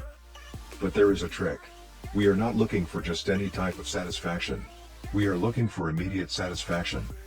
The mismatch between immediate and delayed rewards. Imagine you're an animal roaming the plains of Africa, a giraffe or an elephant or a lion. On any given day, most of your decisions have an immediate impact. You are always thinking about what to eat or where to sleep or how to avoid a predator. You are constantly focused on the present or the very near future. You live in what scientists call an immediate return environment because your actions instantly deliver clear and immediate outcomes. Now switch back to your human self. In modern society, many of the choices you make today will not benefit you immediately. If you do a good job at work, you'll get a paycheck in a few weeks. If you exercise today, perhaps you won't be overweight next year. If you save money now, maybe you'll have enough for retirement decades from now. You live in what scientists call a delayed return environment because you can work for years before your actions deliver the intended payoff. The human brain did not evolve for life in a delayed return environment. The earliest remains of modern humans, known as Homo sapiens sapiens, are approximately 200,000 years old. These were the first humans to have a brain relatively similar to ours. In particular, the neocortex, the newest part of the brain and the region responsible for higher functions like language, was roughly the same size 200,000 years ago as today. You are walking around with the same hardware as your Paleolithic ancestors. It is only recently, during the last 500 years or so, that society has shifted to a predominantly delayed return environment. Compared to the age of the brain, modern society is brand new. In the last 100 years, we have seen the rise of the car, the airplane, the television, the personal computer, the internet, the smartphone, and Beyoncé. The world has changed much in recent years, but human nature has changed little. Similar to other animals on the African savanna, our ancestors spent their days responding to grave threats, securing the next meal, and taking shelter from a storm. It made sense to place a high value on instant gratification. The distant future was less of a concern. And after thousands of generations in an immediate return environment, our brains evolved to prefer quick payoffs to long-term ones. Behavioral economists refer to this tendency as time inconsistency. That is, the way your brain evaluates rewards is inconsistent across time. You value the present more than the future. Usually, this tendency serves us well. A reward that is certain right now is typically worth more than one that is merely possible in the future. But occasionally, our bias toward instant gratification causes problems. Why would someone smoke if they know it increases the risk of lung cancer? Why would someone overeat when they know it increases their risk of obesity? Why would someone have unsafe sex if they know it can result in sexually transmitted disease? Once you understand how the brain prioritizes rewards, the answers become clear. The consequences of bad habits are delayed while the rewards are immediate. Smoking might kill you in 10 years, but it reduces stress and eases your nicotine cravings now. Overeating is harmful in the long run but appetizing in the moment. Sex, safe or not, provides pleasure right away. Disease and infection won't show up for days or weeks, even years. Every habit produces multiple outcomes across time. Unfortunately, these outcomes are often misaligned. With our bad habits, the immediate outcome usually feels good, but the ultimate outcome feels bad. With good habits, it is the reverse. The immediate outcome is unenjoyable, but the ultimate outcome feels good. The French economist Frédéric Bastiat explained the problem clearly when he wrote, "It almost always happens that when the immediate consequence is favorable, the later consequences are disastrous, and vice versa often. The sweeter the first fruit of a habit, the more bitter are its later fruits." Put another way, the costs of your good habits are in the present. The costs of your bad habits are in the future. The brain's tendency to prioritize the present moment means you can't rely on good intentions. When you make a plan to lose weight, write a book, or learn a language, you are actually making plans for your future self. And when you envision what you want your life to be like, it is easy to see the value in taking actions with long-term benefits. We all want better lives for our future selves. However, when the moment of decision arrives, instant gratification usually wins. You are no longer making a choice for future you, who dreams of being fitter or wealthier or happier.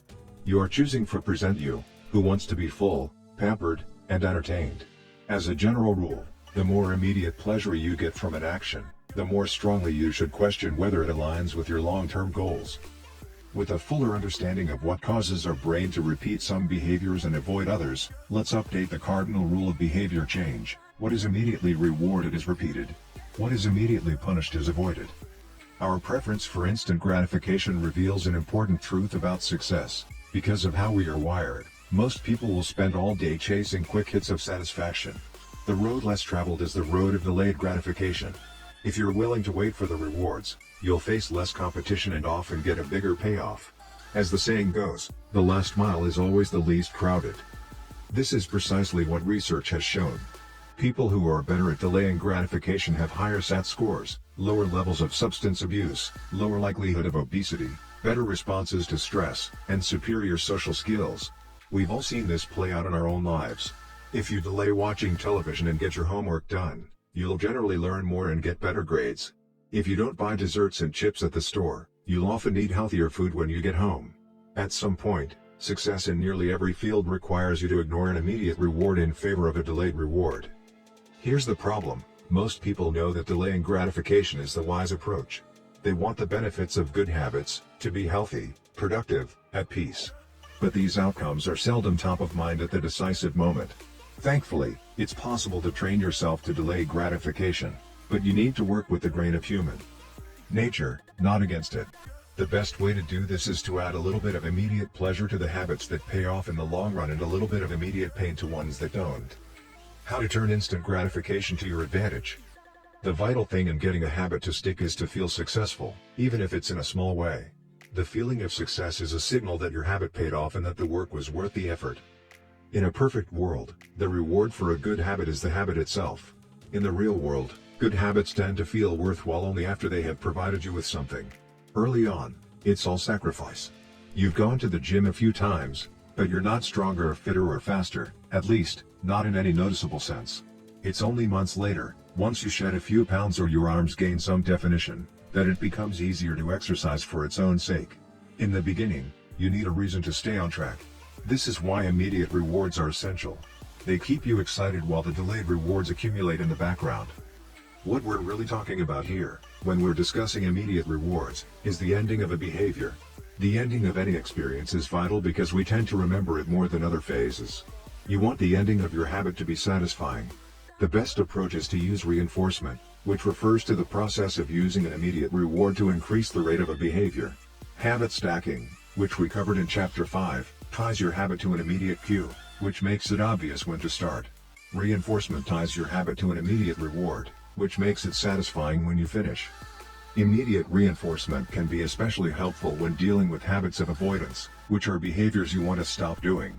It can be challenging to stick with habits like no frivolous purchases or no alcohol this month because nothing happens when you skip happy hour drinks or don't buy that pair of shoes. It can be hard to feel satisfied when there is no action in the first place. All you're doing is resisting temptation, and there isn't much satisfying about that. One solution is to turn the situation on its head. You want to make avoidance visible. Open a savings account and label it for something you want, maybe leather jacket. Whenever you pass on a purchase, put the same amount of money in the account. Skip your morning latte? Transfer $5. Pass on another month of Netflix? Move $10 over. It's like creating a loyalty program for yourself. The immediate reward of seeing yourself save money toward the leather jacket feels a lot better than being deprived. You are making it satisfying to do nothing. One of my readers and his wife used a similar setup. They wanted to stop eating out so much and start cooking together more. They labeled their savings account trip to Europe. Whenever they skipped going out to eat, they transferred $50 into the account. At the end of the year, they put the money toward the vacation.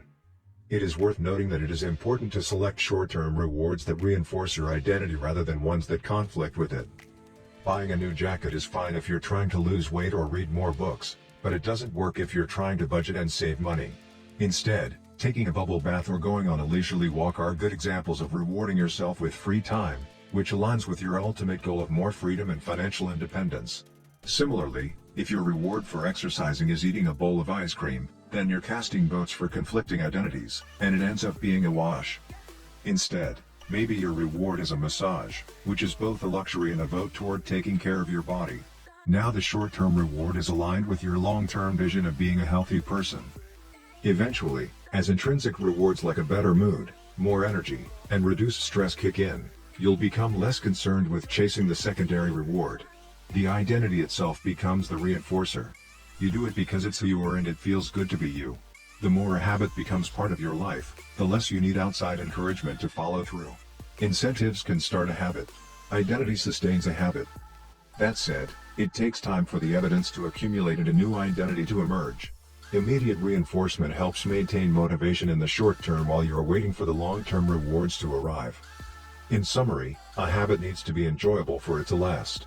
Simple bits of reinforcement, like soap that smells great or toothpaste that has a refreshing mint flavor or seeing $50 hit your savings account, can offer the immediate pleasure you need to enjoy a habit. And change is easy when it is enjoyable. Chapter 12 to prioritize immediate rewards over delayed rewards. The cardinal rule of behavior change: what is immediately rewarded is repeated. What is immediately punished is avoided. To get a habit to stick, you need to feel immediately successful, even if it's in a small way. The first three laws of behavior change: make it obvious, make it attractive, and make it easy, increase the odds that a behavior will be performed this time. The fourth law of behavior change: make it satisfying, increases the odds that a behavior will be repeated next time. 16. How to stick with good habits every day. In 1993, a bank in Abbotsford, Canada, hired a 23-year-old stockbroker named Trent Dyersmith. Abbotsford was a relatively small suburb, tucked away in the shadow of nearby Vancouver, where most of the big business deals were being made. Given the location, and the fact that Dyersmith was a rookie, nobody expected too much of him. But he made brisk progress thanks to a simple daily habit. Dyersmith began each morning with 2 jars on his desk. One was filled with 120 paper clips. The other was empty. As soon as he settled in each day, he would make a sales call. Immediately after, he would move one paper clip from the full jar to the empty jar and the process would begin again. Every morning I would start with 120 paper clips in one jar and I would keep dialing the phone until I had moved them all to the second jar, he told me. Within 18 months, Dyersmith was bringing in $5 million to the firm. By age 24, he was making $75,000 per year, the equivalent of $125,000 today. Not long after, he landed a 6-figure job with another company. I like to refer to this technique as the paperclip strategy, and, over the years, I've heard from readers who have employed it in a variety of ways.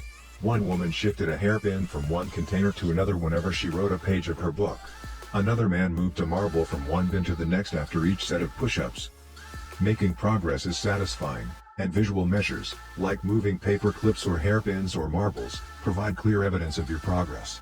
As a result, they reinforce your behavior and add a little bit of immediate satisfaction to any activity.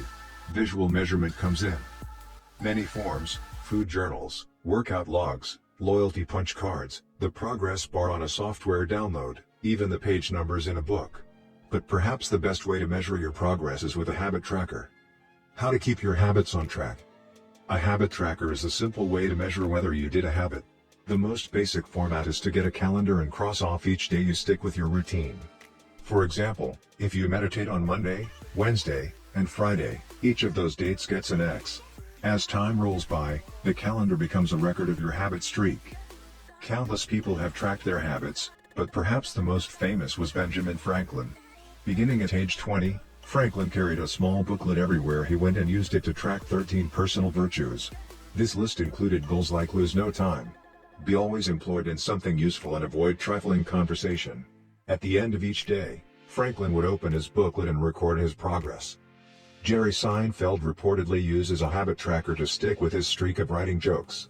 In the documentary Comedian, he explains that his goal is simply to never break the chain of writing jokes every day. In other words, he is not focused on how good or bad a particular joke is or how inspired he feels. He is simply focused on showing up and adding to his streak. Don't break the chain is a powerful mantra. Don't break the chain of sales calls and you'll build a successful book of business.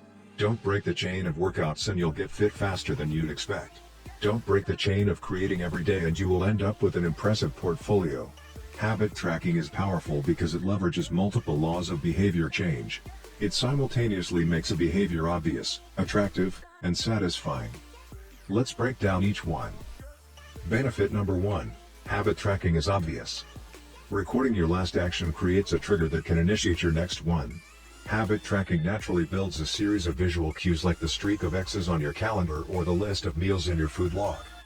When you look at the calendar and see your streak, you'll be reminded to act again. Research has shown that people who track their progress on goals like losing weight, quitting smoking, and lowering blood pressure are all more likely to improve than those who don't. One study of more than 1,600 people found that those who kept a daily food log lost twice as much weight as those who did not. The mere act of tracking a behavior can spark the urge to change it. Habit tracking also keeps you honest. Most of us have a distorted view of our own behavior. We think we act better than we do. Measurement offers one way to overcome our blindness to our own behavior and notice what's really going on each day. One glance at the paper clips in the container and you immediately know how much work you have, or haven't, been putting in. When the evidence is right in front of you, you're less likely to lie to yourself. Benefit number 2. Habit tracking is attractive. The most effective form of motivation is progress. When we get a signal that we are moving forward, we become more motivated to continue down that path. In this way, habit tracking can have an addictive effect on motivation. Each small win feeds your desire. This can be particularly powerful on a bad day. When you're feeling down, it's easy to forget about all the progress you have already made. Habit tracking provides visual proof of your hard work, a subtle reminder of how far you've come. Plus, the empty square you see each morning can motivate you to get started because you don't want to lose your progress by breaking the streak. Benefit number 3. Habit tracking is satisfying. This is the most crucial benefit of all. Tracking can become its own form of reward. It is satisfying to cross an item off your to-do list, to complete an entry in your workout log, or to mark an X on the calendar. It feels good to watch your results grow, the size of your investment portfolio, the length of your book manuscript, and if it feels good, then you're more likely to endure. Habit tracking also helps keep your eye on the ball. You're focused on the process rather than the result. You're not fixated on getting six-pack abs, you're just trying to keep the streak alive and become the type of person who doesn't miss workouts. In summary, habit tracking, 1. Creates a visual cue that can remind you to act. 2. Is inherently motivating because you see the progress you are making and don't want to lose it. And 3. Feels satisfying whenever you record another successful instance of your habit. Furthermore, habit tracking provides visual proof that you are casting votes for the type of person you wish to become, which is a delightful form of immediate and intrinsic gratification.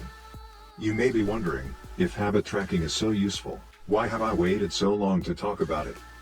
Despite all the benefits, I've left this discussion until now for a simple reason. Many people resist the idea of tracking and measuring. It can feel like a burden because it forces you into two habits, the habit you're trying to build and the habit of tracking it.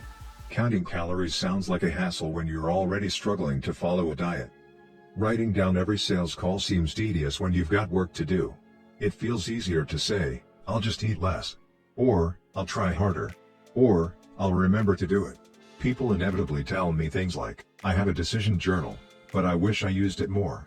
Or, I recorded my workouts for a week, but then quit. I've been there myself. I once made a food log to track my calories. I managed to do it for one meal and then gave up. Tracking isn't for everyone, and there is no need to measure your entire life. But nearly anyone can benefit from it in some form, even if it's only temporary. What can we do to make tracking easier? First, whenever possible, measurement should be automated. You'll probably be surprised by how much you're already tracking without knowing it. Your credit card statement tracks how often you go out to eat. Your Fitbit registers how many steps you take and how long you sleep. Your calendar records how many new places you travel to each year. Once you know where to get the data, add a note to your calendar to review it each week or each month, which is more practical than tracking it every day. Second, manual tracking should be limited to your most important habits. It is better to consistently track one habit than to sporadically track 10. Finally, record each measurement immediately after the habit occurs. The completion of the behavior is the cue to write it down. This approach allows you to combine the habit stacking method mentioned in Chapter 5 with habit tracking. The habit stacking plus habit tracking formula is, after current habit, I will track my habit. After I hang up the phone from a sales call, I will move one paper clip over. After I finish each set at the gym, I will record it in my workout journal. After I put my plate in the dishwasher, I will write down what I ate. These tactics can make tracking your habits easier. Even if you aren't the type of person who enjoys recording your behavior, I think you'll find a few weeks of measurements to be insightful. It's always interesting to see how you've actually been spending your time. That said, every habit streak ends at some point. And, more important than any single measurement, is having a good plan for when your habits slide off track. How to recover quickly when your habits break down. No matter how consistent you are with your habits, it is inevitable that life will interrupt you at some point. Perfection is not possible. Before long, an emergency will pop up, you get sick or you have to travel for work or your family needs a little more of your time. Whenever this happens to me, I try to remind myself of a simple rule: never miss twice. If I miss one day, I try to get back into it as quickly as possible. Missing one workout happens, but I'm not going to miss 2 in a row. Maybe I'll eat an entire pizza, but I'll follow it up with a healthy meal. I can't be perfect, but I can avoid a second lapse. As soon as one streak ends, I get started on the next one. The first mistake is never the one that ruins you. It is the spiral of repeated mistakes that follows. Missing once is an accident. Missing twice is the start of a new habit. This is a distinguishing feature between winners and losers. Anyone can have a bad performance, a bad workout, or a bad day at work. But when successful people fail, they rebound quickly. The breaking of a habit doesn't matter if the reclaiming of it is fast. I think this principle is so important that I'll stick to it even if I can't do a habit as well or as completely as I would like. Too often, we fall into an all-or-nothing cycle with our habits. The problem is not slipping up, the problem is thinking that if you can't do something perfectly, then you shouldn't do it at all. You don't realize how valuable it is to just show up on your bad, or busy, days. Lost days hurt you more than successful days help you. If you start with $100, then a 50% gain will take you to $150. But you only need a 33% loss to take you back to $100. In other words, avoiding a 33% loss is just as valuable as achieving a 50% gain. As Charlie Munger says, the first rule of compounding: never interrupt it unnecessarily. This is why the bad workouts are often the most important ones. Sluggish days and bad workouts maintain the compound gains you accrued from previous good days.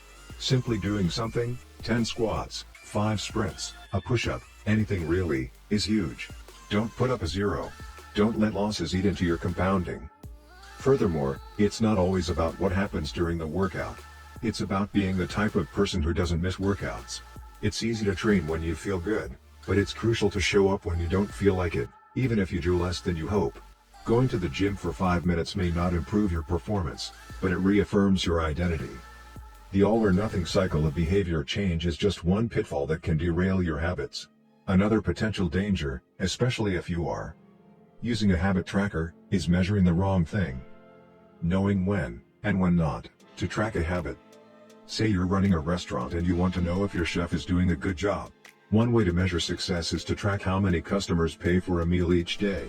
If more customers come in, the food must be good. If fewer customers come in, something must be wrong. However, this one measurement, daily revenue, only gives a limited picture of what's really going on. Just because someone pays for a meal doesn't mean they enjoy the meal. Even dissatisfied customers are unlikely to dine and dash. In fact, if you're only measuring revenue, the food might be getting worse but you're making up for it with marketing or discounts or some other method. Instead, it may be more effective to track how many customers finish their meal or perhaps the percentage of customers who leave a generous tip. The dark side of tracking a particular behavior is that we become driven by the number rather than the purpose behind it. If your success is measured by quarterly earnings, you will optimize sales, revenue, and accounting for quarterly earnings. If your success is measured by a lower number on the scale, you will optimize for a lower number on the scale, even if that means embracing crash diets, juice cleanses, and fat loss pills. The human mind wants to win whatever game is being played. This pitfall is evident in many areas of life. We focus on working long hours instead of getting meaningful work done. We care more about getting 10,000 steps than we do about being healthy. We teach for standardized tests instead of emphasizing learning, curiosity, and critical thinking. In short, we optimize for what we measure. When we choose the wrong measurement, we get the wrong behavior. This is sometimes referred to as Goodhart's Law. Named after the economist Charles Goodhart, the principle states, when a measure becomes a target, it ceases to be a good measure. Measurement is only useful when it guides you and adds context to a larger picture, not when it consumes you. Each number is simply one piece of feedback in the overall system. In our data-driven world, we tend to overvalue numbers and undervalue anything ephemeral, soft, and difficult to quantify. We mistakenly think the factors we can measure are the only factors that exist. But just because you can measure something doesn't mean it's the most important thing. And just because you can't measure something doesn't mean it's not important at all. All of this to say, it's crucial to keep habit tracking in its proper place. It can feel satisfying to record a habit and track your progress, but the measurement is not the only thing that matters. Furthermore, there are many ways to measure progress, and sometimes it helps to shift your focus to something entirely different. This is why non-scale victories can be effective for weight loss. The number on the scale may be stubborn, so if you focus solely on that number, your motivation will sag. But you may notice that your skin looks better, or you wake up earlier, or your sex drive got a boost. All of these are valid ways to track your improvement. If you're not feeling motivated by the number on the scale, perhaps it's time to focus on a different measurement, one that gives you more signals of progress. No matter how you measure your improvement, habit tracking offers a simple way to make your habits more satisfying.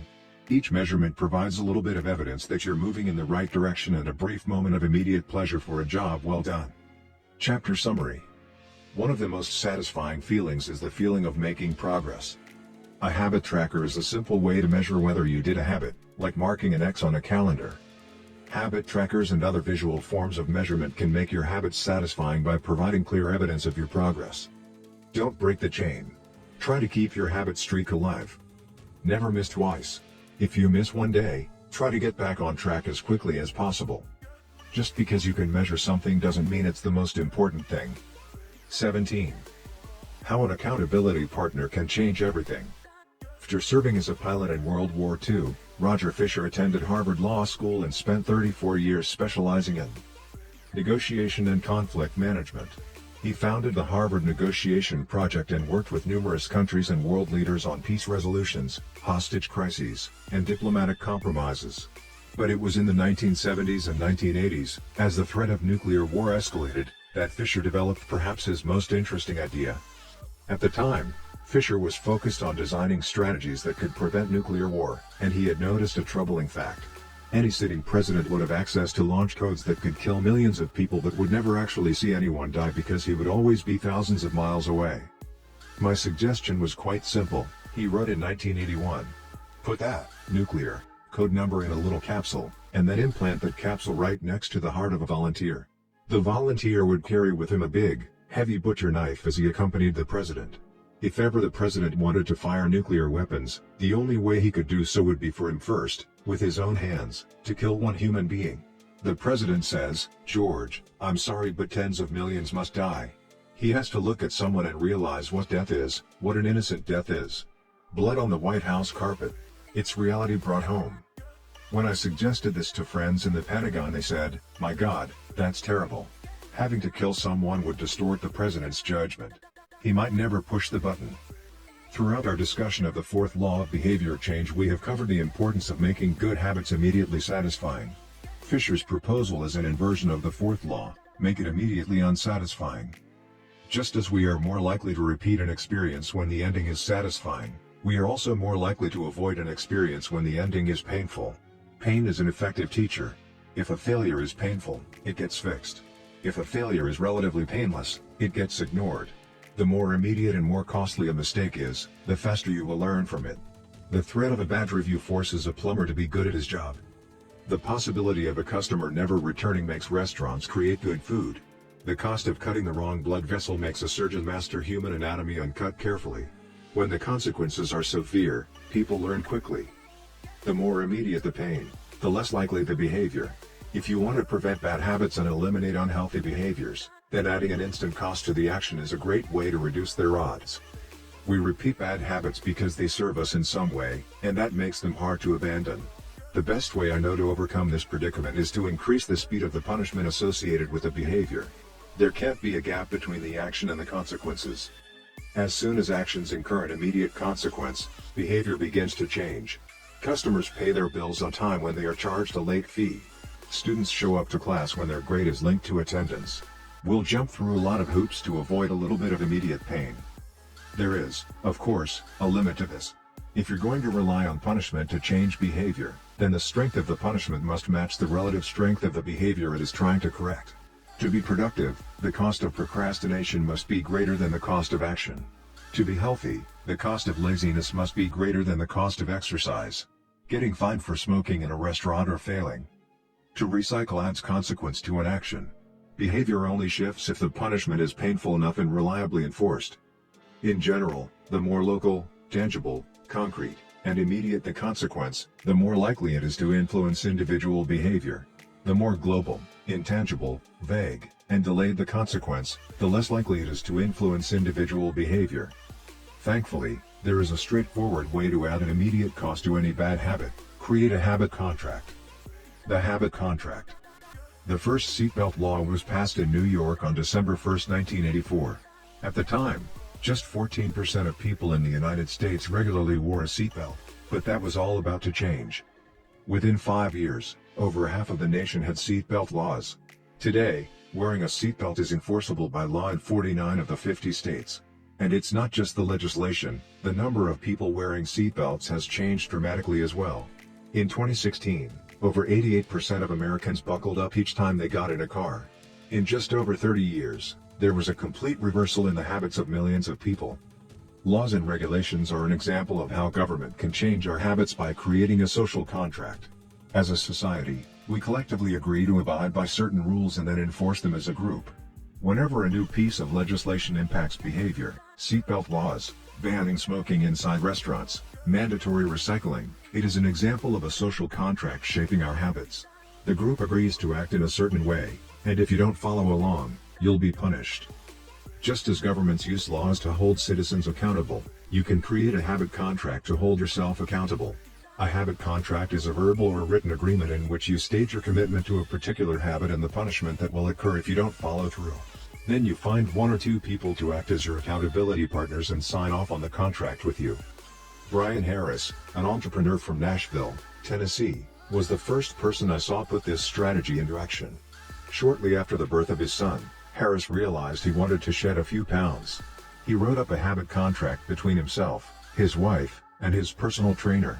The first version read, Brian's #1 objective for Q1 of 2017 is to start eating correctly again so he feels better, looks better, and is able to hit his long-term goal of 200 pounds at 10% body fat. Below that statement, Harris laid out a roadmap for achieving his ideal outcome. Phase number 1. Get back to a strict slow-carb diet in Q1. Phase number 2. Start a strict macronutrient tracking program in Q2. Phase number 3. Refine and maintain the details of his diet and workout program in Q3. Finally, he wrote out each of the daily habits that would get him to his goal. For example, write down all food that he consumes each day and weigh himself each day. And then he listed the punishment if he failed. If Brian doesn't do these 2 items, then the following consequence will be enforced. He will have to dress up each workday and each Sunday morning for the rest of the quarter.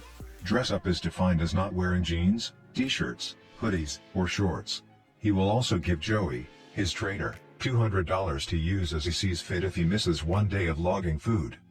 At the bottom of the page, Harris, his wife, and his trainer all signed a contract. My initial reaction was that a contract like this seemed overly formal and unnecessary, especially the signatures. But Harris convinced me that signing the contract was an indication of seriousness. Anytime I skip this part, he said, I start slacking almost immediately. 3 months later, after hitting his targets for Q1, Harris upgraded his goals. The consequences escalated, too. If he missed his carbohydrate and protein targets, he had to pay his trainer $100. And if he failed to weigh himself, he had to give his wife $500 to use as she saw fit. Perhaps most painfully, if he forgot to run sprints, he had to dress up for work every day and wear an Alabama hat the rest of the quarter, the bitter rival of his beloved Auburn team. The strategy worked. With his wife and trainer acting as accountability partners and with the habit contract clarifying exactly What to do each day. Harris lost the weight. To make bad habits unsatisfying, your best option is to make them painful in the moment. Creating a habit contract is a straightforward way to do exactly that. Even if you don't want to create a full-blown habit contract, simply having an accountability partner is useful. The comedian Margaret Cho writes a joke or song every day. She does the song a day challenge with a friend, which helps them both stay accountable. Knowing that someone is watching can be a powerful motivator. You are less likely to procrastinate or give up because there is an immediate cost. If you don't follow through, perhaps they'll see you as untrustworthy or lazy. Suddenly, you are not only failing to uphold your promises to yourself, but also failing to uphold your promises to others. You can even automate this process. Thomas Frank, an entrepreneur in Boulder, Colorado, wakes up at 5:55 each morning. And if he doesn't, he has a tweet automatically scheduled that says, "It's 6:10 and I'm not up because I'm lazy. Reply to this for $5 via PayPal, limit 5, assuming my alarm didn't malfunction." We are always trying to present our best selves to the world. We comb our hair and brush our teeth and dress ourselves carefully because we know these habits are likely to get a positive reaction. We want to get good grades and graduate from top schools to impress potential employers and mates and our friends and family. We care about the opinions of those around us because it helps if others like us. This is precisely why getting an accountability partner or signing a habit contract can work so well. Chapter Summary. The inversion of the fourth law of behavior changes make it unsatisfying. We are less likely to repeat a bad habit if it is painful or unsatisfying. An accountability partner can create an immediate cost to inaction. We care deeply about what others think of us, and we do not want others to have a lesser opinion of us. A habit contract can be used to add a social cost to any behavior. It makes the costs of violating your promises public and painful. Knowing that someone else is watching you can be a powerful motivator. How to create a good habit. The first law, make it obvious. 1.1. Fill out the habits scorecard. Write down your current habits to become aware of them. 1.2. Use implementation intentions, I will, behavior, at, time, in, location. 1.3. Use habit stacking, after, current habit, I will, new habit. 1.4. Design your environment. Make the cues of good habits obvious and visible. The second law, make it attractive. 2.1.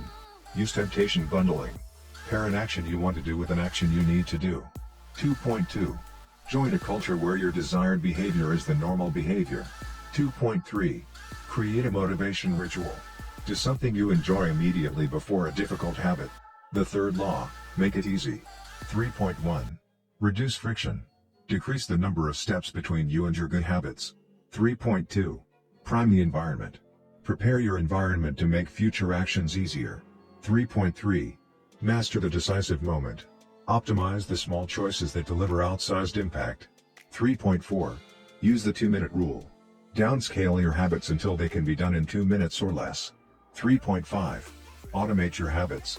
Invest in technology and one-time purchases that lock in future behavior. The fourth law, make it satisfying. 4.1. Use reinforcement. Give yourself an immediate reward when you complete your habit. 4.2. Make doing nothing enjoyable. When avoiding a bad habit, design a way to see the benefits. 4.3. Use a habit tracker. Keep track of your habit streak and don't break the chain. 4.4. Never miss twice. When you forget to do a habit, make sure you get back on track immediately. How to break a bad habit. Inversion of the first law, make it invisible. 1.5. Reduce exposure. Remove the cues of your bad habits from your environment. Inversion of the second law, make it unattractive. 2.4. Reframe your mindset. Highlight the benefits of avoiding your bad habits. Inversion of the third law, make it difficult. 3.6. Increase friction. Increase the number of steps between you and your bad habits. 3.7. Use a commitment device. Restrict your future choices to the ones that benefit you. Inversion of the fourth law, make it unsatisfying. 4.5. Get an accountability partner. Ask someone to watch your behavior. 4.6. Create a habit contract. Make the costs of your bad habits public and painful. You can download a printable version of this habits cheat sheet at atomichabits.com/cheat sheet. Advanced tactics. How to go from being merely good to being truly great. 18. The truth about talent, when genes matter and when they don't. Many people are familiar with Michael Phelps, who is widely considered to be one of the greatest athletes in history. Phelps has won more Olympic medals not only than any swimmer but also more than any Olympian in any sport. Fewer people know the name Hicham El Guerrouj, but he was a fantastic athlete in his own right. El Guerrouj is a Moroccan runner who holds 2 Olympic gold medals and is one of the greatest middle-distance runners of all time. For many years, he held the world record in the mile, 1,500-meter, and 2,000-meter races. At the Olympic Games in Athens, Greece, in 2004, he won gold in the 1,500-meter and 5,000-meter races. These two athletes are wildly different in many ways. For starters, one competed on land and the other in water, but most notably, they differ significantly in height. El Guerrouj is 5 feet, 9 inches tall. Phelps is 6 feet, 4 inches tall. Despite this 7-inch difference in height, the two men are identical in one respect. Michael Phelps and Hicham El Guerrouj wear the same length inseam on their pants. How is this possible? Phelps has relatively short legs for his height and a very long torso, the perfect build for swimming. El Guerrouj has incredibly long legs and a short upper body, an ideal frame for distance running. Now, imagine if these world-class athletes were to switch sports. Given his remarkable athleticism, could Michael Phelps become an Olympic-caliber distance runner with enough training? It's unlikely. At peak fitness, Phelps weighed 194 pounds, which is 40% heavier than El Guerrouj, who competed at an ultralight 138 pounds. Taller runners are heavier runners, and every extra pound is a curse when it comes to distance running. Against elite competition, Phelps would be doomed from the start. Similarly, El Guerrouj might be one of the best runners in history, but it's doubtful he would ever qualify for the Olympics as a swimmer. Since 1976, the average height of Olympic gold medalists in the men's 1,500-meter run is 5 feet, 10 inches.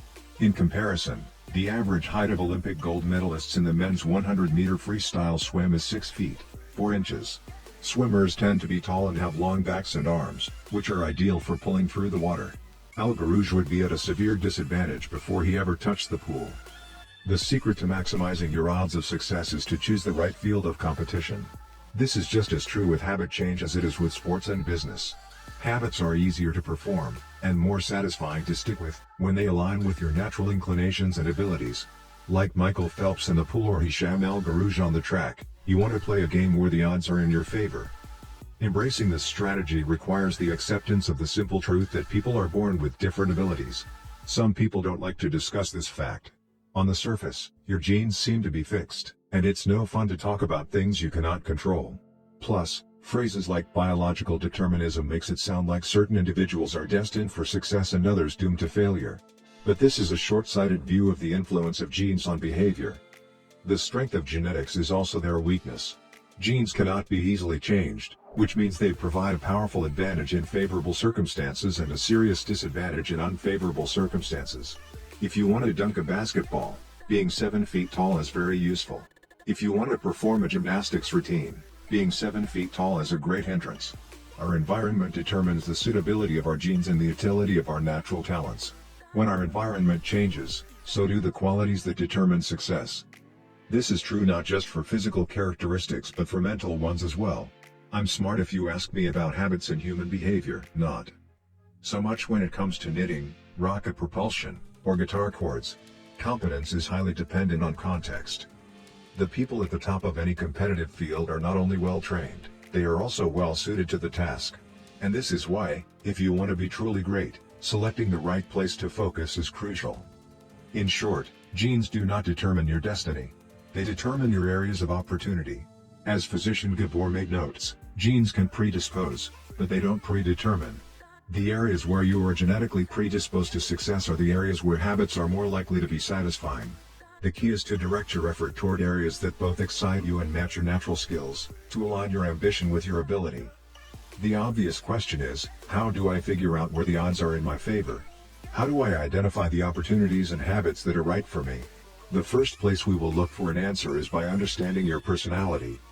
How your personality influences your habits. Your genes are operating beneath the surface of every habit. Indeed, beneath the surface of every behavior. Genes have been shown to influence everything from the number of hours you spend watching television to your likelihood to marry or divorce to your tendency to get addicted to drugs, alcohol, or nicotine. There's a strong genetic component to how obedient or rebellious you are when facing authority, how vulnerable or resistant you are to stressful events, how proactive or reactive you tend to be, and even how captivated or bored you feel during sensory experiences like attending a concert. As Robert Blowman, a behavioral geneticist at King's College in London, told me, it is now at the point where we have stopped testing to see if traits have a genetic component because we literally can't find a single one that isn't influenced by our genes. Bundled together, your unique cluster of genetic traits predispose you to a particular personality. Your personality is the set of characteristics that is consistent from situation to situation. The most proven scientific analysis of personality traits is known as the Big Five, which breaks them down into 5 spectrums of behavior. 1. Openness to experience, from curious and inventive on one end to cautious and consistent on the other. 2. Conscientiousness, organized and efficient to easygoing and spontaneous. 3. Extroversion, outgoing and energetic to solitary and reserved. You likely know them as extroverts versus introverts. 4. Agreeableness, friendly and compassionate to challenging and detached. 5.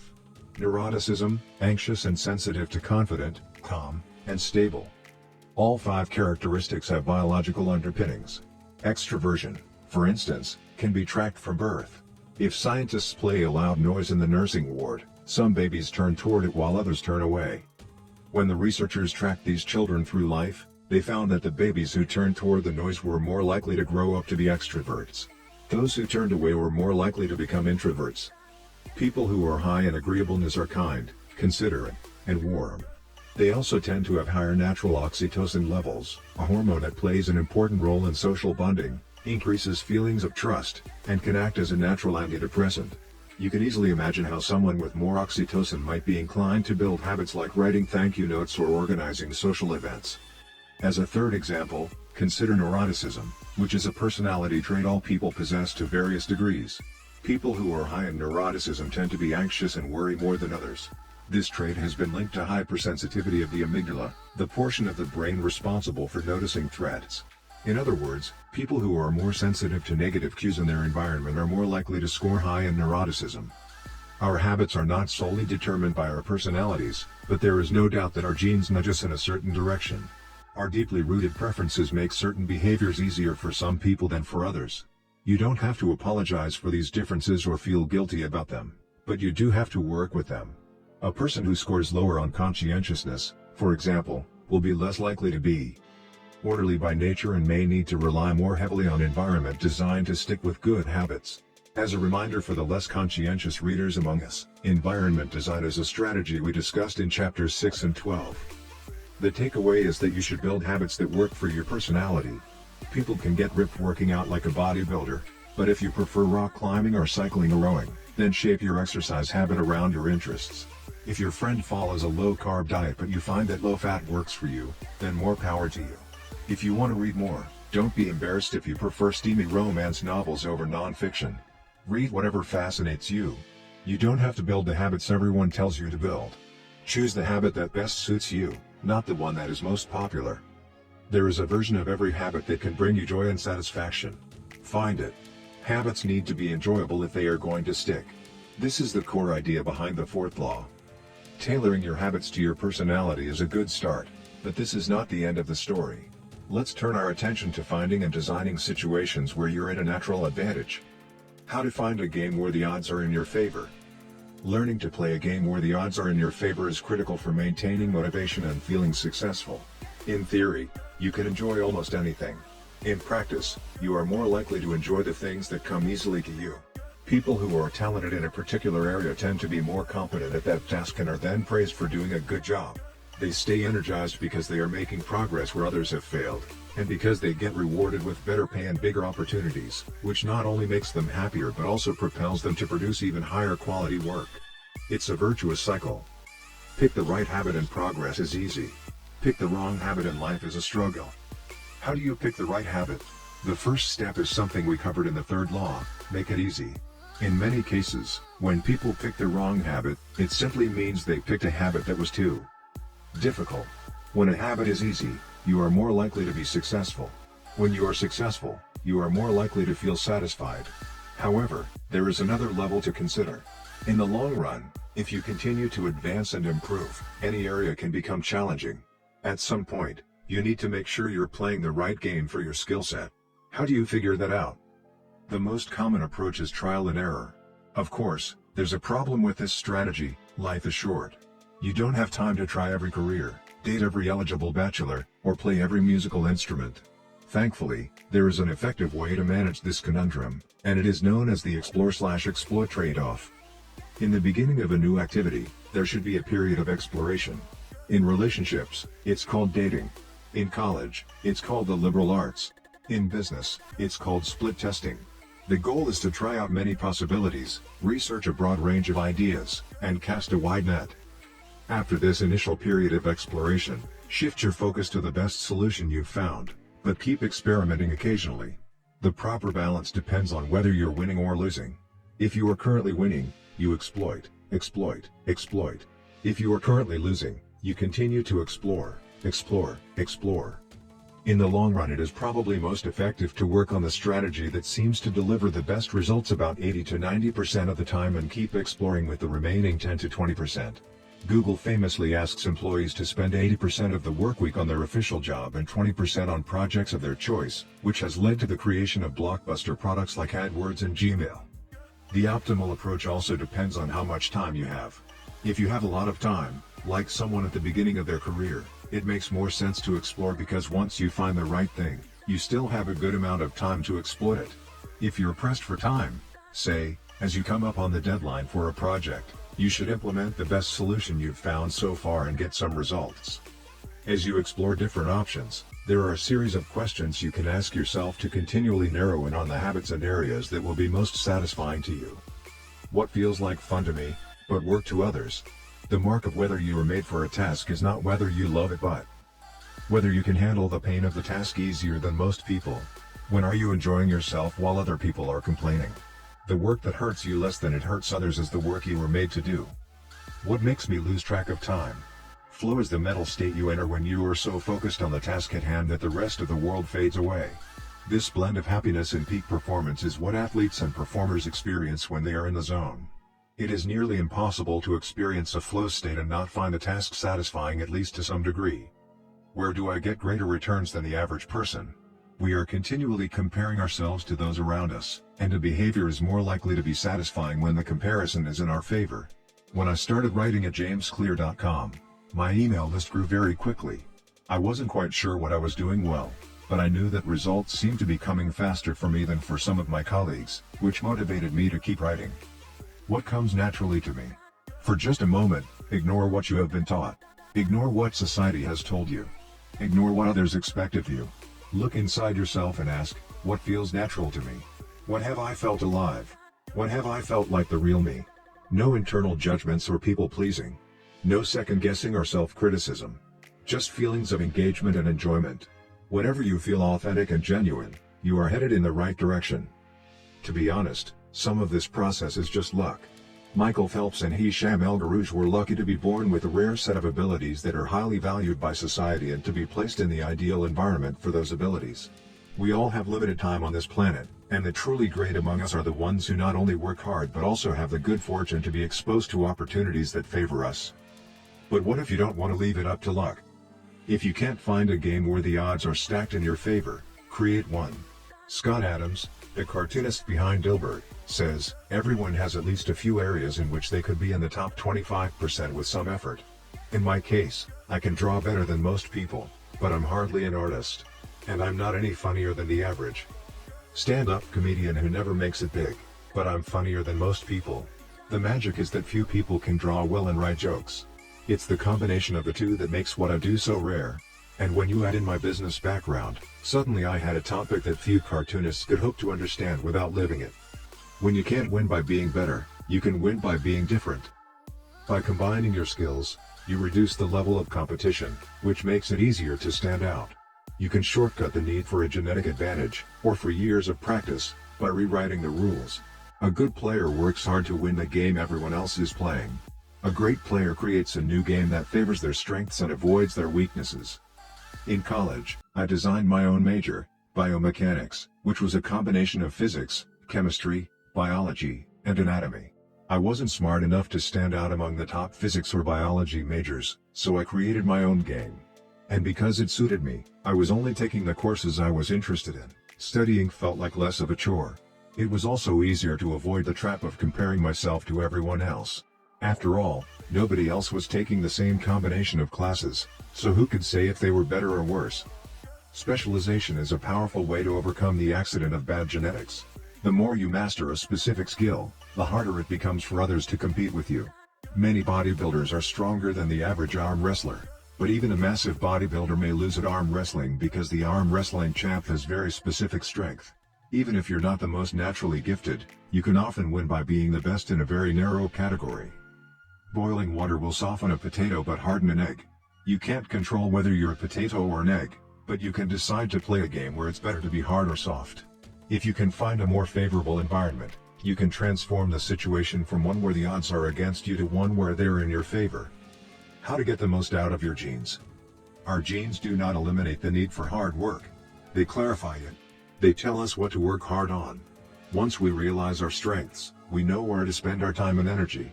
We know which types of opportunities to look for and which types of challenges to avoid. The better we understand our nature, the better our strategy can be. Biological differences matter. Even so, it's more productive to focus on whether you are fulfilling your own potential than comparing yourself to someone else. The fact that you have a natural limit to any specific ability has nothing to do with whether you are reaching the ceiling of your capabilities. People get so caught up in the fact that they have limits that they rarely exert the effort required to get close to them. Furthermore, genes can't make you successful if you're not doing the work.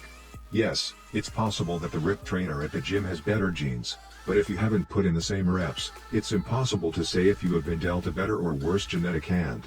Until you work as hard as those you admire, don't explain away their success as luck.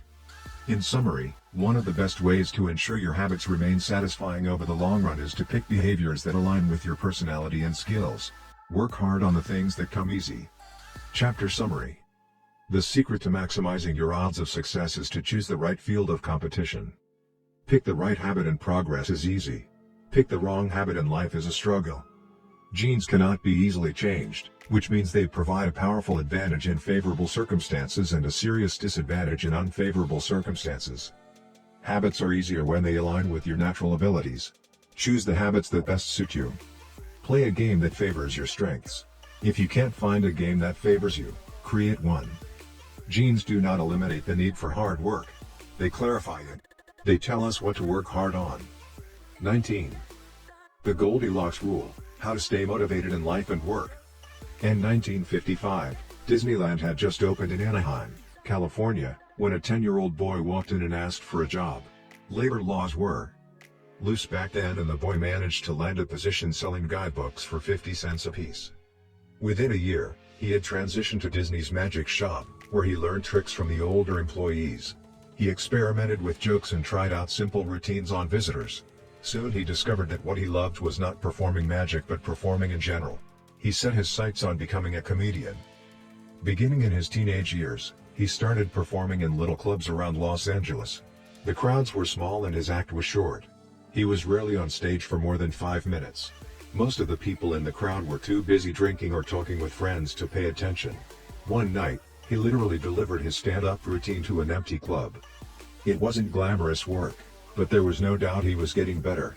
His first routines would only last 1 or 2 minutes. By high school, his material had expanded to include a 5-minute act and, a few years later, a 10-minute show. At 19, he was performing weekly for 20 minutes at a time. He had to read 3 poems during the show just to make the routine long enough, but his skills continued to progress. He spent another decade experimenting, adjusting, and practicing.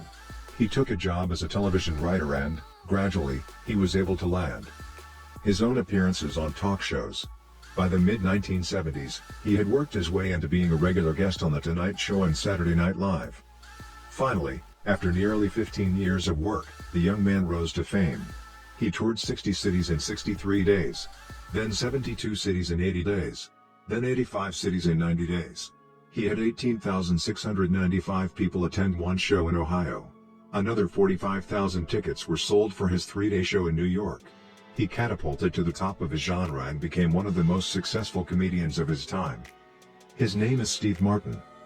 Martin's story offers a fascinating perspective on what it takes to stick with habits for the long run. Comedy is not for the timid. It is hard to imagine a situation that would strike fear into the hearts of more people than performing alone on stage and failing to get a single laugh. And yet Steve Martin faced this fear every week for 18 years. In his words, 10 years spent learning, 4 years spent refining, and 4 years is a wild success. Why is it that some people, like Martin, stick with their habits, whether practicing jokes or drawing cartoons or playing guitar, while most of us struggle to stay motivated? How do we design habits that pull us in rather than ones that fade away? Scientists have been studying this question for many years.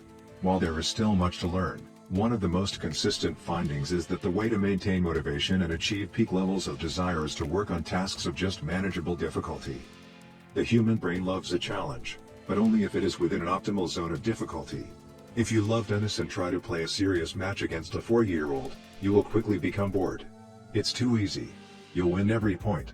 In contrast, if you play a professional tennis player like Roger Federer or Serena Williams, you will quickly lose motivation because the match is too difficult. Now consider playing tennis against someone who is your equal. As the game progresses, you win a few points and you lose a few. You have a good chance of winning, but only if you really try. Your focus narrows, distractions fade away, and you find yourself fully invested in the task at hand. This is a challenge of just manageable difficulty, and it is a prime example of the Goldilocks rule. The Goldilocks rule states that humans experience peak motivation when working on tasks that are right on the edge of their current abilities. Not too hard. Not too easy. Just right. The Goldilocks rule. Figure 15. Maximum motivation occurs when facing a challenge of just manageable difficulty. In psychology research, this is known as the Yerkes-Dodson law, which describes the optimal level of arousal as the midpoint between boredom and anxiety. Martin's comedy career is an excellent example of the Goldilocks rule in practice.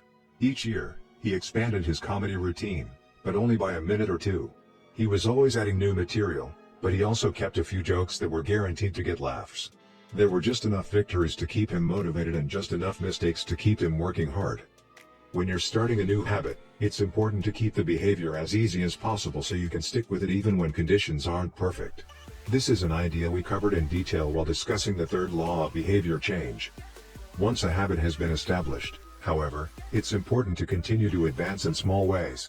These little improvements and new challenges keep you engaged. And if you hit the Goldilocks zone just right, you can achieve a flow state.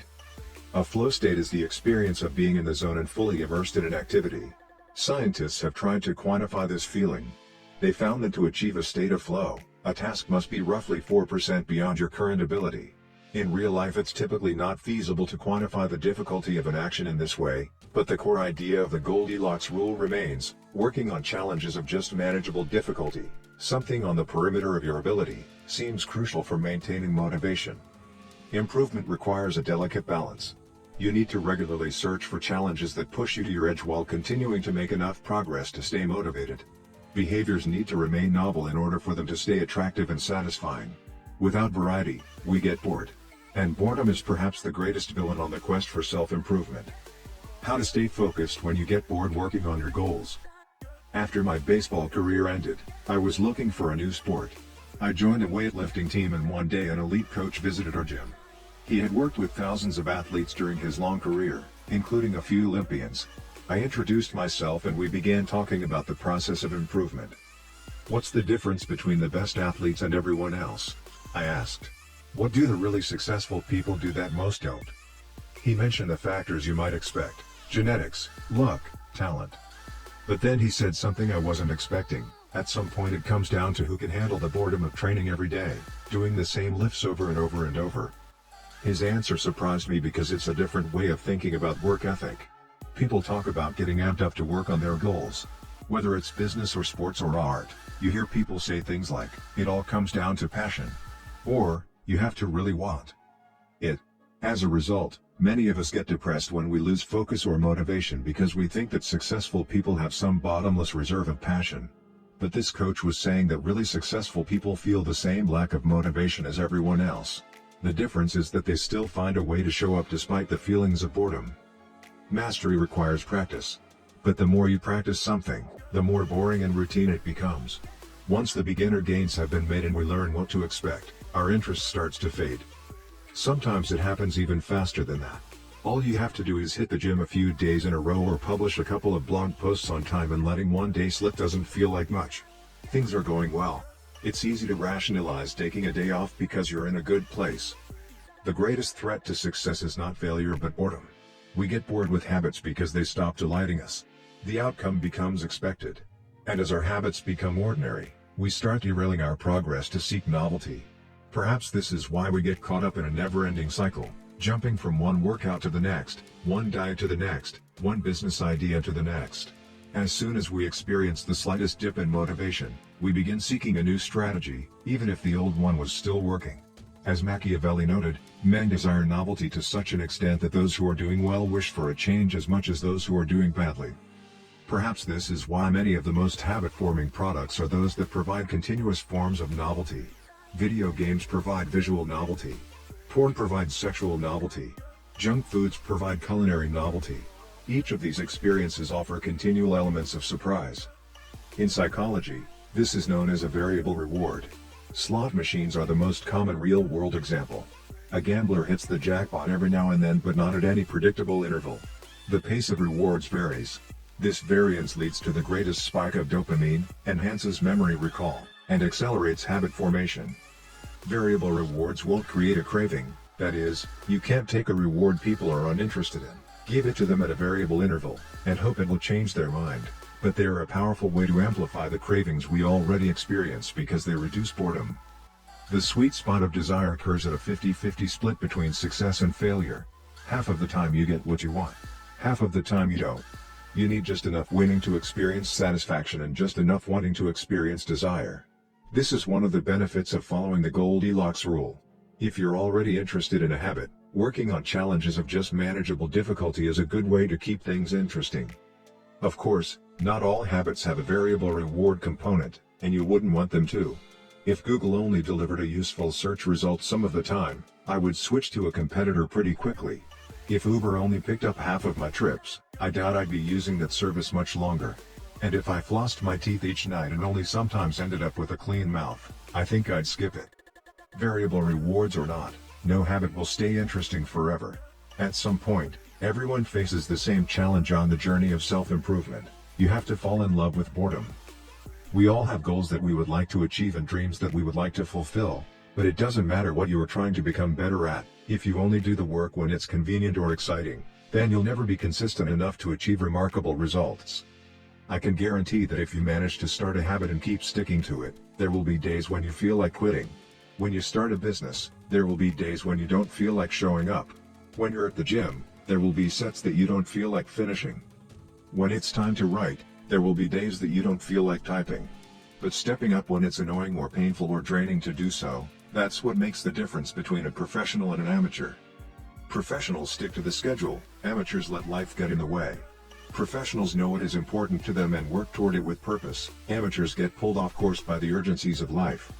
David Kane, an author and meditation teacher, encourages his students to avoid being fair-weather meditators.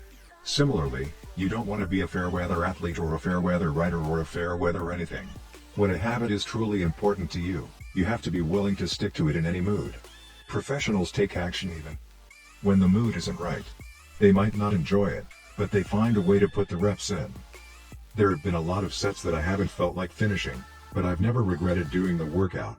There have been a lot of articles I haven't felt like writing, but I've never regretted publishing on schedule. There have been a lot of days I've felt like relaxing, but I've never regretted showing up and working on something that was important to me.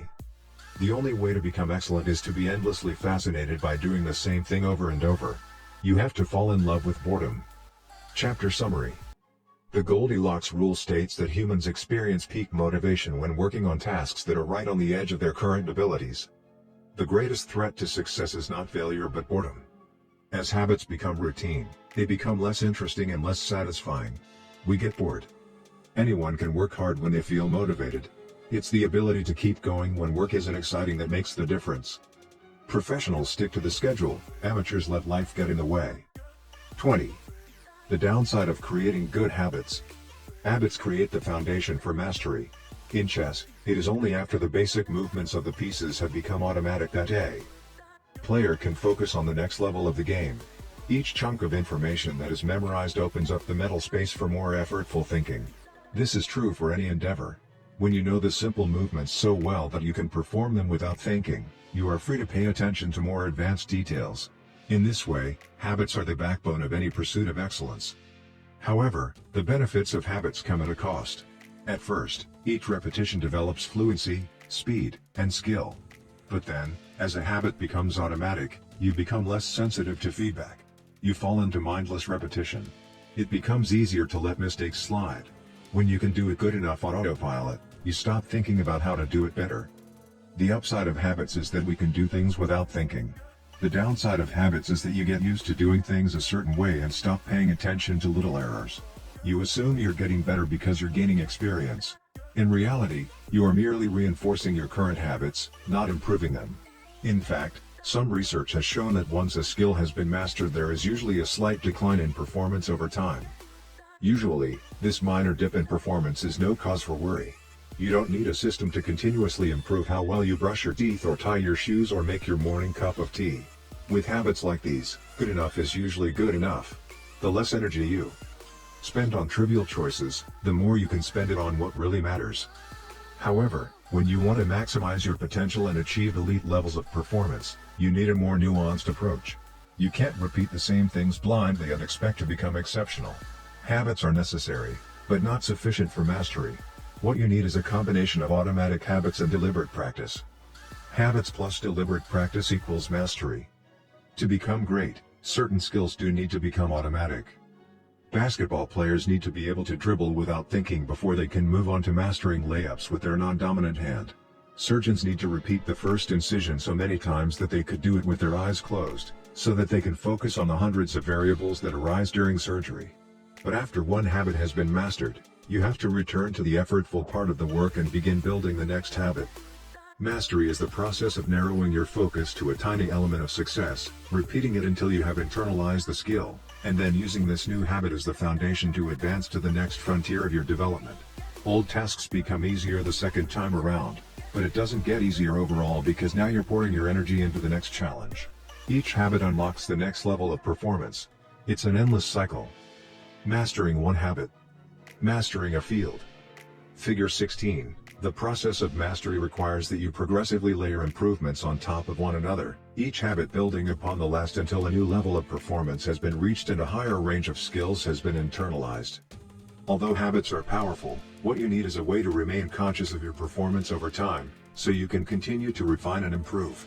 It is precisely at the moment when you begin to feel like you have mastered a skill, right when things are starting to feel automatic and you are becoming comfortable, that you must avoid slipping into the trap of complacency. The solution? Establish a system for reflection and review. How to review your habits and make adjustments. In 1986, the Los Angeles Lakers had one of the most talented basketball teams ever assembled, but they are rarely remembered that way. The team started the 1985 to 1986 NBA season with an astounding 29-5 record. The pundits were saying that we might be the best team in the history of basketball, head coach Pat Riley said after the season. Surprisingly, the Lakers stumbled in the 1986 playoffs and suffered a season-ending defeat in the Western Conference Finals. The best team in the history of basketball didn't even play for the NBA championship. After that blow, Riley was tired of hearing about how much talent his players had and about how much promise his team held. He didn't want to see flashes of brilliance followed by a gradual fade in performance. He wanted the Lakers to play up to their potential, night after night. In the summer of 1986, he created a plan to do exactly that, a system that he called the Career Best Effort Program or CBE. When players first joined the Lakers, Riley explained, we tracked their basketball statistics all the way back to high school. I call this taking their number. We look for an accurate gauge of what a player can do, then build him into our plan for the team, based on the notion that he will maintain and then improve upon his averages. After determining a player's baseline level of performance, Riley added a key step. He asked each player to improve their output by at least 1% over the course of the season. If they succeeded, it would be a CBE, or Career Best Effort. Similar to the British cycling team that we discussed in Chapter 1, the Lakers sought peak performance by getting slightly better each day. Riley was careful to point out that CBE was not merely about points or statistics but about giving your best effort spiritually and mentally and physically. Players got credit for allowing an opponent to run into you when you know that a foul will be called against him, diving for loose balls, going after rebounds whether you are likely to get them or not, helping a teammate when the player he's guarding has surged past him, and other unsung hero deeds. As an example, let's say that Magic Johnson, the Lakers' star player at the time, had 11 points, 8 rebounds, 12 assists, 2 steals, and 5 turnovers in a game. Magic also got credit for an unsung hero deed by diving after a loose ball, +1. Finally, he played a total of 33 minutes in this imaginary game. The positive numbers, 11 plus 8 plus 12 plus 2 plus 1, add up to 34. Then, we subtract the 5 turnovers, 34 to 5, to get 29. Finally, we divide 29 by 33 minutes played. 2933 equals 0.879. Magic's CBE number here would be 879. This number was calculated for all of a player's games, and it was the average CBE that a player was asked to improve by 1% over the season. Riley compared each player's current CBE to not only their past performances but also those of other players in the league. As Riley put it, we rank team members alongside league opponents who play the same position and have similar role definitions. Sports writer Jackie McMullen noted, Riley trumpeted the top performers in the league in bold lettering on the blackboard each week and measured them against the corresponding players on his own roster. Solid, reliable players generally rated a score in the 600s, while elite players scored at least 800. Magic Johnson, who submitted 138 triple-doubles in his career, often scored over 1,000. The Lakers also emphasized year-over-year progress by making historical comparisons of CBE data. Riley said, "We stacked the month of November 1986, next to November 1985, and showed the players whether they were doing better or worse than at the same point last season.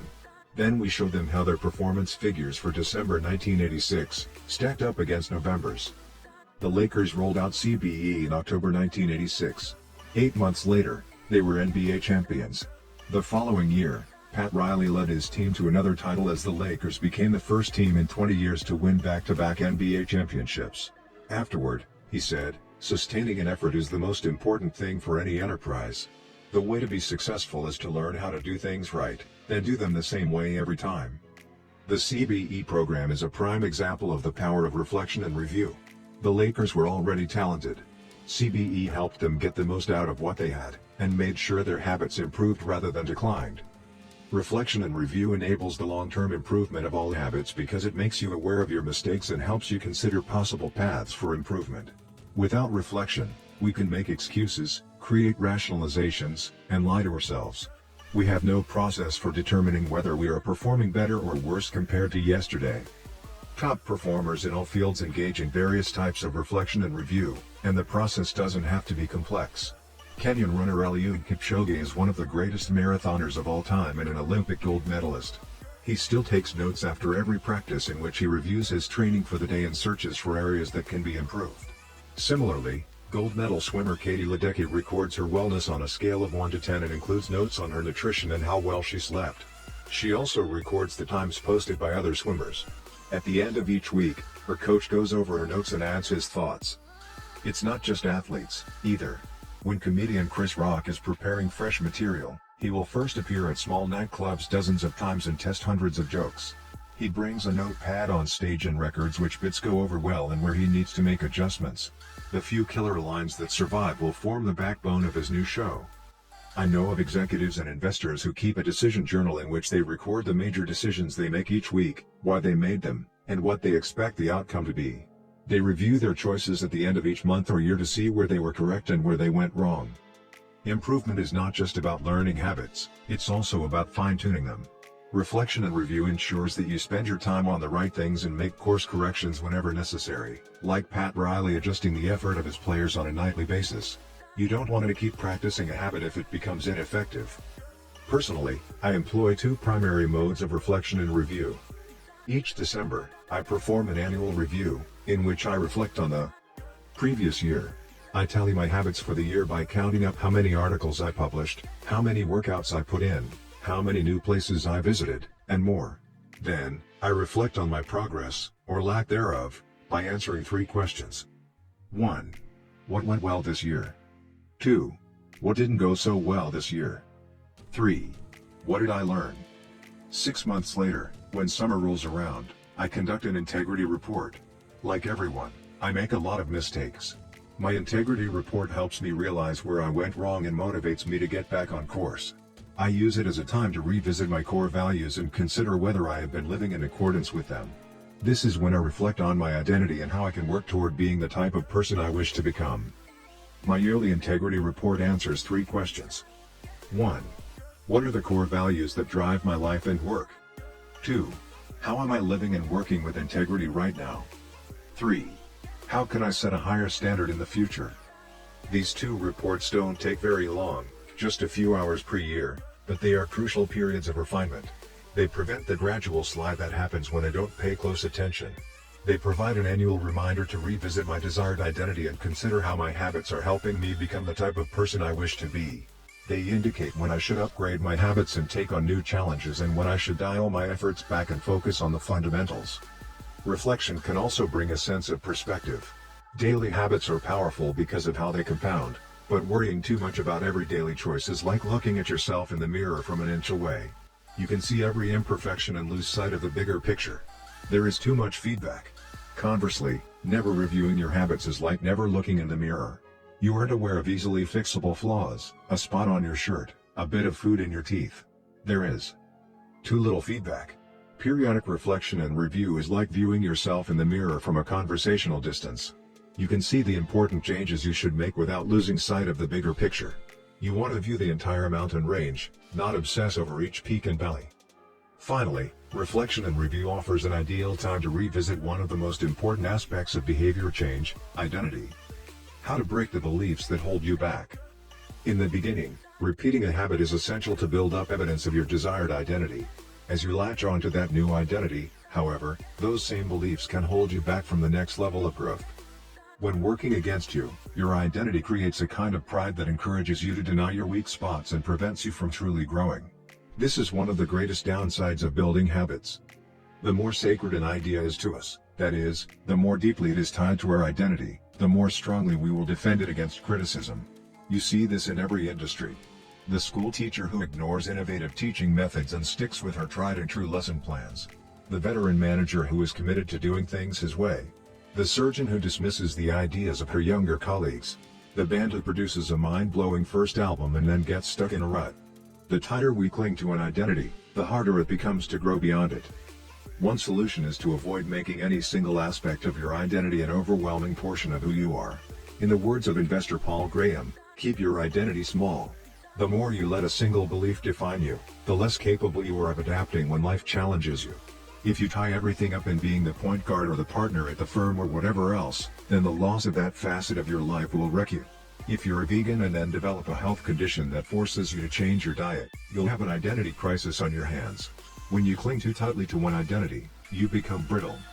Lose that one thing and you lose yourself. For most of my young life, being an athlete was a major part of my identity. After my baseball career ended, I struggled to find myself.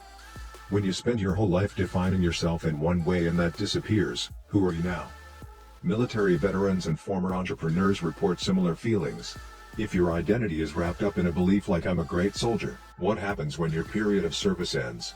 For many business owners, their identity is something along the lines of I'm the CEO or I'm the founder. If you have spent every waking moment working on your business, how will you feel after you sell the company?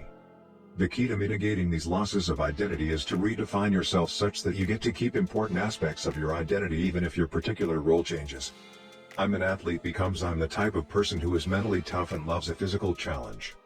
I'm a great soldier transforms into I'm the type of person who is disciplined, reliable, and great on a team.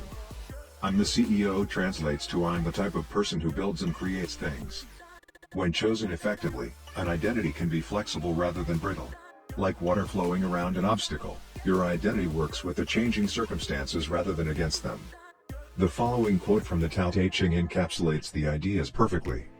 Men are born soft and supple, dead, they are stiff and hard. Plants are born tender and pliant, dead, they are brittle and dry. Thus whoever is stiff and inflexible is a disciple of death.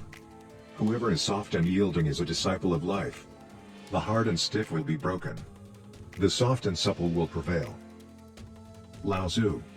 Habits deliver numerous benefits, But the downside is that they can lock us into our previous patterns of thinking and acting, even when the world is shifting around us. Everything is impermanent.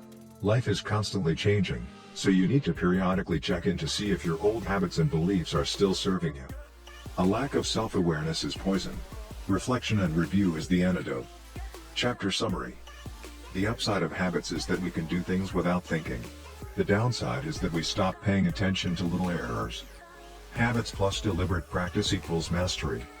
Reflection and review is a process that allows you to remain conscious of your performance over time.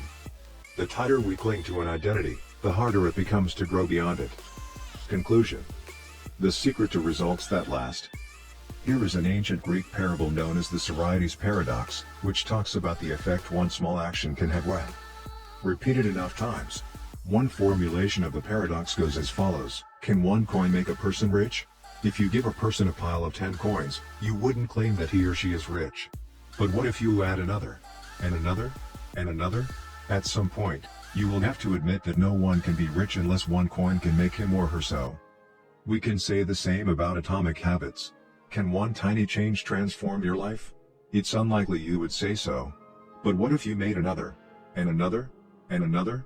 At some point, you will have to admit that your life was transformed by one small change. The holy grail of habit change is not a single 1% improvement, but 1,000 of them. It's a bunch of atomic habits stacking up, each one a fundamental unit of the overall system.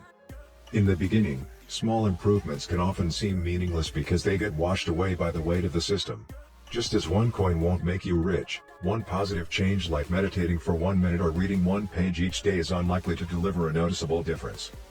Gradually, though, as you continue to layer small changes on top of one another, the scales of life start to move. Each improvement is like adding a grain of sand to the positive side of the scale, slowly tilting things in your favor. Eventually, if you stick with it, you hit a tipping point. Suddenly, it feels easier to stick with good habits. The weight of the system is working for you rather than against you. Over the course of this book, we've looked at dozens of stories about top performers. We've heard about Olympic gold medalists, award-winning artists, business leaders, life-saving physicians, and star comedians who have all used the science of small habits to master their craft and vault to the top of their field. Each of the people, teams, and companies we have covered has faced different circumstances, but ultimately progressed in the same way, through a commitment to tiny, sustainable, unrelenting improvements. Success is not a goal to reach or a finish line to cross.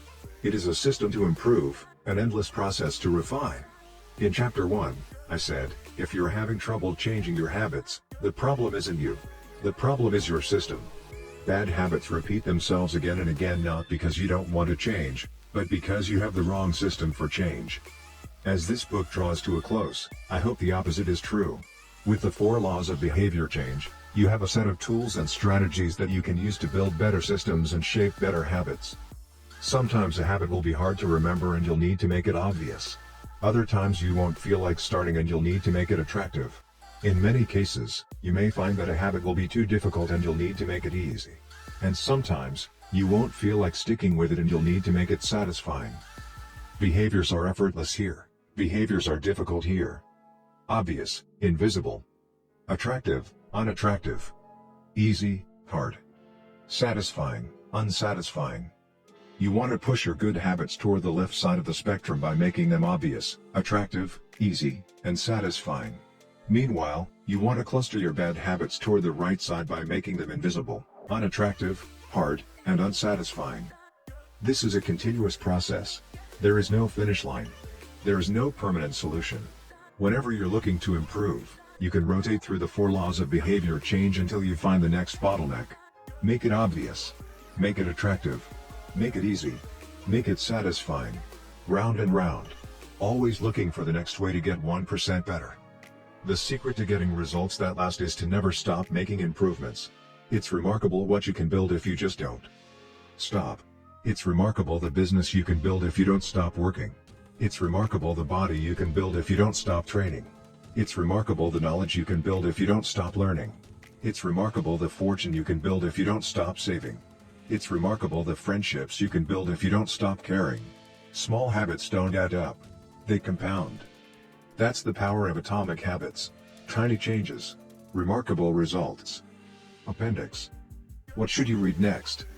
Thank you so much for taking the time to read this book. It has been a pleasure sharing my work with you.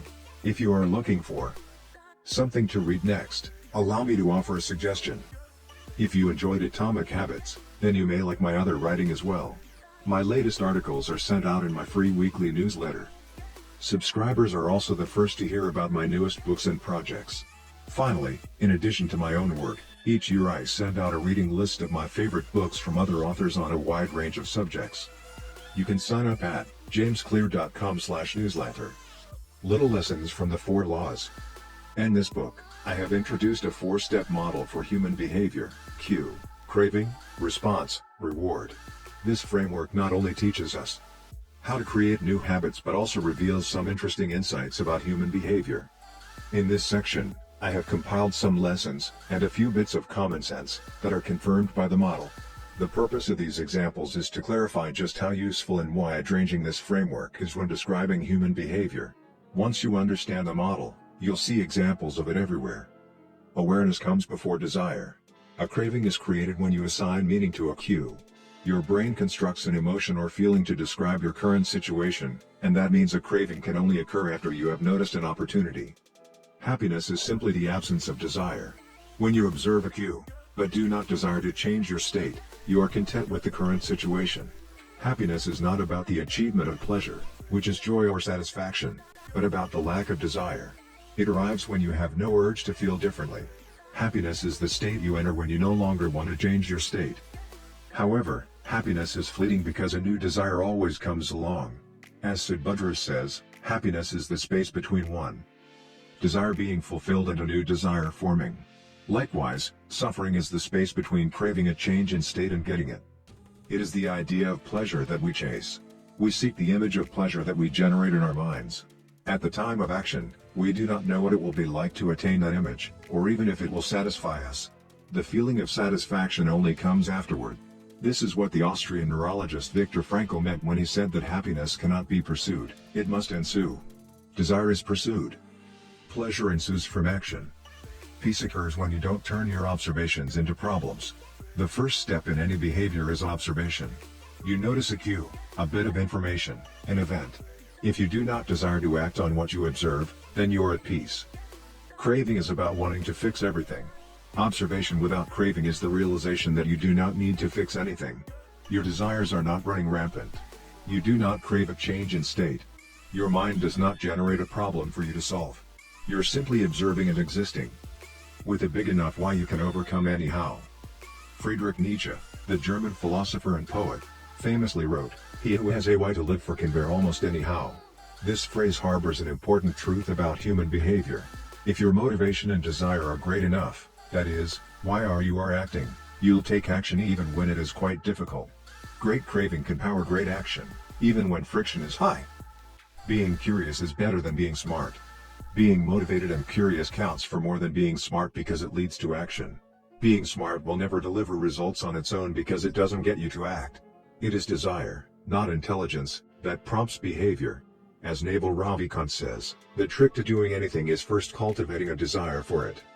Emotions drive behavior. Every decision is an emotional decision at some level. Whatever your logical reasons are for taking action, you only feel compelled to act on them because of emotion.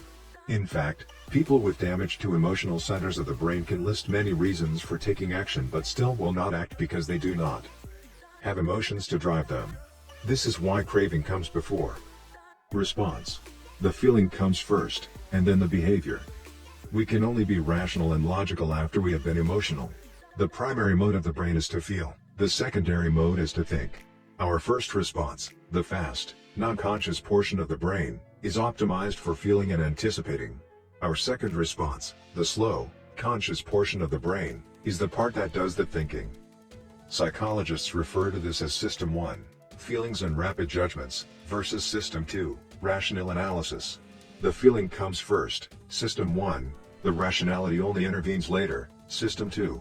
This works great when the two are aligned, but it results in illogical and emotional thinking when they are not. Your response tends to follow your emotions. Our thoughts and actions are rooted in what we find attractive, not necessarily in what is logical. Two people can notice the same set of facts and respond very differently because they run those facts through their unique emotional filter. This is one reason why appealing to emotion is typically more powerful than appealing to reason.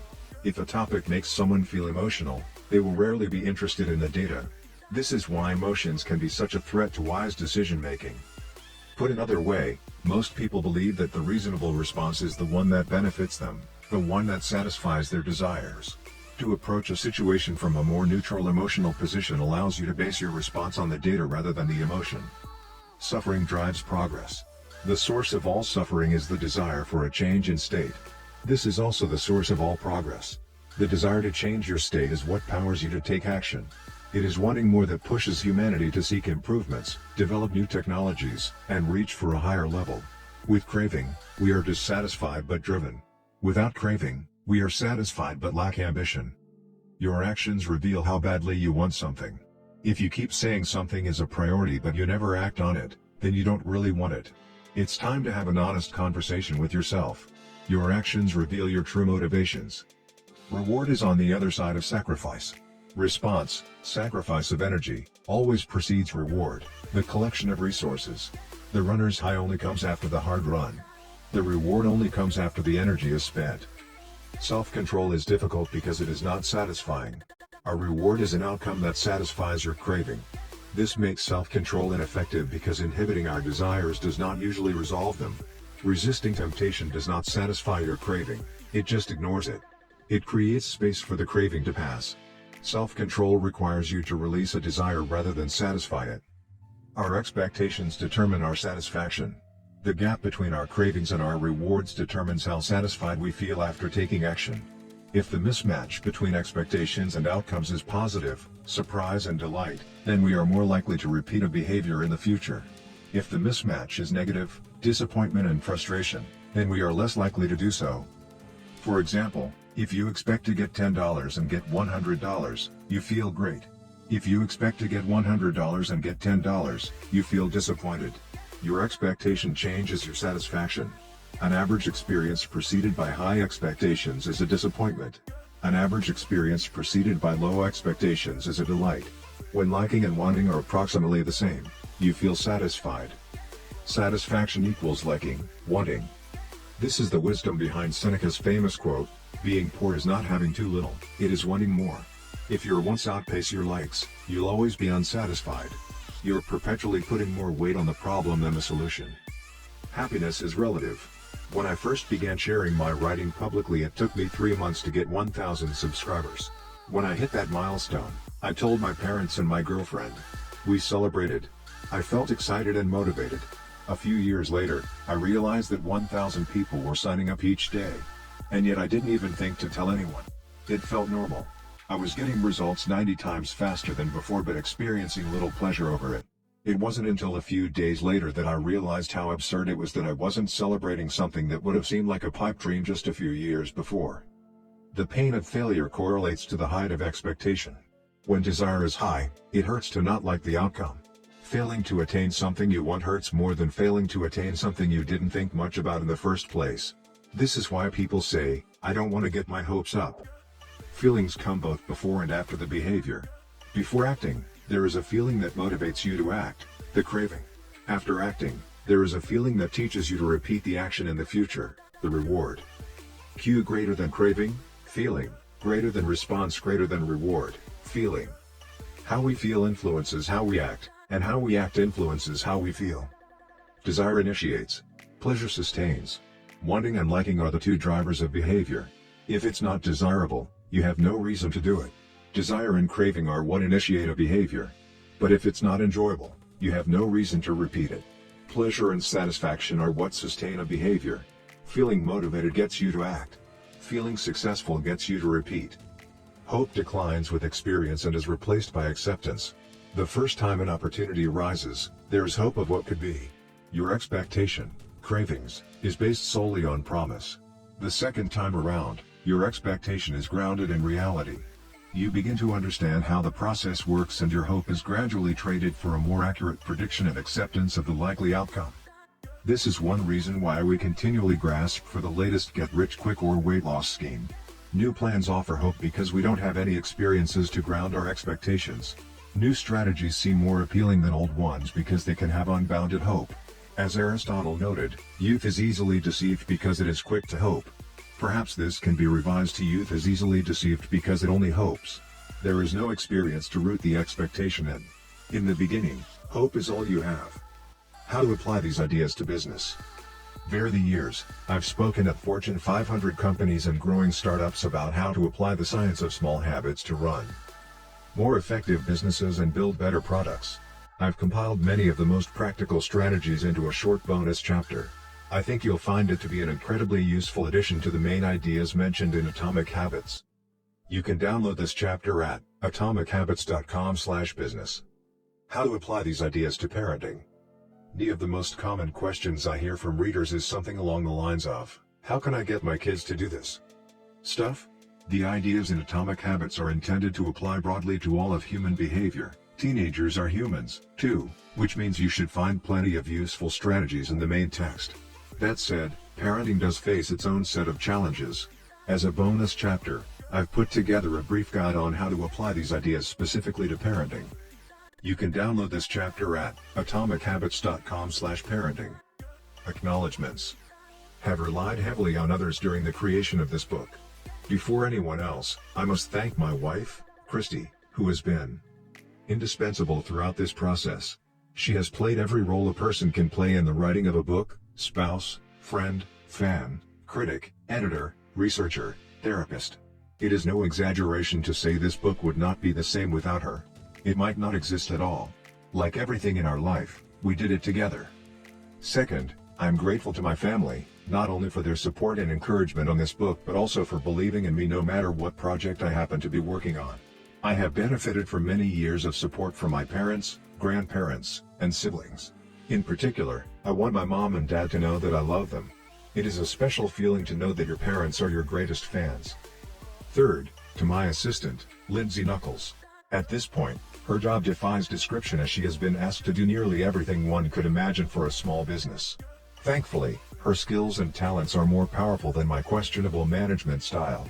Some sections of this book are as much hers as they are mine. I am deeply grateful for her help.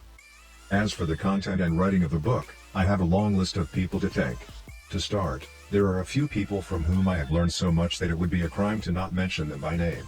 Leo Babauta, Charles Duhigg, Nir Eyal, and B.J. Fogg have each influenced my thoughts on habits in meaningful ways. Their work and ideas can be found sprinkled throughout this text. If you enjoyed this book, I'd encourage you to read their writing as well. At various stages of writing, I benefited from the guidance of many fine editors. Thanks to Peter Gazzardi for walking me through the early stages of the writing process and for a kick in the pants when I really needed it. I am indebted to Blake Atwood and Robin Delabow for transforming my ugly and insanely long first drafts into a tight, readable manuscript. And I am thankful to Anne Barngrover for her ability to add a little class and poetic style to my writing.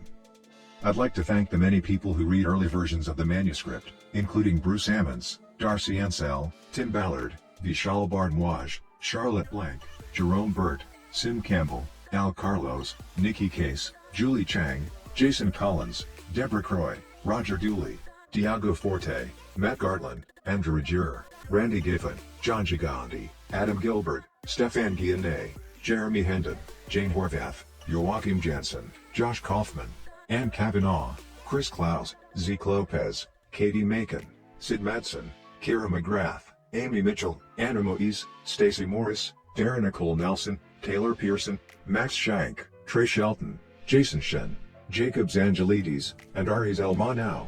The book benefited greatly from your feedback. To the team at Avery and Penguin Random House who made this book a reality, thank you. I owe a debt of special thanks to my publisher, Megan Newman, for her endless patience as I continually pushed back deadlines. She gave me the space I needed to create a book I was proud of and championed my ideas at every step. To Nina, for her ability to transform my writing while still retaining my original message. To Lindsay, Farron, Casey, and the rest of the PRH team for spreading the message of this book to more people than I could ever reach on my own. To Pete Garceau, for designing a beautiful cover for this book. And to my agent, Lisa DeMona, for her guidance and insight at every step of the publishing process. To the many friends and family members who asked how's the book going? and offered a word of encouragement when I inevitably replied slowly, "Thank you."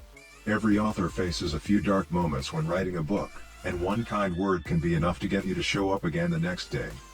I am sure there are people I have forgotten, but I keep an updated list of anyone who has influenced my thinking in meaningful ways at jamesclear.com/thanks. And finally, to you. Life is short and you have shared some of your precious time with me by reading this book. Thank you. May 2018.